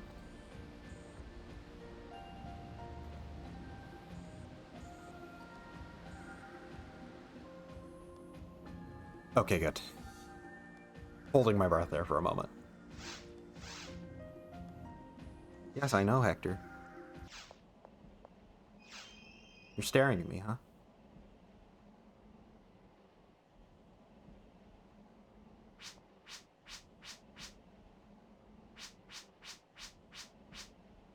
Just that, yeah, she has a very negative view towards how Newmans were made to be just, like, the idea of basically Newmans being kind of a, like, science project to her is a very negative thing yeah, is a thing she's very negative towards.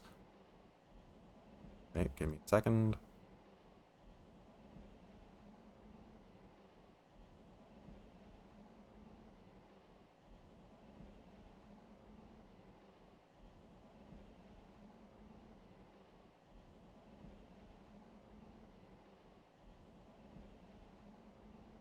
Okay, just making sure of a thing.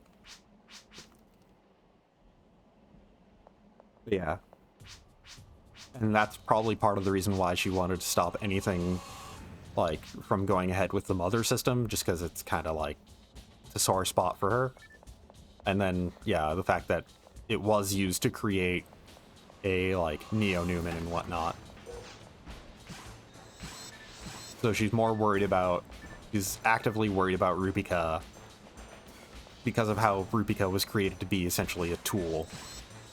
And she's more concerned about the fact that, like, hey, I don't want people just viewing you as just an object, as just a being made for, like, a weapon purpose. I want, like, I'm worried about you as a person.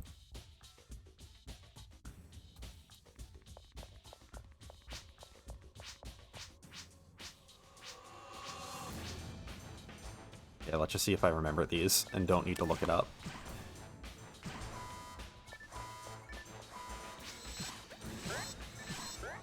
I'm just gonna run ahead. I don't need to fight anything, so.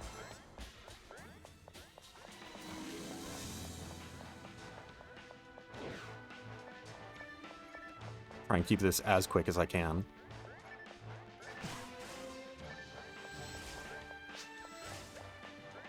Oh god, which one was it? Was it this? No, it was right at the end.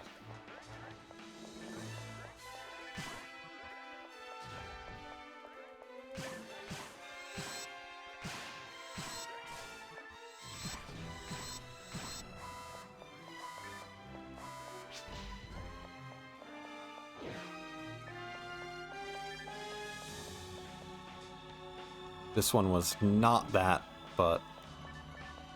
Wait, or was it? Ugh.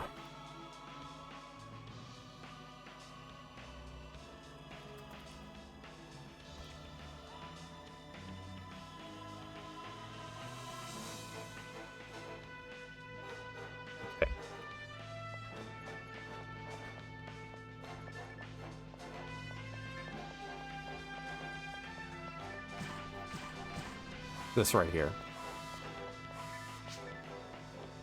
But yeah. Like I said, it's really neat. It sheds a lot of light on so much that's been going on and what... And even episode 4 stuff.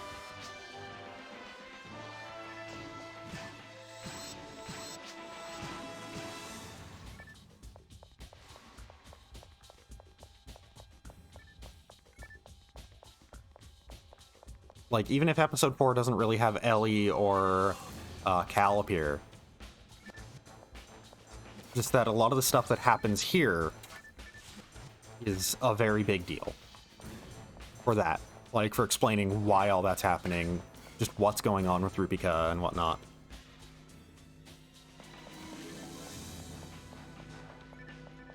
And that, yeah, just kind of a little confirmation that, yeah, Rupika is...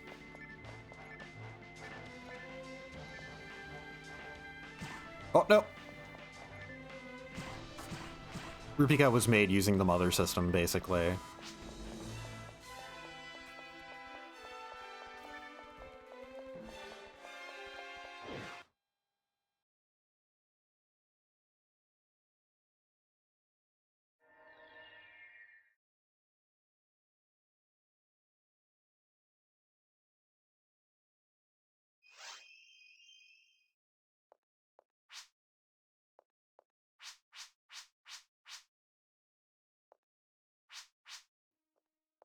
Okay, see you, Hector.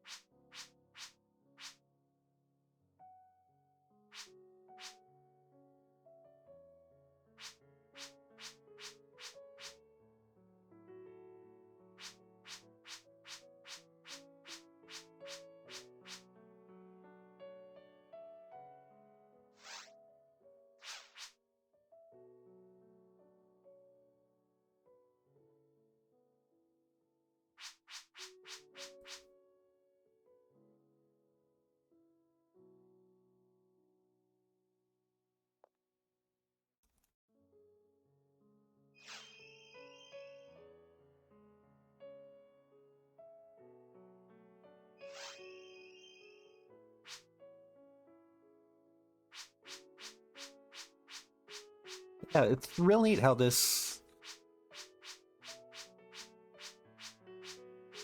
There's a lot more going on for this quest, for the Sue and Karik route than I expected.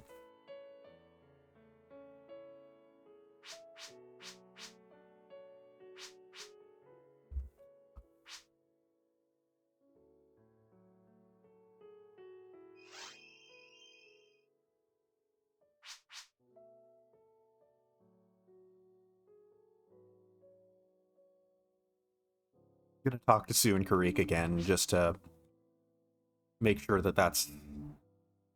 if that's a requirement for getting the Ragol Ring, that... Yeah, that I get it still. Make sure nothing is not undone.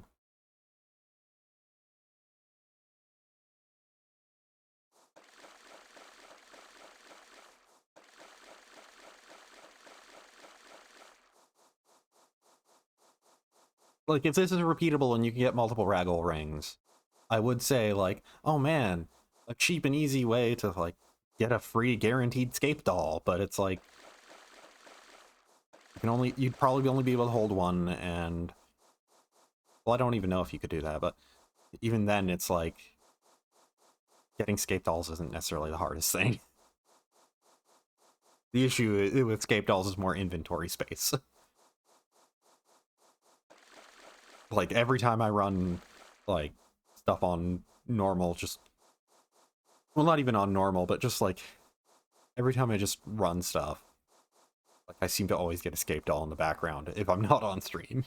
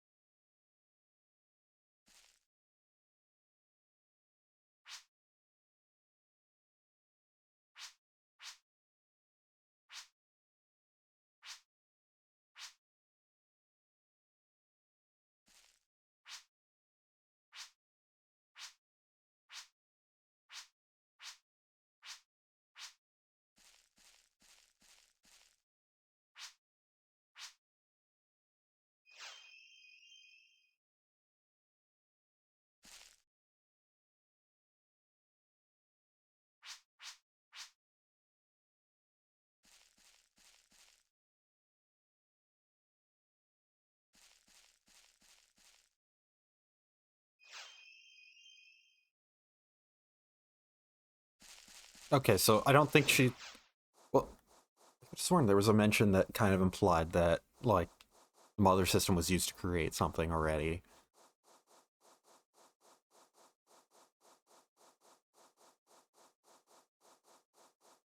Check if there's anything before. Never know, there could be a callus just hiding away. Don't tell anyone. We've already succeeded. I gotta wait for a dramatic moment to pop out. No. I'm pretty sure my inventory has enough spaces in it to get the Ragol Ring.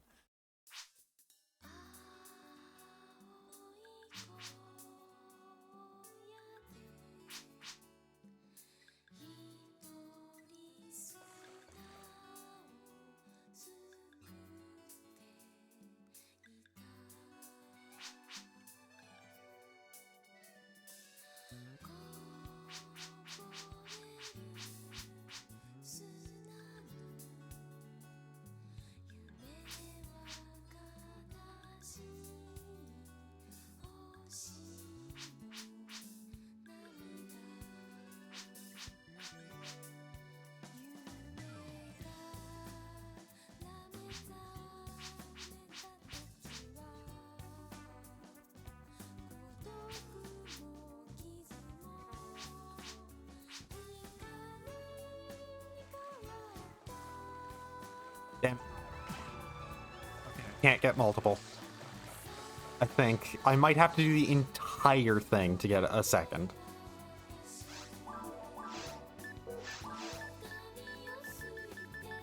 If that is the case, well, yeah, it's gonna be a bit before I can get one.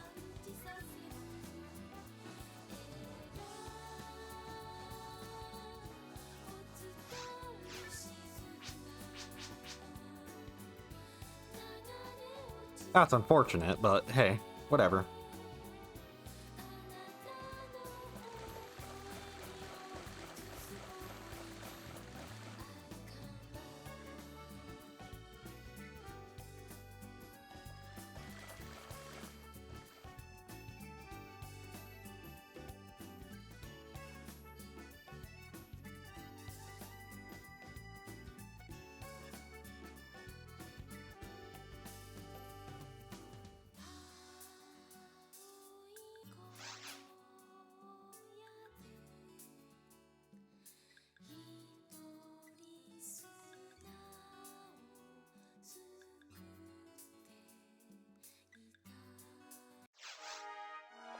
So yeah, I guess we're racking up more things to do on the eventual return to PSO.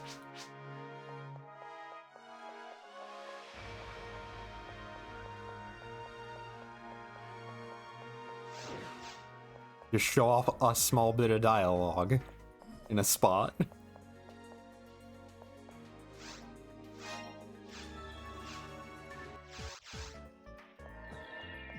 Well, as one final thing to do, to ultimately decompress, I...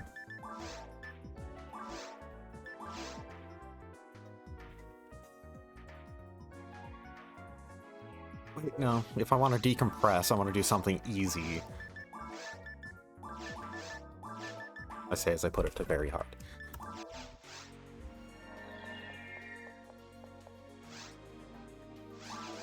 Nope. Not that. Oh wait, there's a... Oh, okay.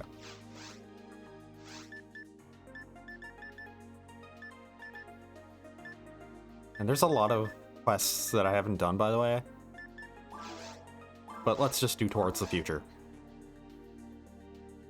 Yeah, as I was saying, I'm surprised by Seed of the Heart, how much that route actually had behind it for story. Kind of filled in a ton.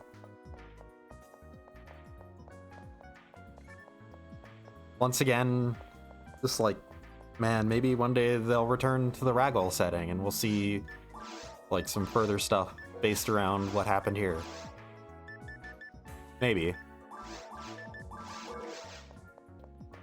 Maybe one day. Wait, I actually have an idea.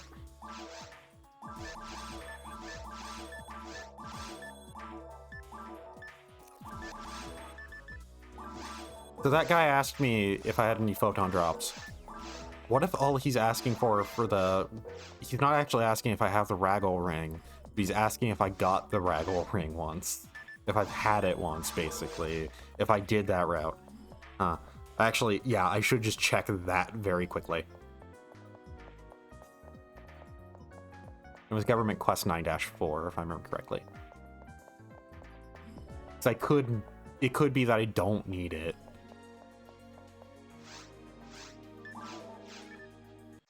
But that I needed to have it at least once.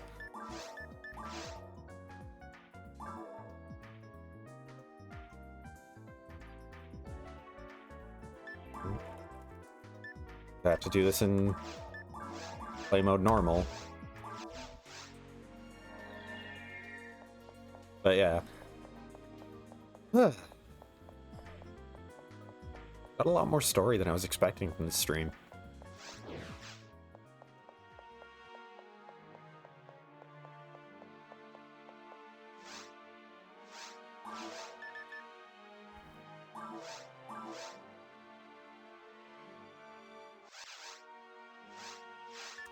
Oh, I meant to say yes.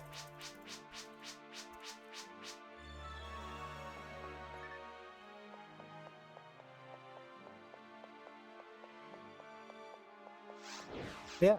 Episode 4, actually, knowing that ending of Seed of the Heart, Episode 4 actually does follow up pretty directly from that, specifically.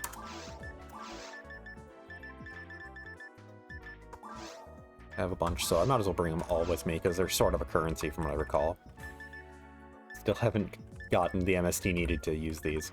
I probably could use this one if I equip everything I need for it, but... Why am I using the keyboard right now to do this? For some reason, I just decided to switch to the keyboard, and I haven't stopped.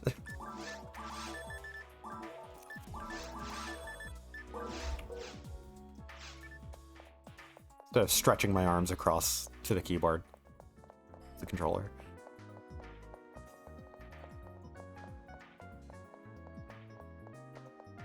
So let's see if that guy requires me to have the Ragol Ring equipped when I talk to him.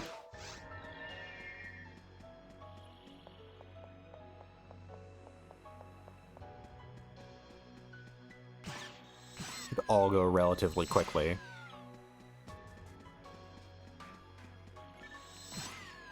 Because it's not until the subterranean desert that the enemies start ramping up super hard.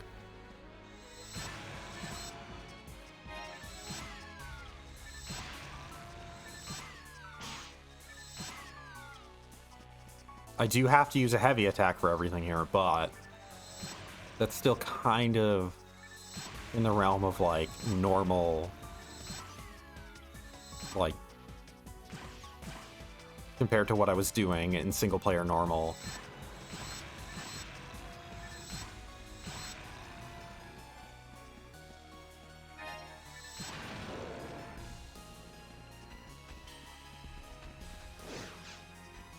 But yeah, now is actually the time for the real retrospective, huh?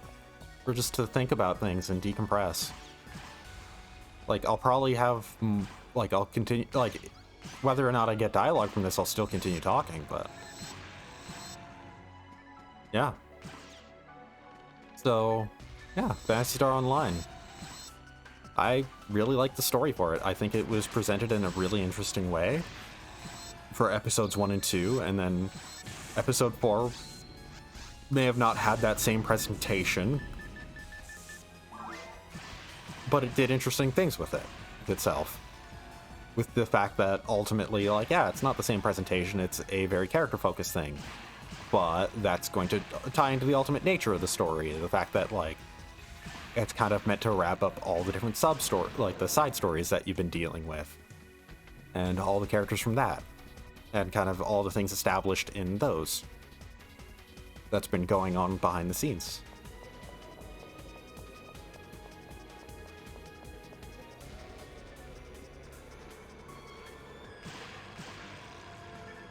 And use that to be kind of explicitly like, hey, things are different this time because you're preventing things from going poorly this time.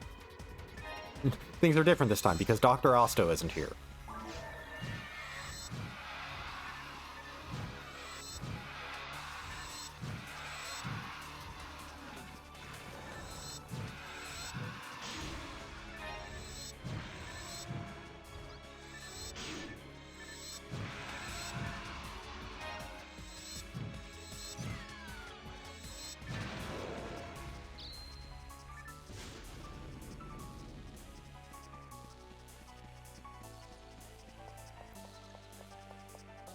So to kind of, like, think about the episode 1 story stuff, most of the side stories in episode 1, they had a ton of them, and a lot of them were just little silly things and side stories that don't really tie into the main plot.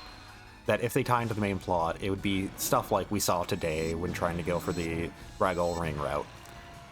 That it's ultimately, like, there's a slight hint of something, like, on the side of the main plot.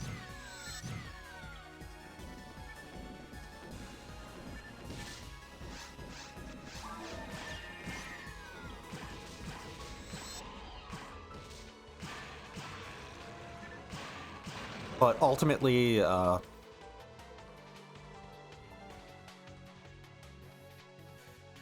like, episode 1 was kind of the story of how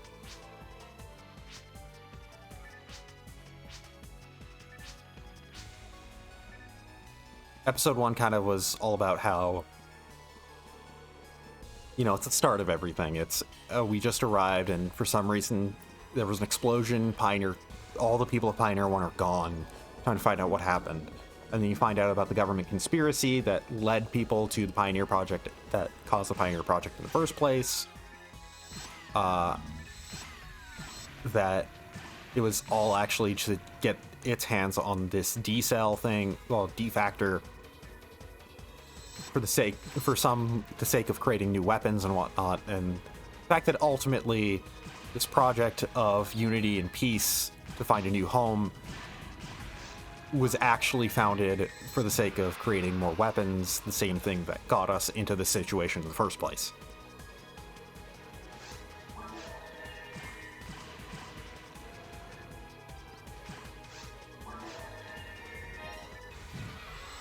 God, yeah, that was a lot of Lame d'Argent dropping, or Lame d'Argent. A shitload of them dropping today, holy. I see why there was an admin message over it.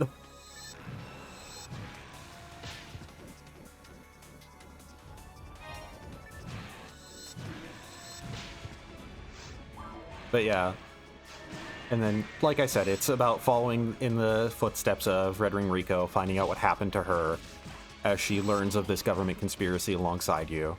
And the side stories were kind of about learning about that government conspiracy and the different factors of it that are still, like, kind of present on Pioneer 2 itself.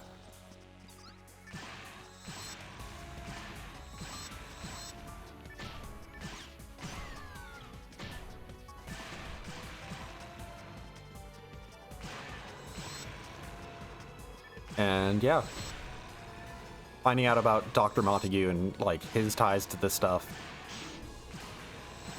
as he's like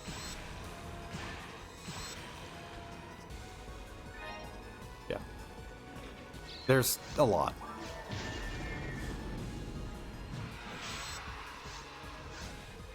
To say the least. A surprising amount of stuff going on, basically, to say the least, given how like how little is outright like said to you in the main story itself. The side stories really do add a lot to like the backstory of the world and whatnot. And what's yeah. And then yeah, the side stories also had us deal with somewhat with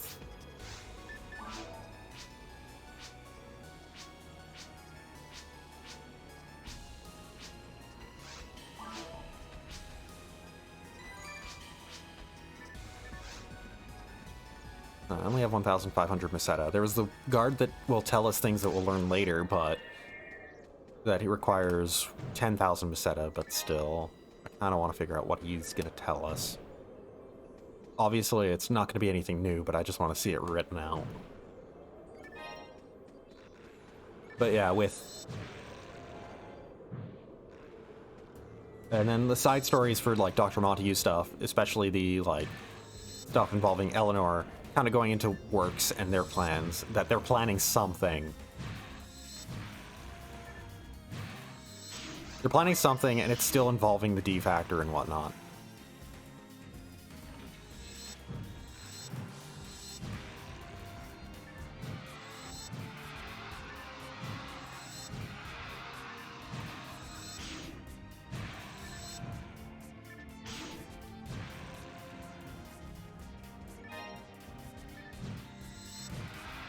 Because what with them trying to get their hands on Eleanor, and then trying to also get their hands on Alt, and the whole trying to get their hands on Alt being what ultimately backfires, but very clearly a predecessor to what Leo's trying to do in episode 4.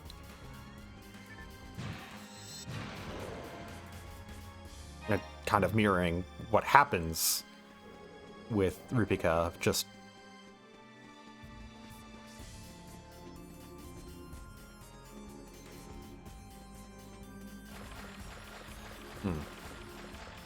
I forget if one of these guys was the 10k guy or not. I'm gonna head back and sell some stuff. I could probably sell a couple star atomizers and be at the amount that I need.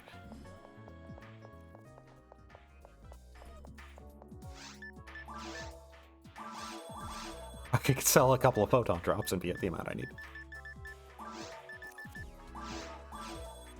Yeah, not close.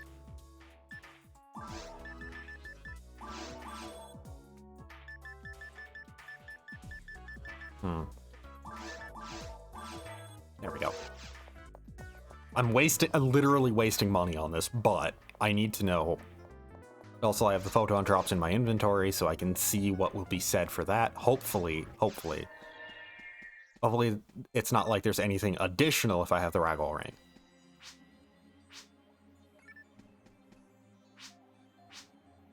Okay. It's upcoming. But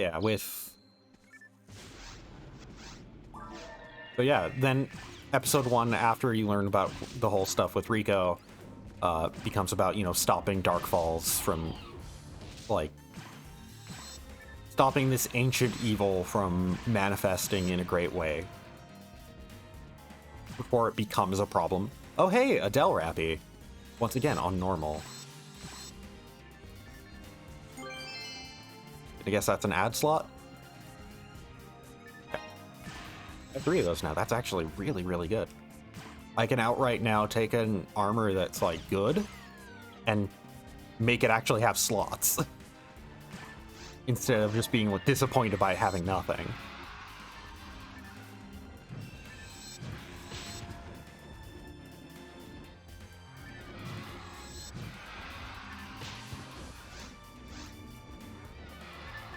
Alright, I had a thing to tech. That could have given me notably more money too.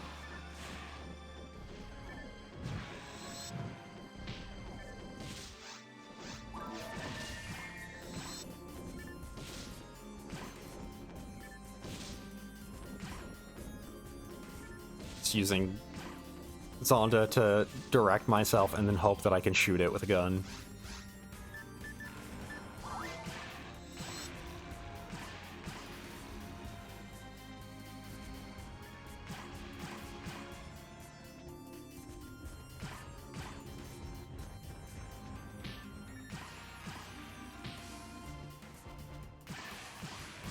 Yeah, that, like, episode 1 is ultimately about, like, digging too deep.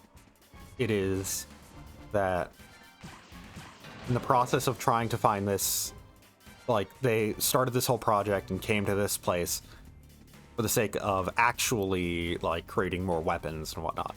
In the case of Dr. Osto, creating a new humanity.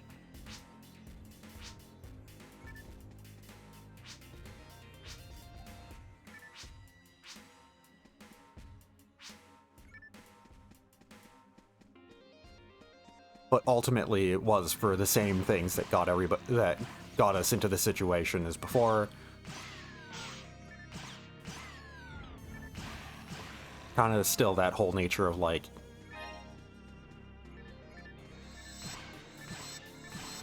of lust for power, kind of pulling humans towards something that, you know, could potentially threaten all of existence.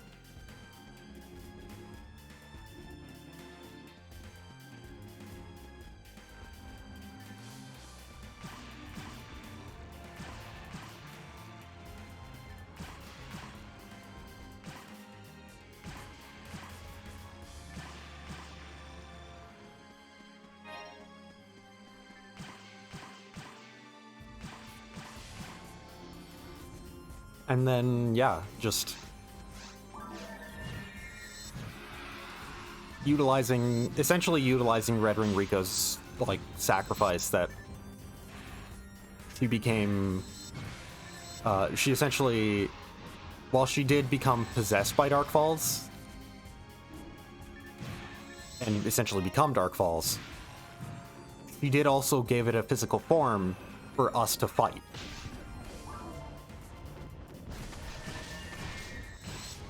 Allowing us to be able to stop it. Which, as we know from, like, episode 3, eventually leads to, like, well, it doesn't technically stop it forever, it keeps reviving and keeps getting killed. And over the course of that, eventually, like, yeah, eventually the events of episode 3 that happen that make up, what's his name? Occur.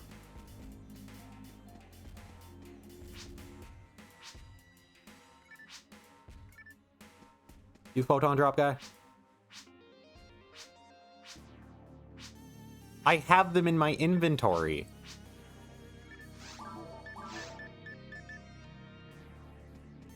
Okay, so I do need to have the Ragol Ring equipped to talk to him. That's unfortunate. Well, let's at least see what the, like, 10k guy wants. Well, what he has to say. It's gonna be stuff we already know, but, yeah. Like, apparently the like, photon drop and Ragol Ring thing for that guy is, like, actual, like, backstory stuff that I don't know if we'll get outside of him. Who knows? Maybe I'll get the Ragol Ring off stream and then just, like, boot up the stream on, like, Sunday or Wednesday. Just be like, hey, I got this, quick.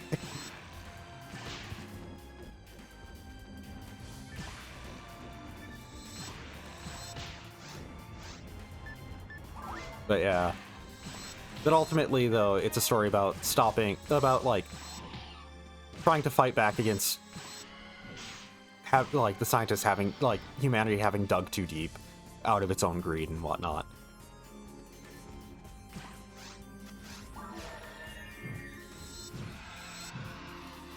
Which then, episode 2 is kind of following up on that and building on that, like, that, hey, there was a lot more they were doing, like, it's going more directly into how, like, what they were doing and kind of the motivations behind it and kind of what they were attempting to do by that digging too deep, which it gets pretty much fully explained by the Seat of the Heart stuff. Oh yeah, I never talked to Bernie before on this quest.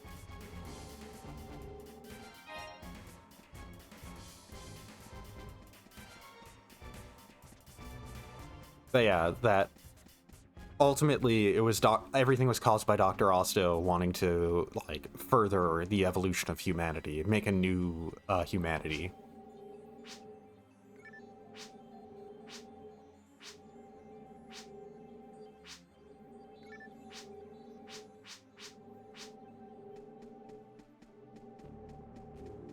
So yeah, that just everything was caused ultimately by his own desire to like try and see if the D cells can mutate humanity or make a new.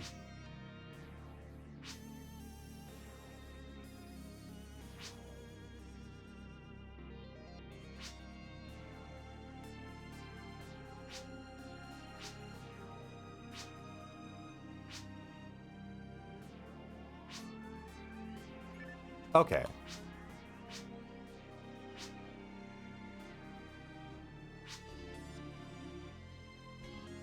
Data from Control Tower via WIS. The weapon that took down the meteor, the impact site, that girl's power, and finally the Mother Project. Okay, so that's just tying a lot of stuff together by words, whatnot. I forget if this mission had a thing for where it's like, if you clear it fast enough, you get a thing. You get an extra cutscene, or if this was one of the ones that didn't. I think it was one of the ones that didn't because it had the other things going for it. I'm pretty sure I'm close enough to the ending of this anyways that...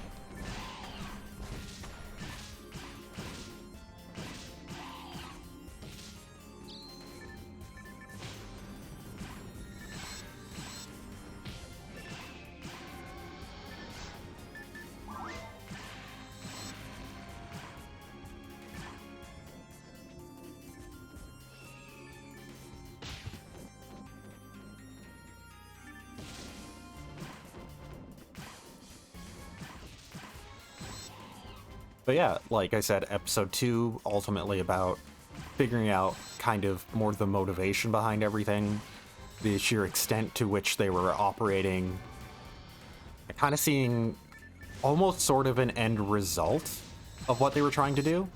They were trying to make their own Dark Falls in a way.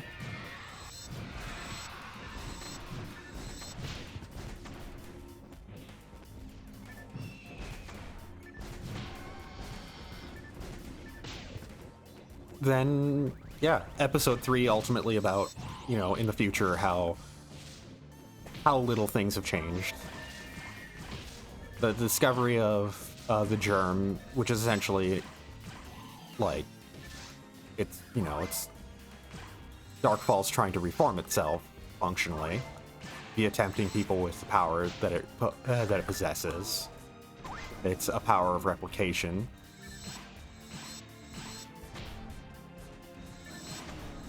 And that ultimately being a story of how, yeah, it is something that has caused all this infighting and whatnot, and has stalled everything just for the sake of finding it.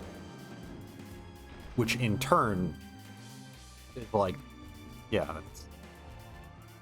And also the fact that it is, to some extent, such a great power that it is hard to pass up in so many different ways.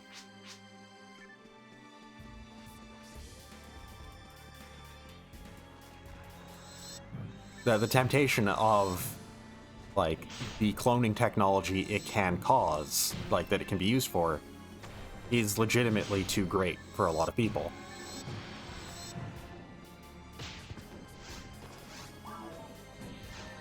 That even for Break, a guy who's always fighting against it, he even potentially would have given in too.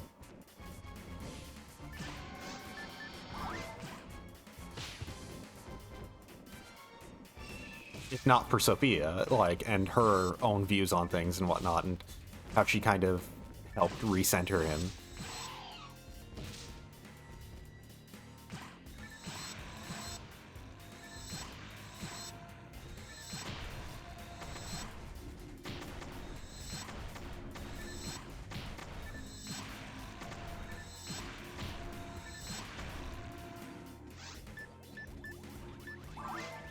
Right.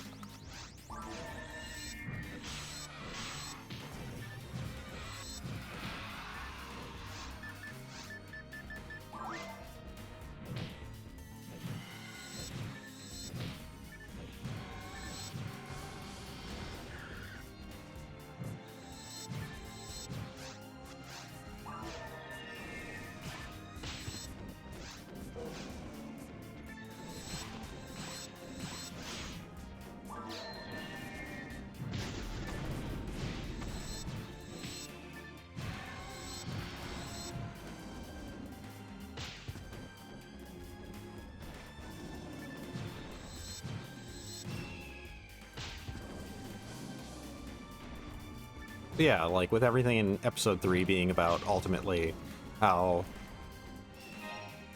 even without kind of a form to directly possess people with or the D-Factor, Dark Balls is still trying to resurrect itself via any means necessary. That a remnant of it exists as just a thing to try and tempt people so it can start infecting things. And use that to, like, make a new version of itself to come back and whatnot.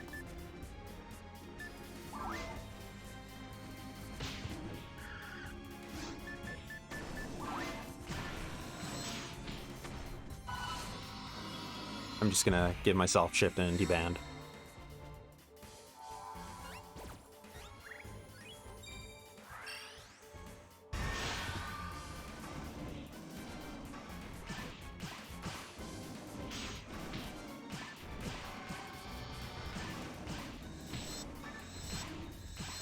Really more for the extra defense it would give, but yeah. I'm also close enough that they're not doing their big damage stuff.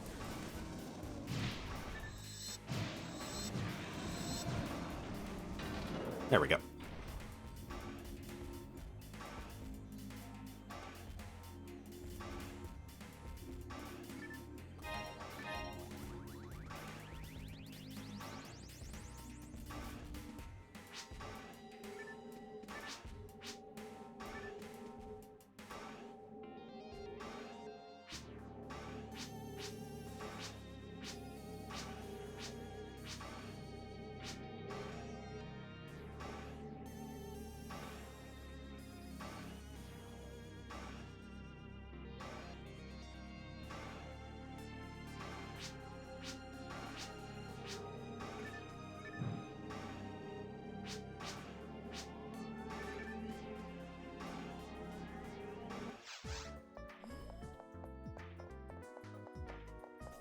Okay. So unfortunately we do need the Ragol Ring for that, so that's, like I said, that's gonna have to be at a later day.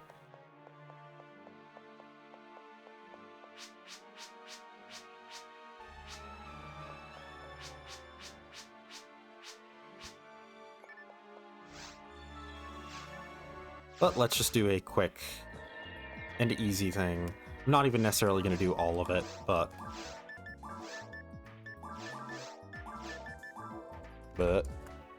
God, 5.5 hours so far.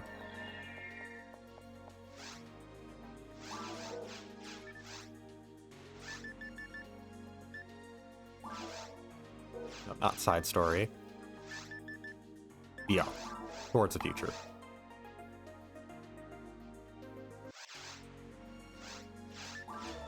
But yeah, like I said, that episode 3 was ultimately kind of a continuation of a lot of the ideas of episodes 1 and 2, and kind of about, like, ending things properly.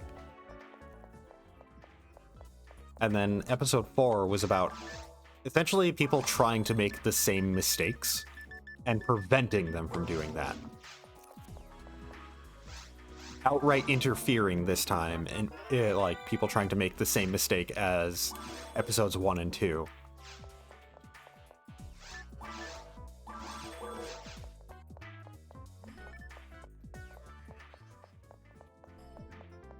Might as well deposit my ad slot. And my photon drops, unfortunately, one by one. Alright, I also should buy a couple of things. Is that another Lam Darshan? Ah!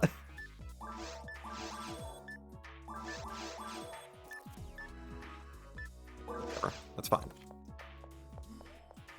This isn't too hard. I say is it's on very hard. But technically what I should technically be technically what I technically should technically be grinding. But yeah, it's what I should be, it's a thing that I should be grinding right now for getting better gear. Like if what I'm grinding is like dropped by a boss, like dropped by like one of the bosses in episode 1, then I should be doing this specifically. Especially on very hard, as I'm strong enough that I can handle most of episode 1 on very hard. I don't know if I can handle Dark Falls. I don't think I can. Dark Falls is Ruins and Dark Falls are a notable jump in difficulty from everything else. Like, as soon as you get into the higher difficulties. Like, that, like, jumping into the next difficulty oh hey, well, a Gobuma's right arm.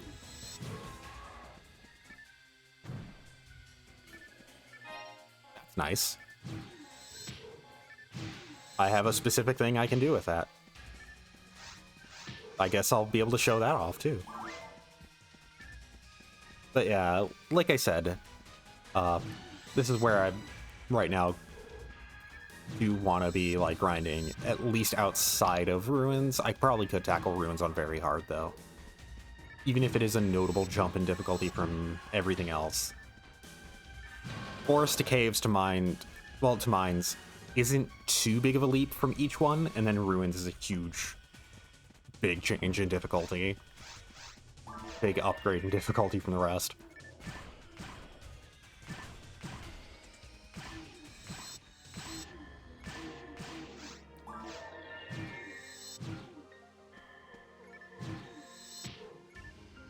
All right. Yeah, 45 HP on a full health Buma for the drain, for full health thing. So yeah, this drain actually scales pretty well once you start getting into higher difficulties. At least very hard.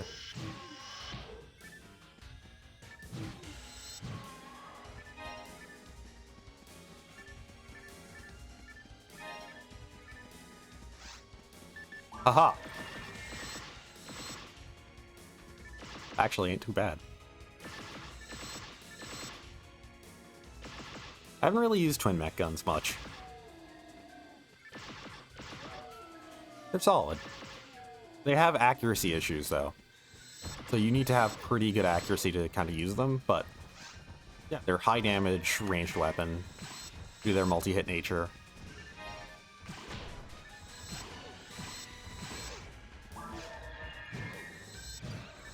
Of course, that one is a tier 3 one instead of a 4 or 5, so kind of lagging behind. Hey, another Lim de Argent.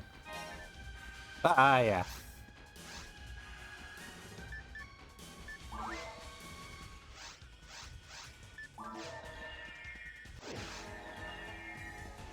So this will go by pretty quickly. Well, actually, it might not be as fast as when I had the Musashi, because I was able to spend health on this.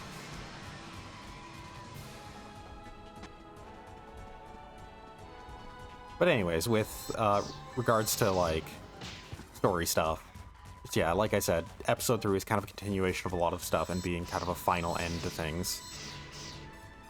Okay, it goes fast anyways.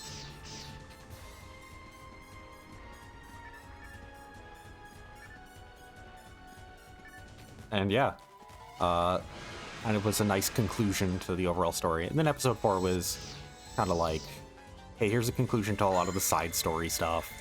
Everything that the side stories were kind of building towards that wasn't really like ended with like the whole works thing and what the like government was trying to do in a lot of cases. Here is kind of like somebody trying to repeat those same mistakes that happened in episode 1 and 2, and you actively stopping them. And I guess episode 3 is kind of a continuation of that too. It's like a lot of those same mistakes are being repeated, but you're stopping them as well. Just less directly, like less immediately in the same way.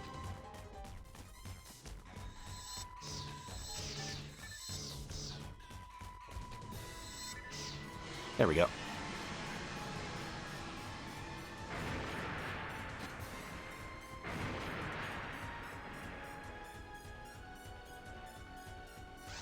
I unfortunately can't kill it before it flies off too easily.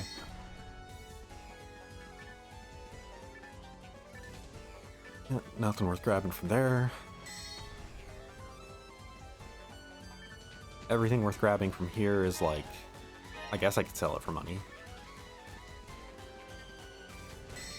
I don't want to pick up too much just because, like, then I'll run out of inventory space. I mean, it doesn't really matter, but...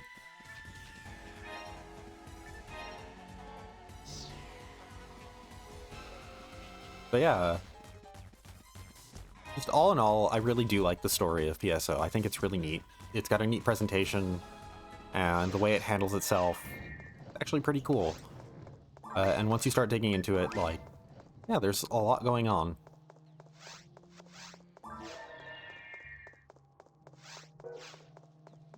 Okay, I want my biggest single hit damage. Let's try and freeze this. Come on. There we go.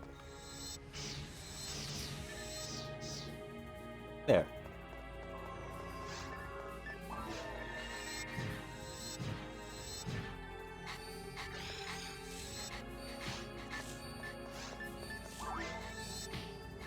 Stop that.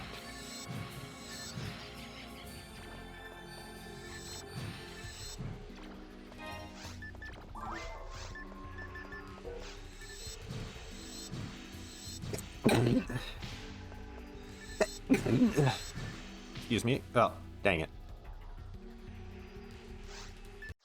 But yeah, like I said, it's got a neat presentation, and I think that the tone itself is really what makes it. It's gonna be a pretty big departure going from this to Phantasy Star Universe, just in so many ways. Art style, musically, tonally, this kind of like more like the more darker nature of things and more serious kind of tone. I keep using that word. But yeah, it's gonna be a huge departure in so many ways.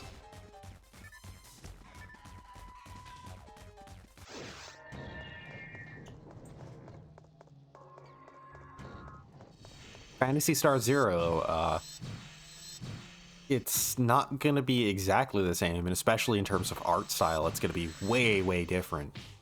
But at the very least is a bit more closer in terms of like kind of idea, in terms of like its... Ah, I froze you. Oh no, I can't damage you.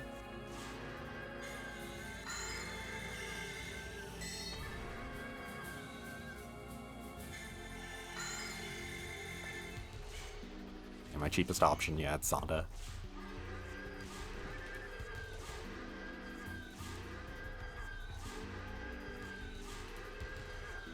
There we go. And the others are just split and it's now. Hey, another lame d'argent. Oh, parasitic gene flow. That's arguably that's a better thing. So it's allows them to make a dark flow. I'm genuinely surprised to see something that wasn't a lame d'argent.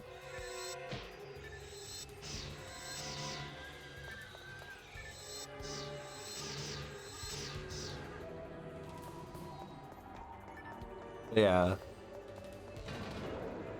Phantasy Star Zero, like I said, it's going to be sort of a return to some of the ways of presentation. It's a lot more direct in its storytelling, but like in terms of like some of the aspects of its story are kind of similar tonally more than anything else.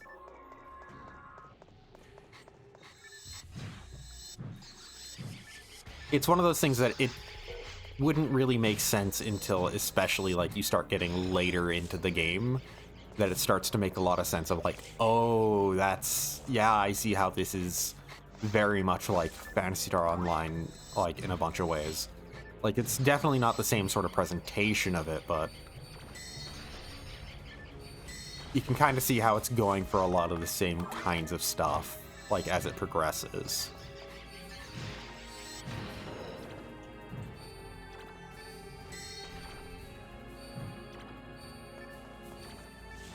Even if on the surface it doesn't seem like it would at all.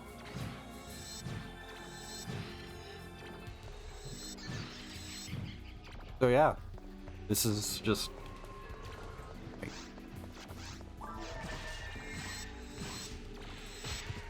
Ow. Yeah, this is it. This is the last Phantasy Star Online stream for a while. Not going to be as long as I thought because, yeah, I have to get another Ragol Ring and I have to see what that one guy has to say. And maybe by that time I'll also be on ultimate difficulty stuff.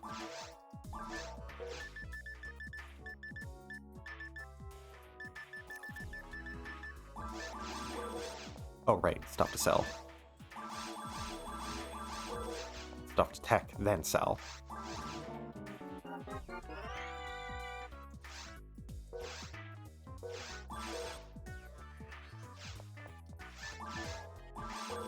Speeding through the text options without actually even reading them.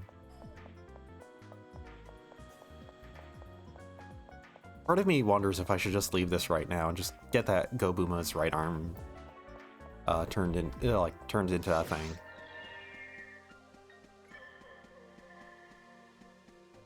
But yeah, just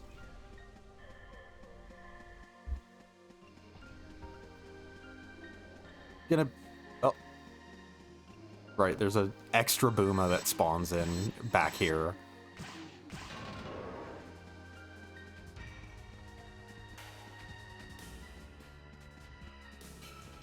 I think I mentioned it before, but Towards the Future has its own like little sub thing that's really weird and hard to do. And it requires you to kill like absolutely everything within a certain time limit with a specific party setup.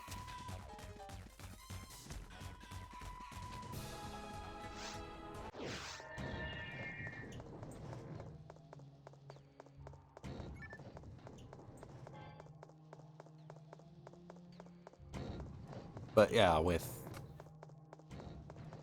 just everything, it's been a while playing a lot of this and a lot of games in this setting. Well, a lot of this setting, not a lot of games in this setting, just really two, but a couple hundred hours of this setting. And like I said, I do hope that one day they return to Ragol. Either as like an event thing, like for like something like in New Genesis that like, hey, we crossed over dimensions and like we're in this place called Ragol now and we get to see what's going on there. But also just maybe like a smaller, like more intentionally older style spin-off that is explicitly set in Ragol or whatever, set in the same kind of world. Set in Ragol, really, because I want to see what happens with the whole Callus thing. I want to see how, after fighting off, you know, the germ and whatnot, how things, like, kind of shape up and progress afterwards.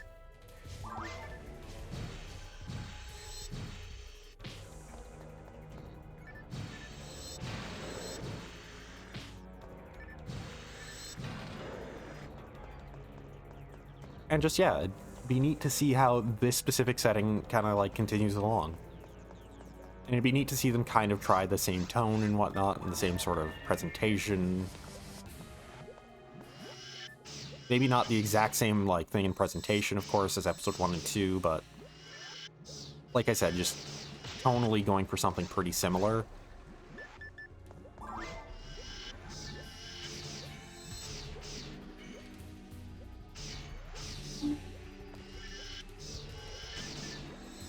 Of course, it would be neat to get kind of like a game that is all about kind of surmising the story of episodes 1, 2, 3, and 4. Just in a modern, like, context and whatnot for the games. Just, like I said, I'm attached to Ragol and the stories of online and whatnot. I would like to just see something new for them.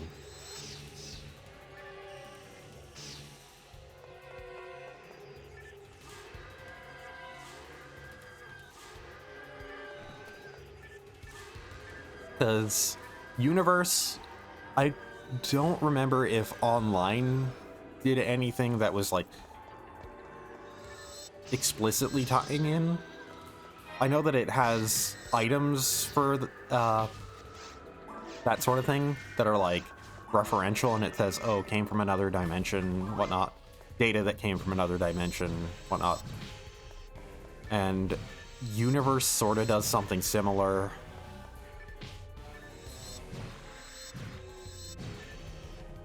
Like, no games have super direct ties. I guess Infinity is the one that, like, probably does have, like, pretty overt direct ties without necessarily being super direct.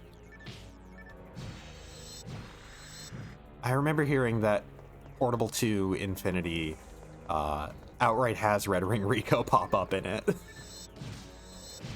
And, like I said, Olga Flow's a boss in it, too, so... Like, who knows if it's going to be like, oh, these are just referential and they're just this setting's version of those characters.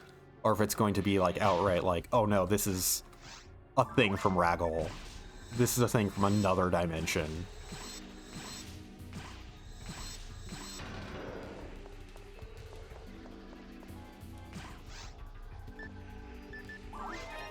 But yeah.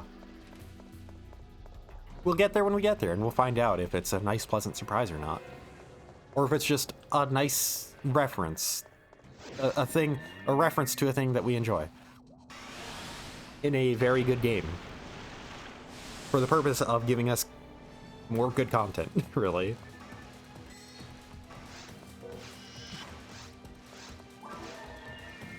Okay, gonna wanna...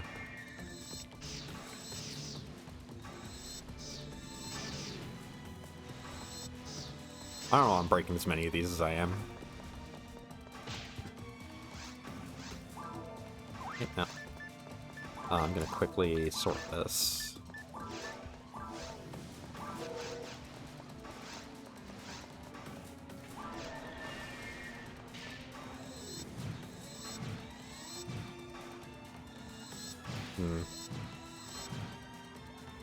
I think, yeah, the Yamato is actually better in this instance.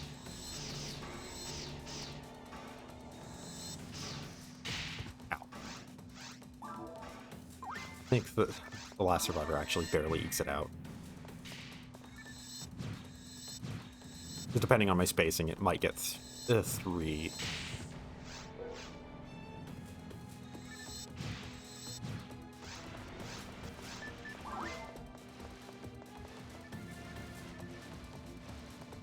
And unfortunately, my rough eyes aren't really doing it anymore. We scaled up to difficulty where, like, the damage just... It's okay now, but it's not really at the level it needs to be to keep up with enemy health.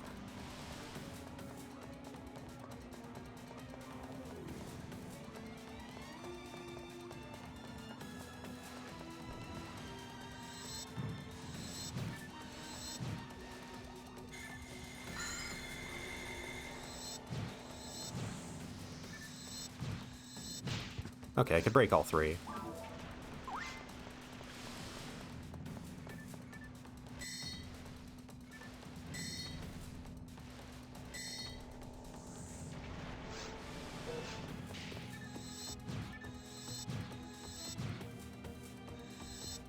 That sometimes 3 is so big, but yeah.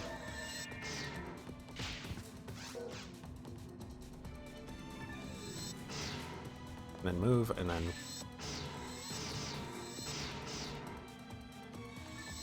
Oh no, I'm gonna hit. Oh, barely.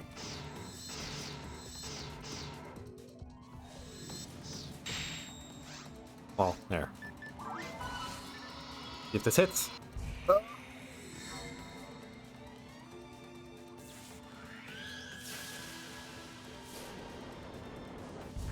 Nope.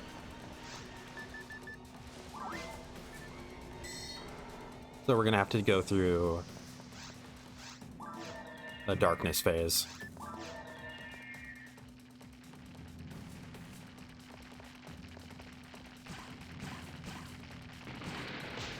Ow. I was gonna say, like, you know, I don't think I've ever been hit, like, I recently learned that actually you can get hit by those, and it's, hey. I don't know if I actually ever got hit by that on stream or not.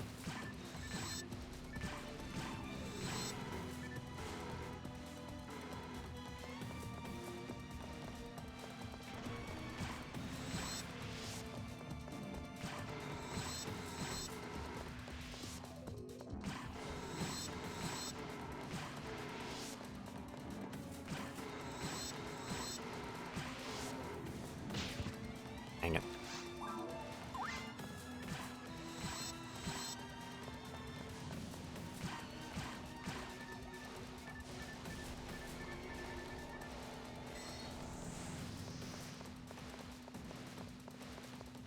Yeah. Phantasy Star Online, still such a good time.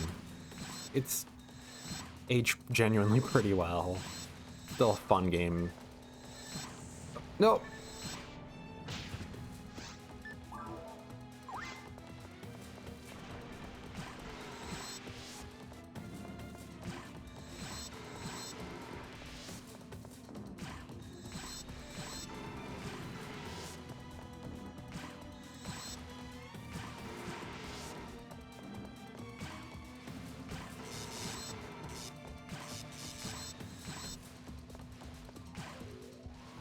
Okay. Now I'm at least gonna have a physical attacking that bit. Where I can really pour on the damage. Move around for a moment. There we go.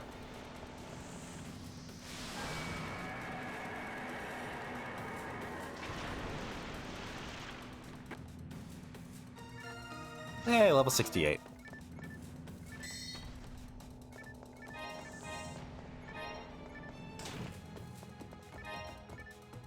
Only a dye fluid?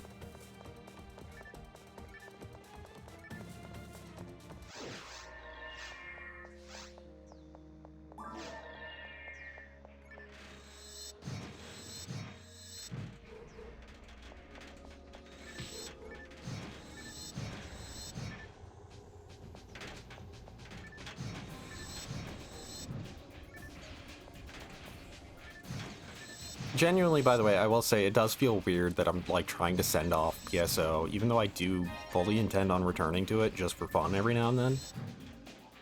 So it does feel kind of weird. Like, that's kind of part of the thing, is like,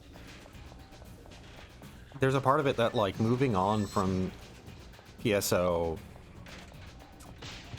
because there's no more story content in it does genuinely feel weird. That whole thing of you play a game for so long, it starts to feel weird when you're not playing it anymore. Of course, once again, this is just in the case of like streaming, because it's like, I'm going to be playing this off stream. I'm probably going to still play it for a bit tonight, probably tomorrow, because once again, I want to see if I can get a Ragol Ring again, or if I need to do that on another difficulty. If I need to do it on another difficulty, that means I have to do it on very hard to get a Ragol Ring. I'm hoping it's just I have to do it while selecting all the correct answers again. Because otherwise, man, it's going to be a while.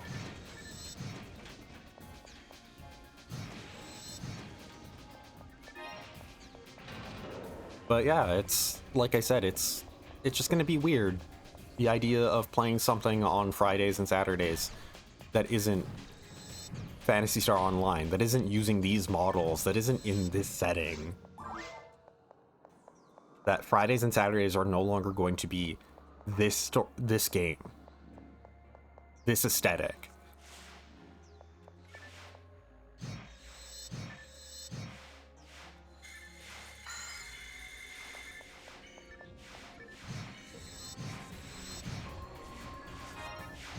Both feels like, you know, a new day is dawning, and at the same time,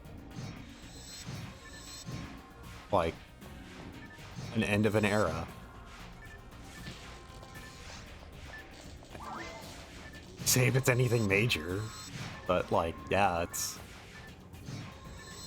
I'm probably gonna feel the same way, because, like, for Fire Emblem Warriors, because that's a game I've been playing constantly off stream. Every night before I go to bed, I've been playing Phantasy Star Warriors. Well, Fire Emblem Warriors, Phantasy Star Warriors. Actually, wouldn't be that bad to see. But Fire Emblem, I've been playing constantly, like, Fire Emblem Warriors off stream every night before bed, because I'm currently working towards getting every badge in the game. And one of the things that you do for that is you grind every support out. You max out everybody's supports. You don't have to do it for the DLC characters, but of course, if I'm going that far, I'm going to do it for the DLC characters. So it's like, once I'm done that, that's also going to be an odd feeling of, like, not booting up Fire Emblem Warriors every night. Not having it just be the thing that I do when I'm on the bus. Come on. There we go.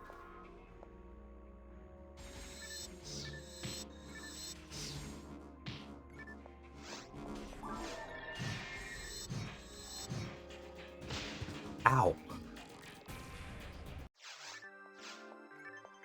I should probably be placing down telepipes so I don't have to walk through the boss rooms again.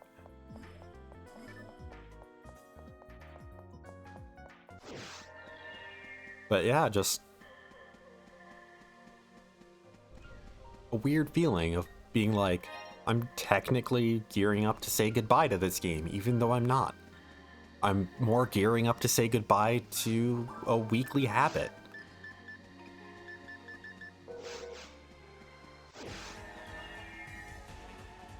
So yeah. Almost kind of sentimental about it.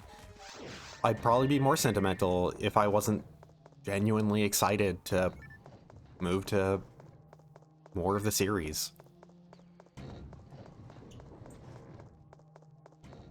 How many fucking Lambda Argens are gonna drop today? Over the course of this stream. Over the course of 6 hours, because that's how long I've been going for. I'm gonna poke my head into the ruins. I'm gonna beat Volopt and poke my head into the ruins, see how hard it is, but call it there. It'd be nice to call it after beating Dark Falls, but I already know I'm not going to be able to solo Dark Falls on very hard where I'm currently at. It's enough of a jump in difficulty that it's not going to happen.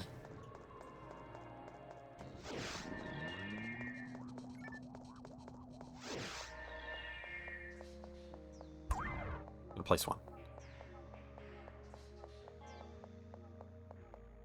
It'd be a nice send-off if I could, but at the same time... Yeah.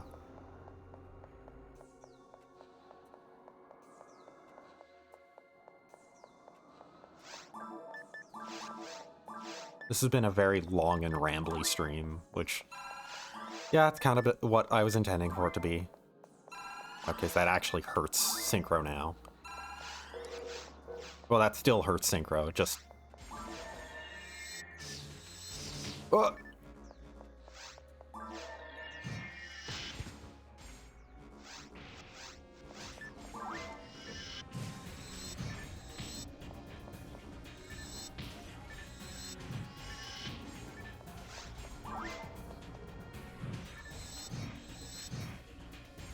You know, being on very hard means I finally can show off, like, yeah, the amount of health that I heal from a monomate is actually notably good now. Like, it's actually solid.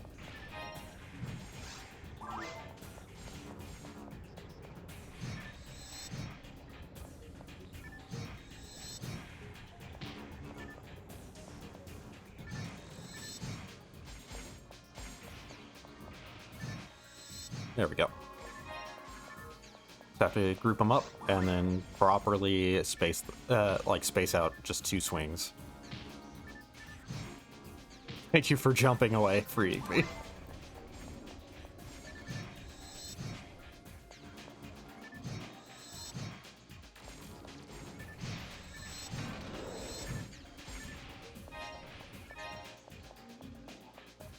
Unfortunate that, like, nothing notable dropped from them.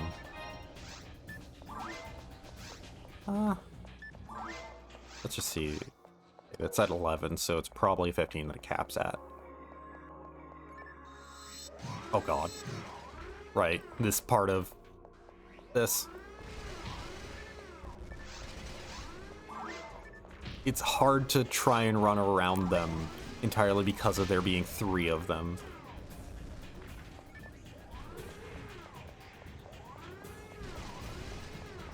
But it's still the best way to handle them because... Ow! That.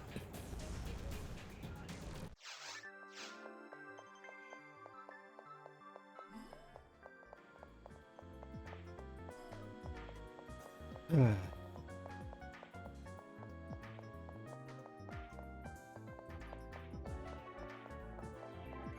has kind of been, you know, also a thought that I've been...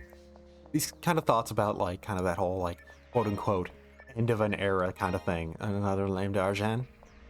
Might as well be a comment at this point. But, yeah, it's... I think I legitimately am gonna go through this VOD and count how many lame d'argents drop over the course of this 6-hour period. But yeah, another thing I've been thinking about with regards to, you know, Halo. So I'm approaching the end of Spartan Ops stuff for that. And that's gonna mean the end of Halo stuff for a bit. To which, like, to some extent, you know, I'm gonna eventually return just for, like, more, like, fun stuff, like side streams. I'm eventually probably gonna, like, decide, hey, why don't I stream all of Legendary? And just have that sort of thought. Because Halo is a franchise I like a lot, so obviously I'm gonna just play it whenever. And just gonna find excuses to stream more of it. Like, I'll probably do, like, eventually, like, hey, why don't I just marathon through all of Halo 1 on one stream? I feel confident enough in my ability to do that, and so I'll do that. So once again, it's like, it's not like it's going to be a forever thing, but it's the fact that, you know, I'm done with this thing that has taken up a decent chunk of my life. I say, even though it's... I haven't even been streaming for a year, but... it's still that chunk of time that it was. It's still that thing that, for me, was such a mainstay.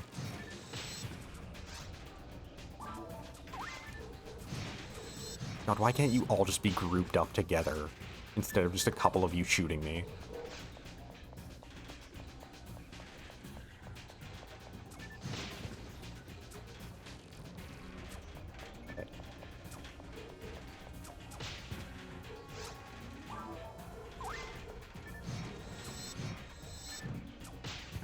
Seem to always just get them just far enough. There we go. Always one, just far enough. I'll place that before I die.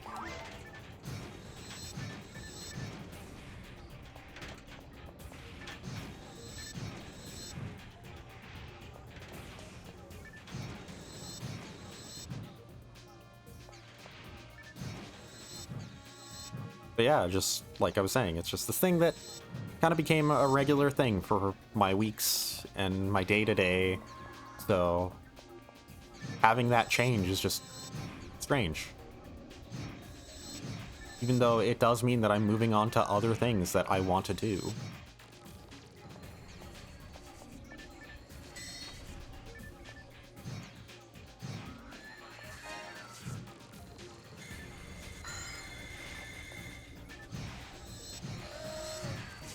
Even in the case of Halo, like, there's a bunch of other shooters that I want to play on Mondays. Like, I'm pretty certain the next shooter I'm playing on stream, after I'm done with all of Halo 4, is going to be Half-Life. I'm excited for that. But at the same time, like I said, it's just this big change.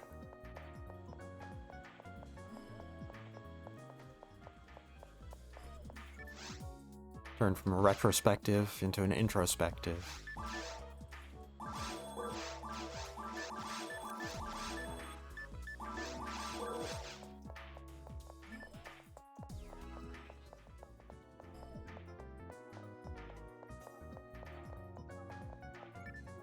Maybe that's the reason why I'm going on about this for so long. Truly at heart, I don't want this to end. And of course, as I'm approaching the end, now a raid has to happen. Thank you for the raid.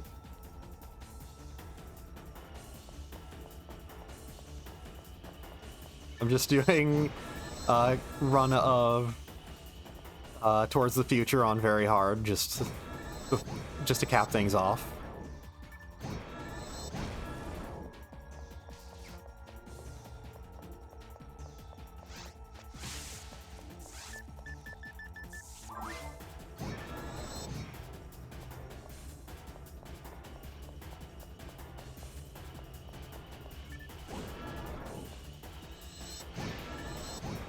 I'm probably not going to be doing Dark Falls, admittedly, because that is a notable leap in terms of difficulty from everything else in very hard. Everything else on the same difficulty, really.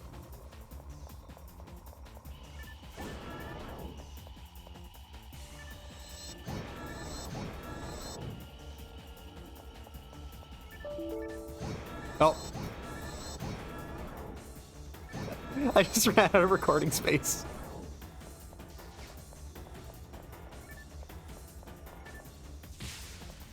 Been going for that long today.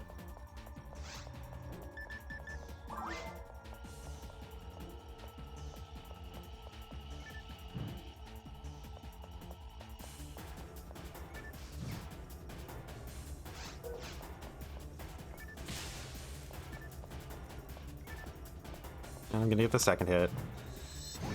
Oh! Knock that in, actually.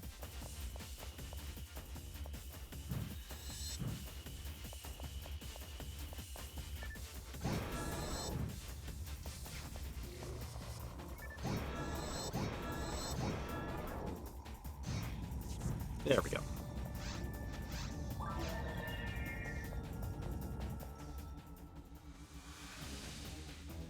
Now time to just burn through phase 2.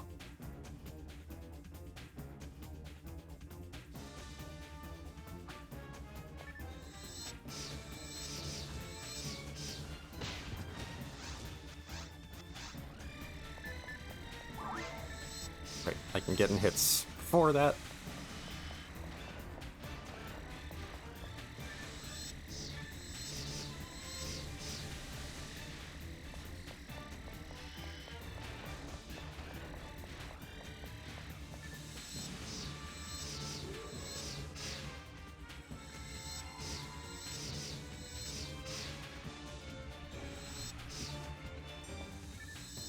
Okay, good. Actually destroyed the front part of it, too, before it was even able to fire off anything.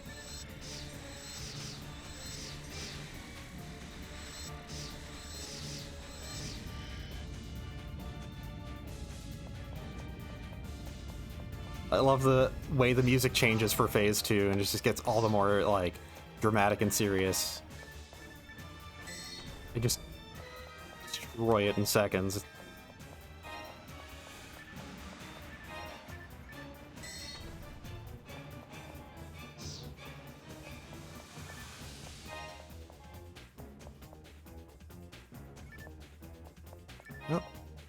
I forget.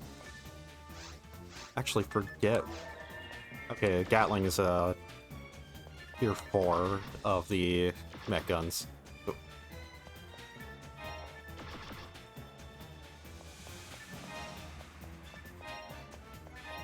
And a mine material. That's nice, at least.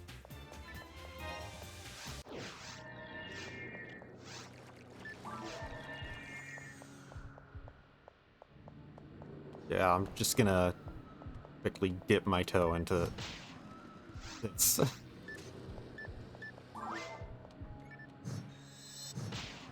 Because, yeah.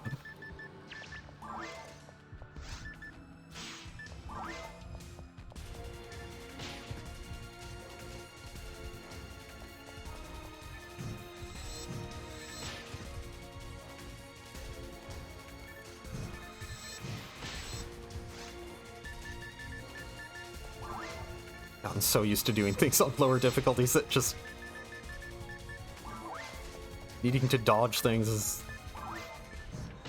left my brain.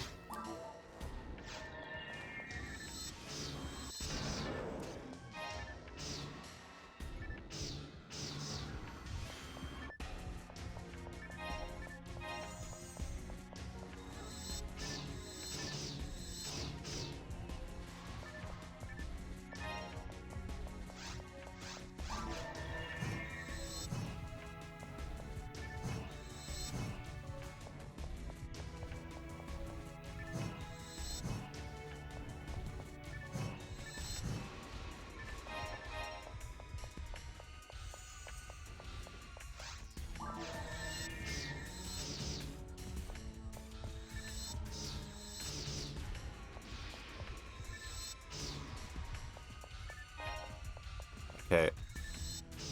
Divinity armor might be nice, actually, because I can just add slots to it now. I have enough ad slots that I don't need to worry about if something has them to begin with.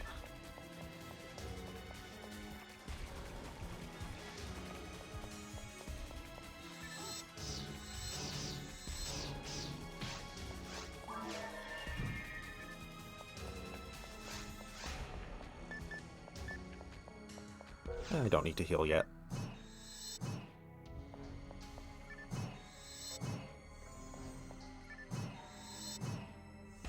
I think I'll just go till I die, and then let's go turn the Go-Buma's right arm into whatever it turns into. I actually kind of forget.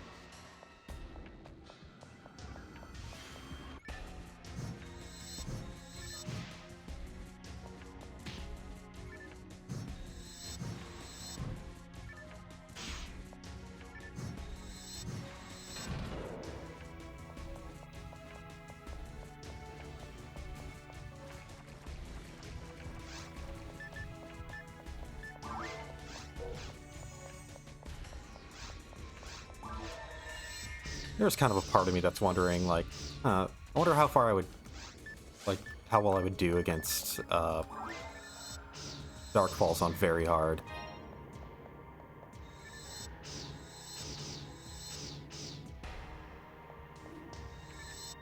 Big issue is I don't have anything set up for dealing with it. I don't have, like, any light resist or dark resist or anything like that.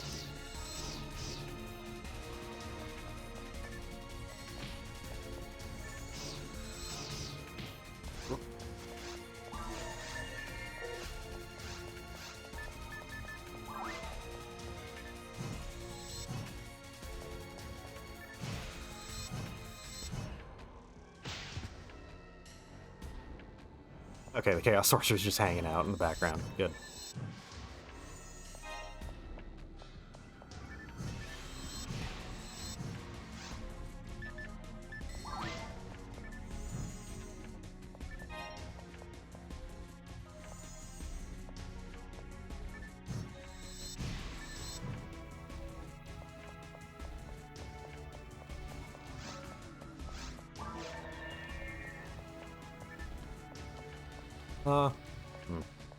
Well.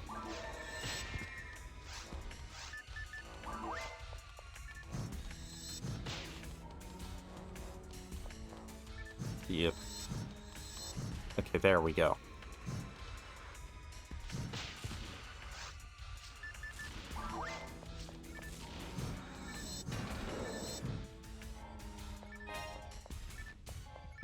Actually out of inventory space now, huh?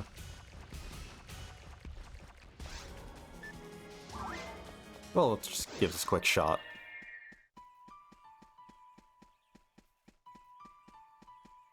But yeah, I don't really have any elemental defenses aside from, like, the one ice defense I have.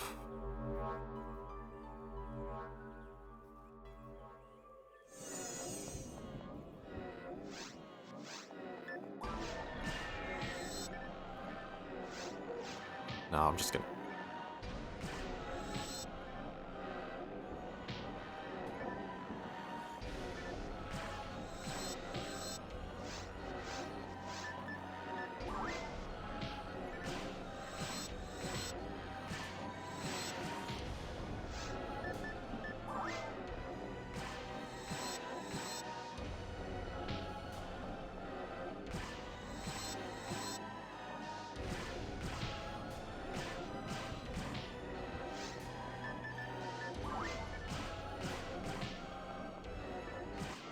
There we go.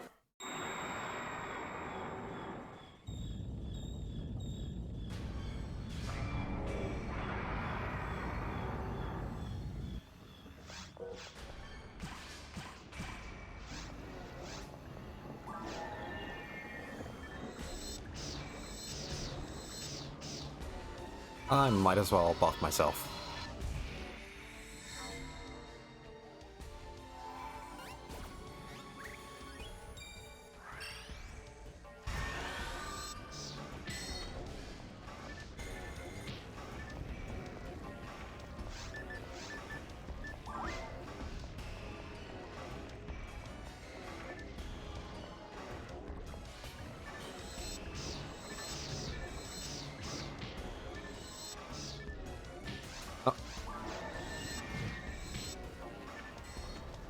Little things are now actually at the point where they're moving my targeting on it.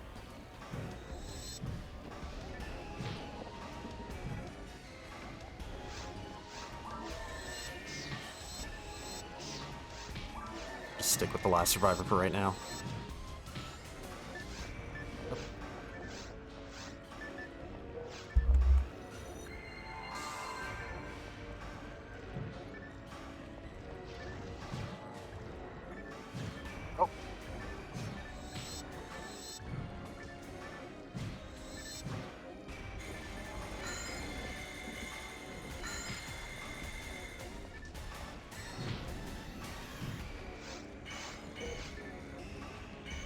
There, I think. Oh, barely.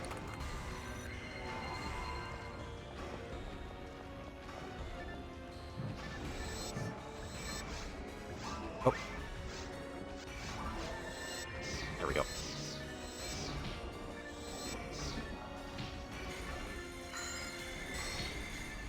Yeah, I probably could just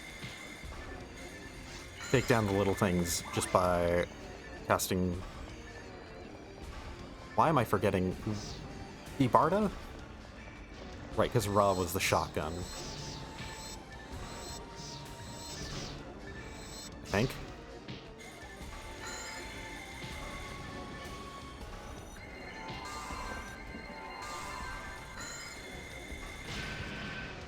Ah, Heaven Punisher.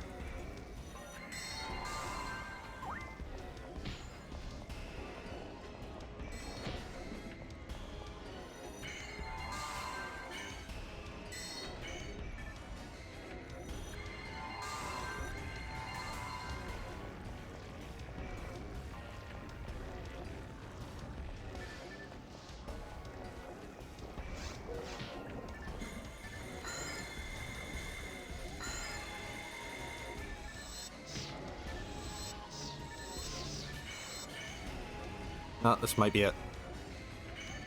Yeah. Well. I'm gonna call it there. And yeah, just gonna, first of all,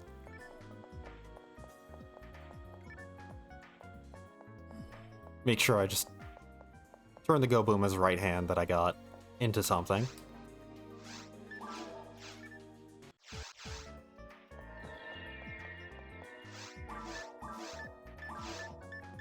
It doesn't matter what difficulty, but...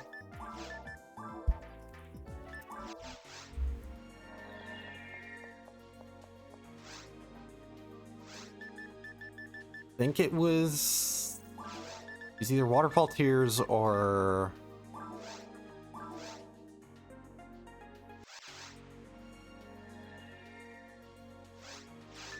Either Waterfall Tears or the Unsealed Door.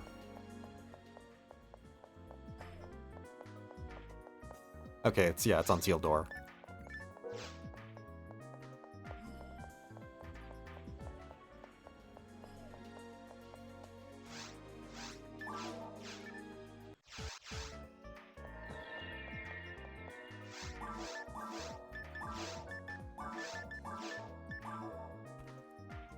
Actually, one of the few times that I've ever gotten monster material to drop.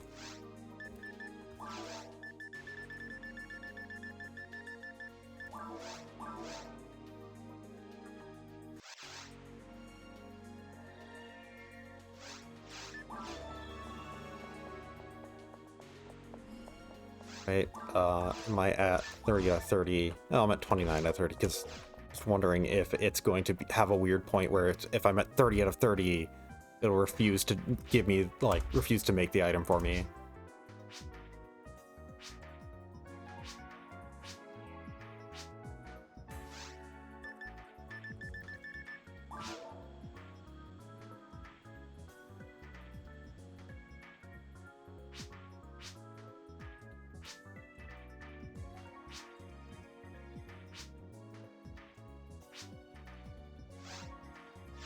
Okay, it's Go Booma's Claw.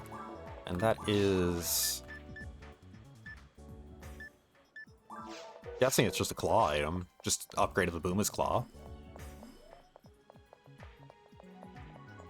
Dip right in. Yep. Okay. And just... also...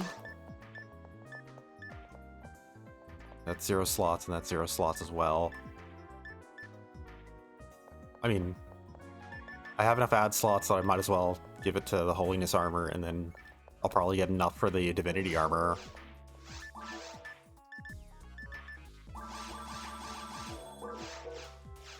And just to make sure I don't have anything worth attacking. Okay. Well, that's gonna be it for now.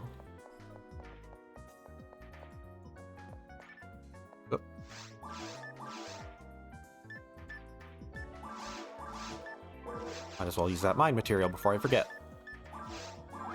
Actually, write that down. That brings me to 16 mind materials used. But yeah, that's end of my PSO streams for now, because I'll be moving to Phantasy Star Universe for a bit just to show off the story mode for that.